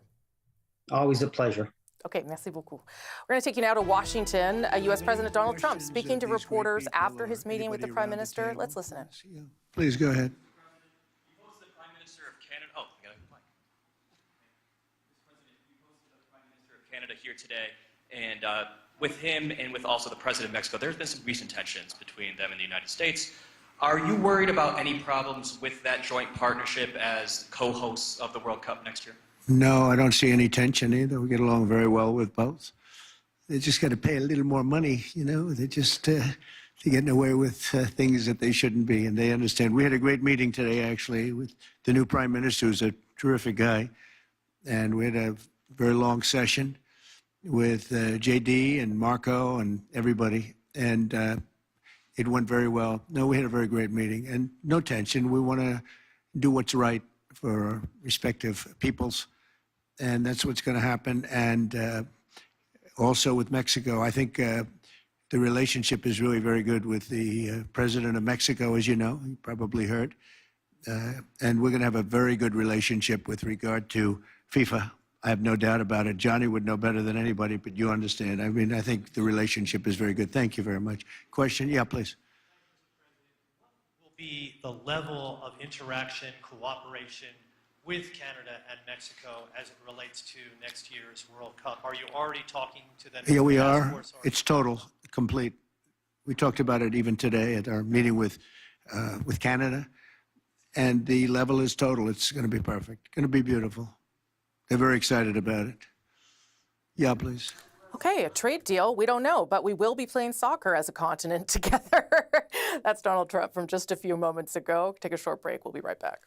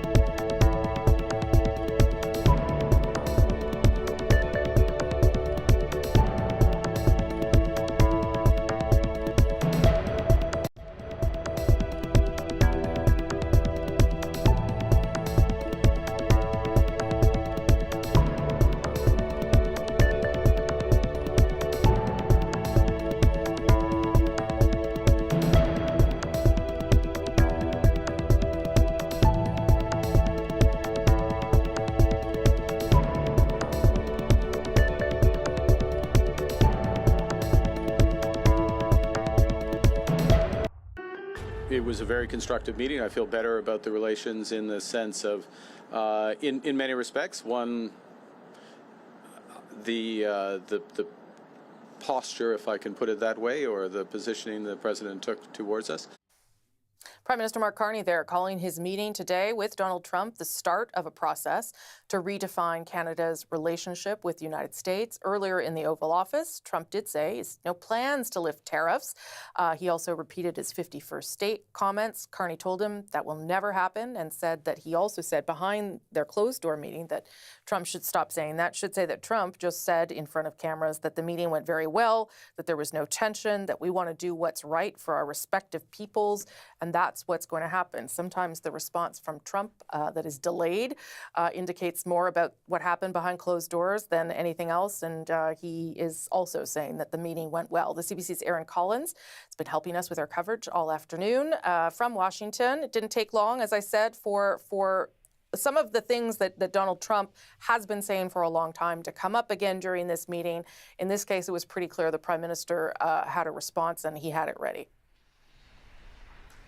Yeah, I mean, what political drama? And the Prime Minister must have known this was coming. No surprise here. And it didn't take long for him to get there, and what a difficult needle to thread for the Prime Minister. On the one hand, you've just won a federal election, basically saying you're going to stand up against the gentleman sitting next to you in the Oval Office. And on the other hand, you've got to lay out some, reasonable grounds for moving forward with the same fella. Really, really tough. And sort of with that idea of trying to be firm but polite in this interaction, let's sort of watch that as Donald Trump brings up that 51st state comment once again.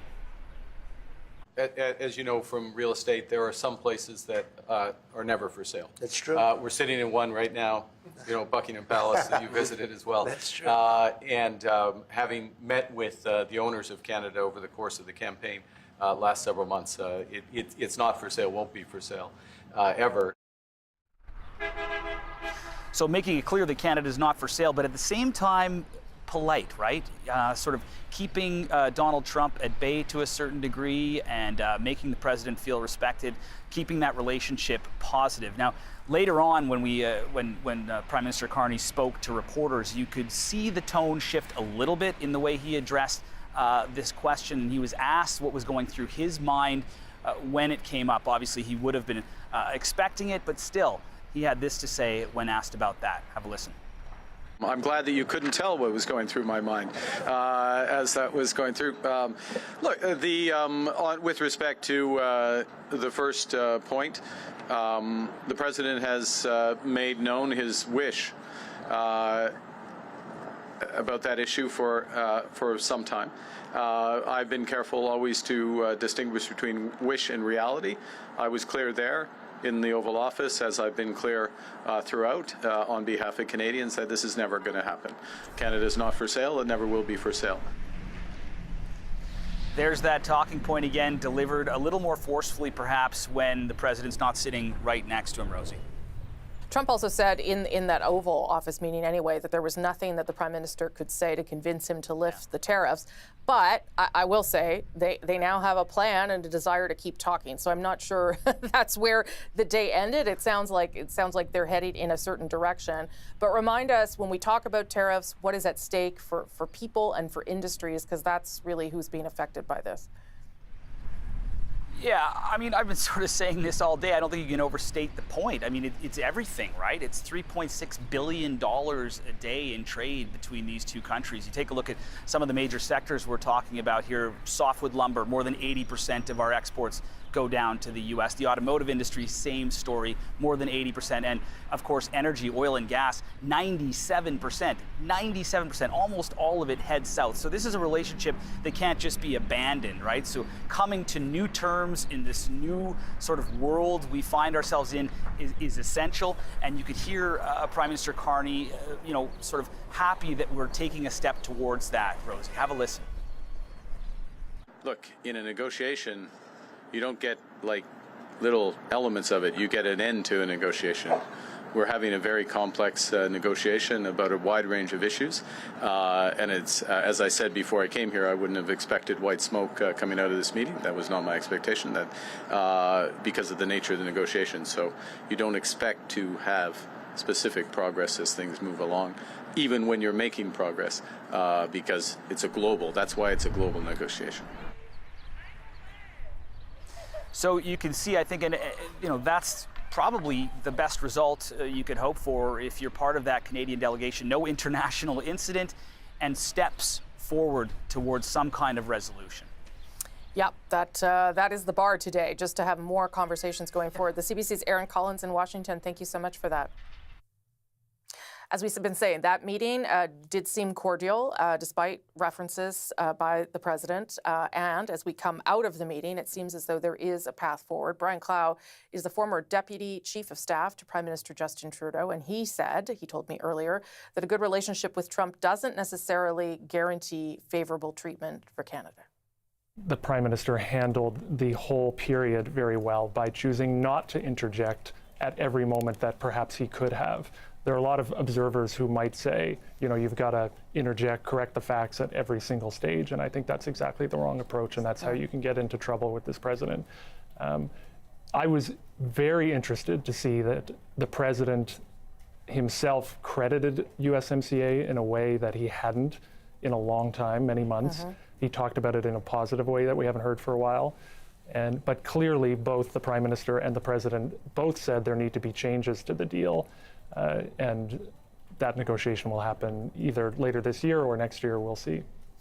Getting off to a positive start with this president, as Prime Minister Carney seems to have done, is really important. It's a really important ingredient to future success. But as we know, there are a lot of world leaders who get along with this president, but it doesn't lead to any success. Yeah. I sort of chuckled to myself in the final months of Prime Minister Trudeau, watching the coverage of the Mexican president. A lot of observers really credited the Mexicans for how they handled Trump, because Trump said nice things about the Mexican president. And in the end, the Mexicans got exactly the same tariffs that Canada got.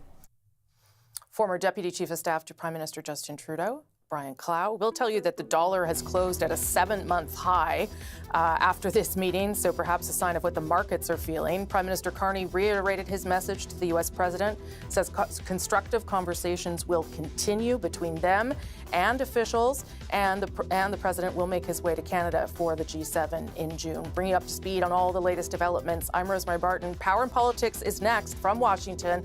Thanks for watching.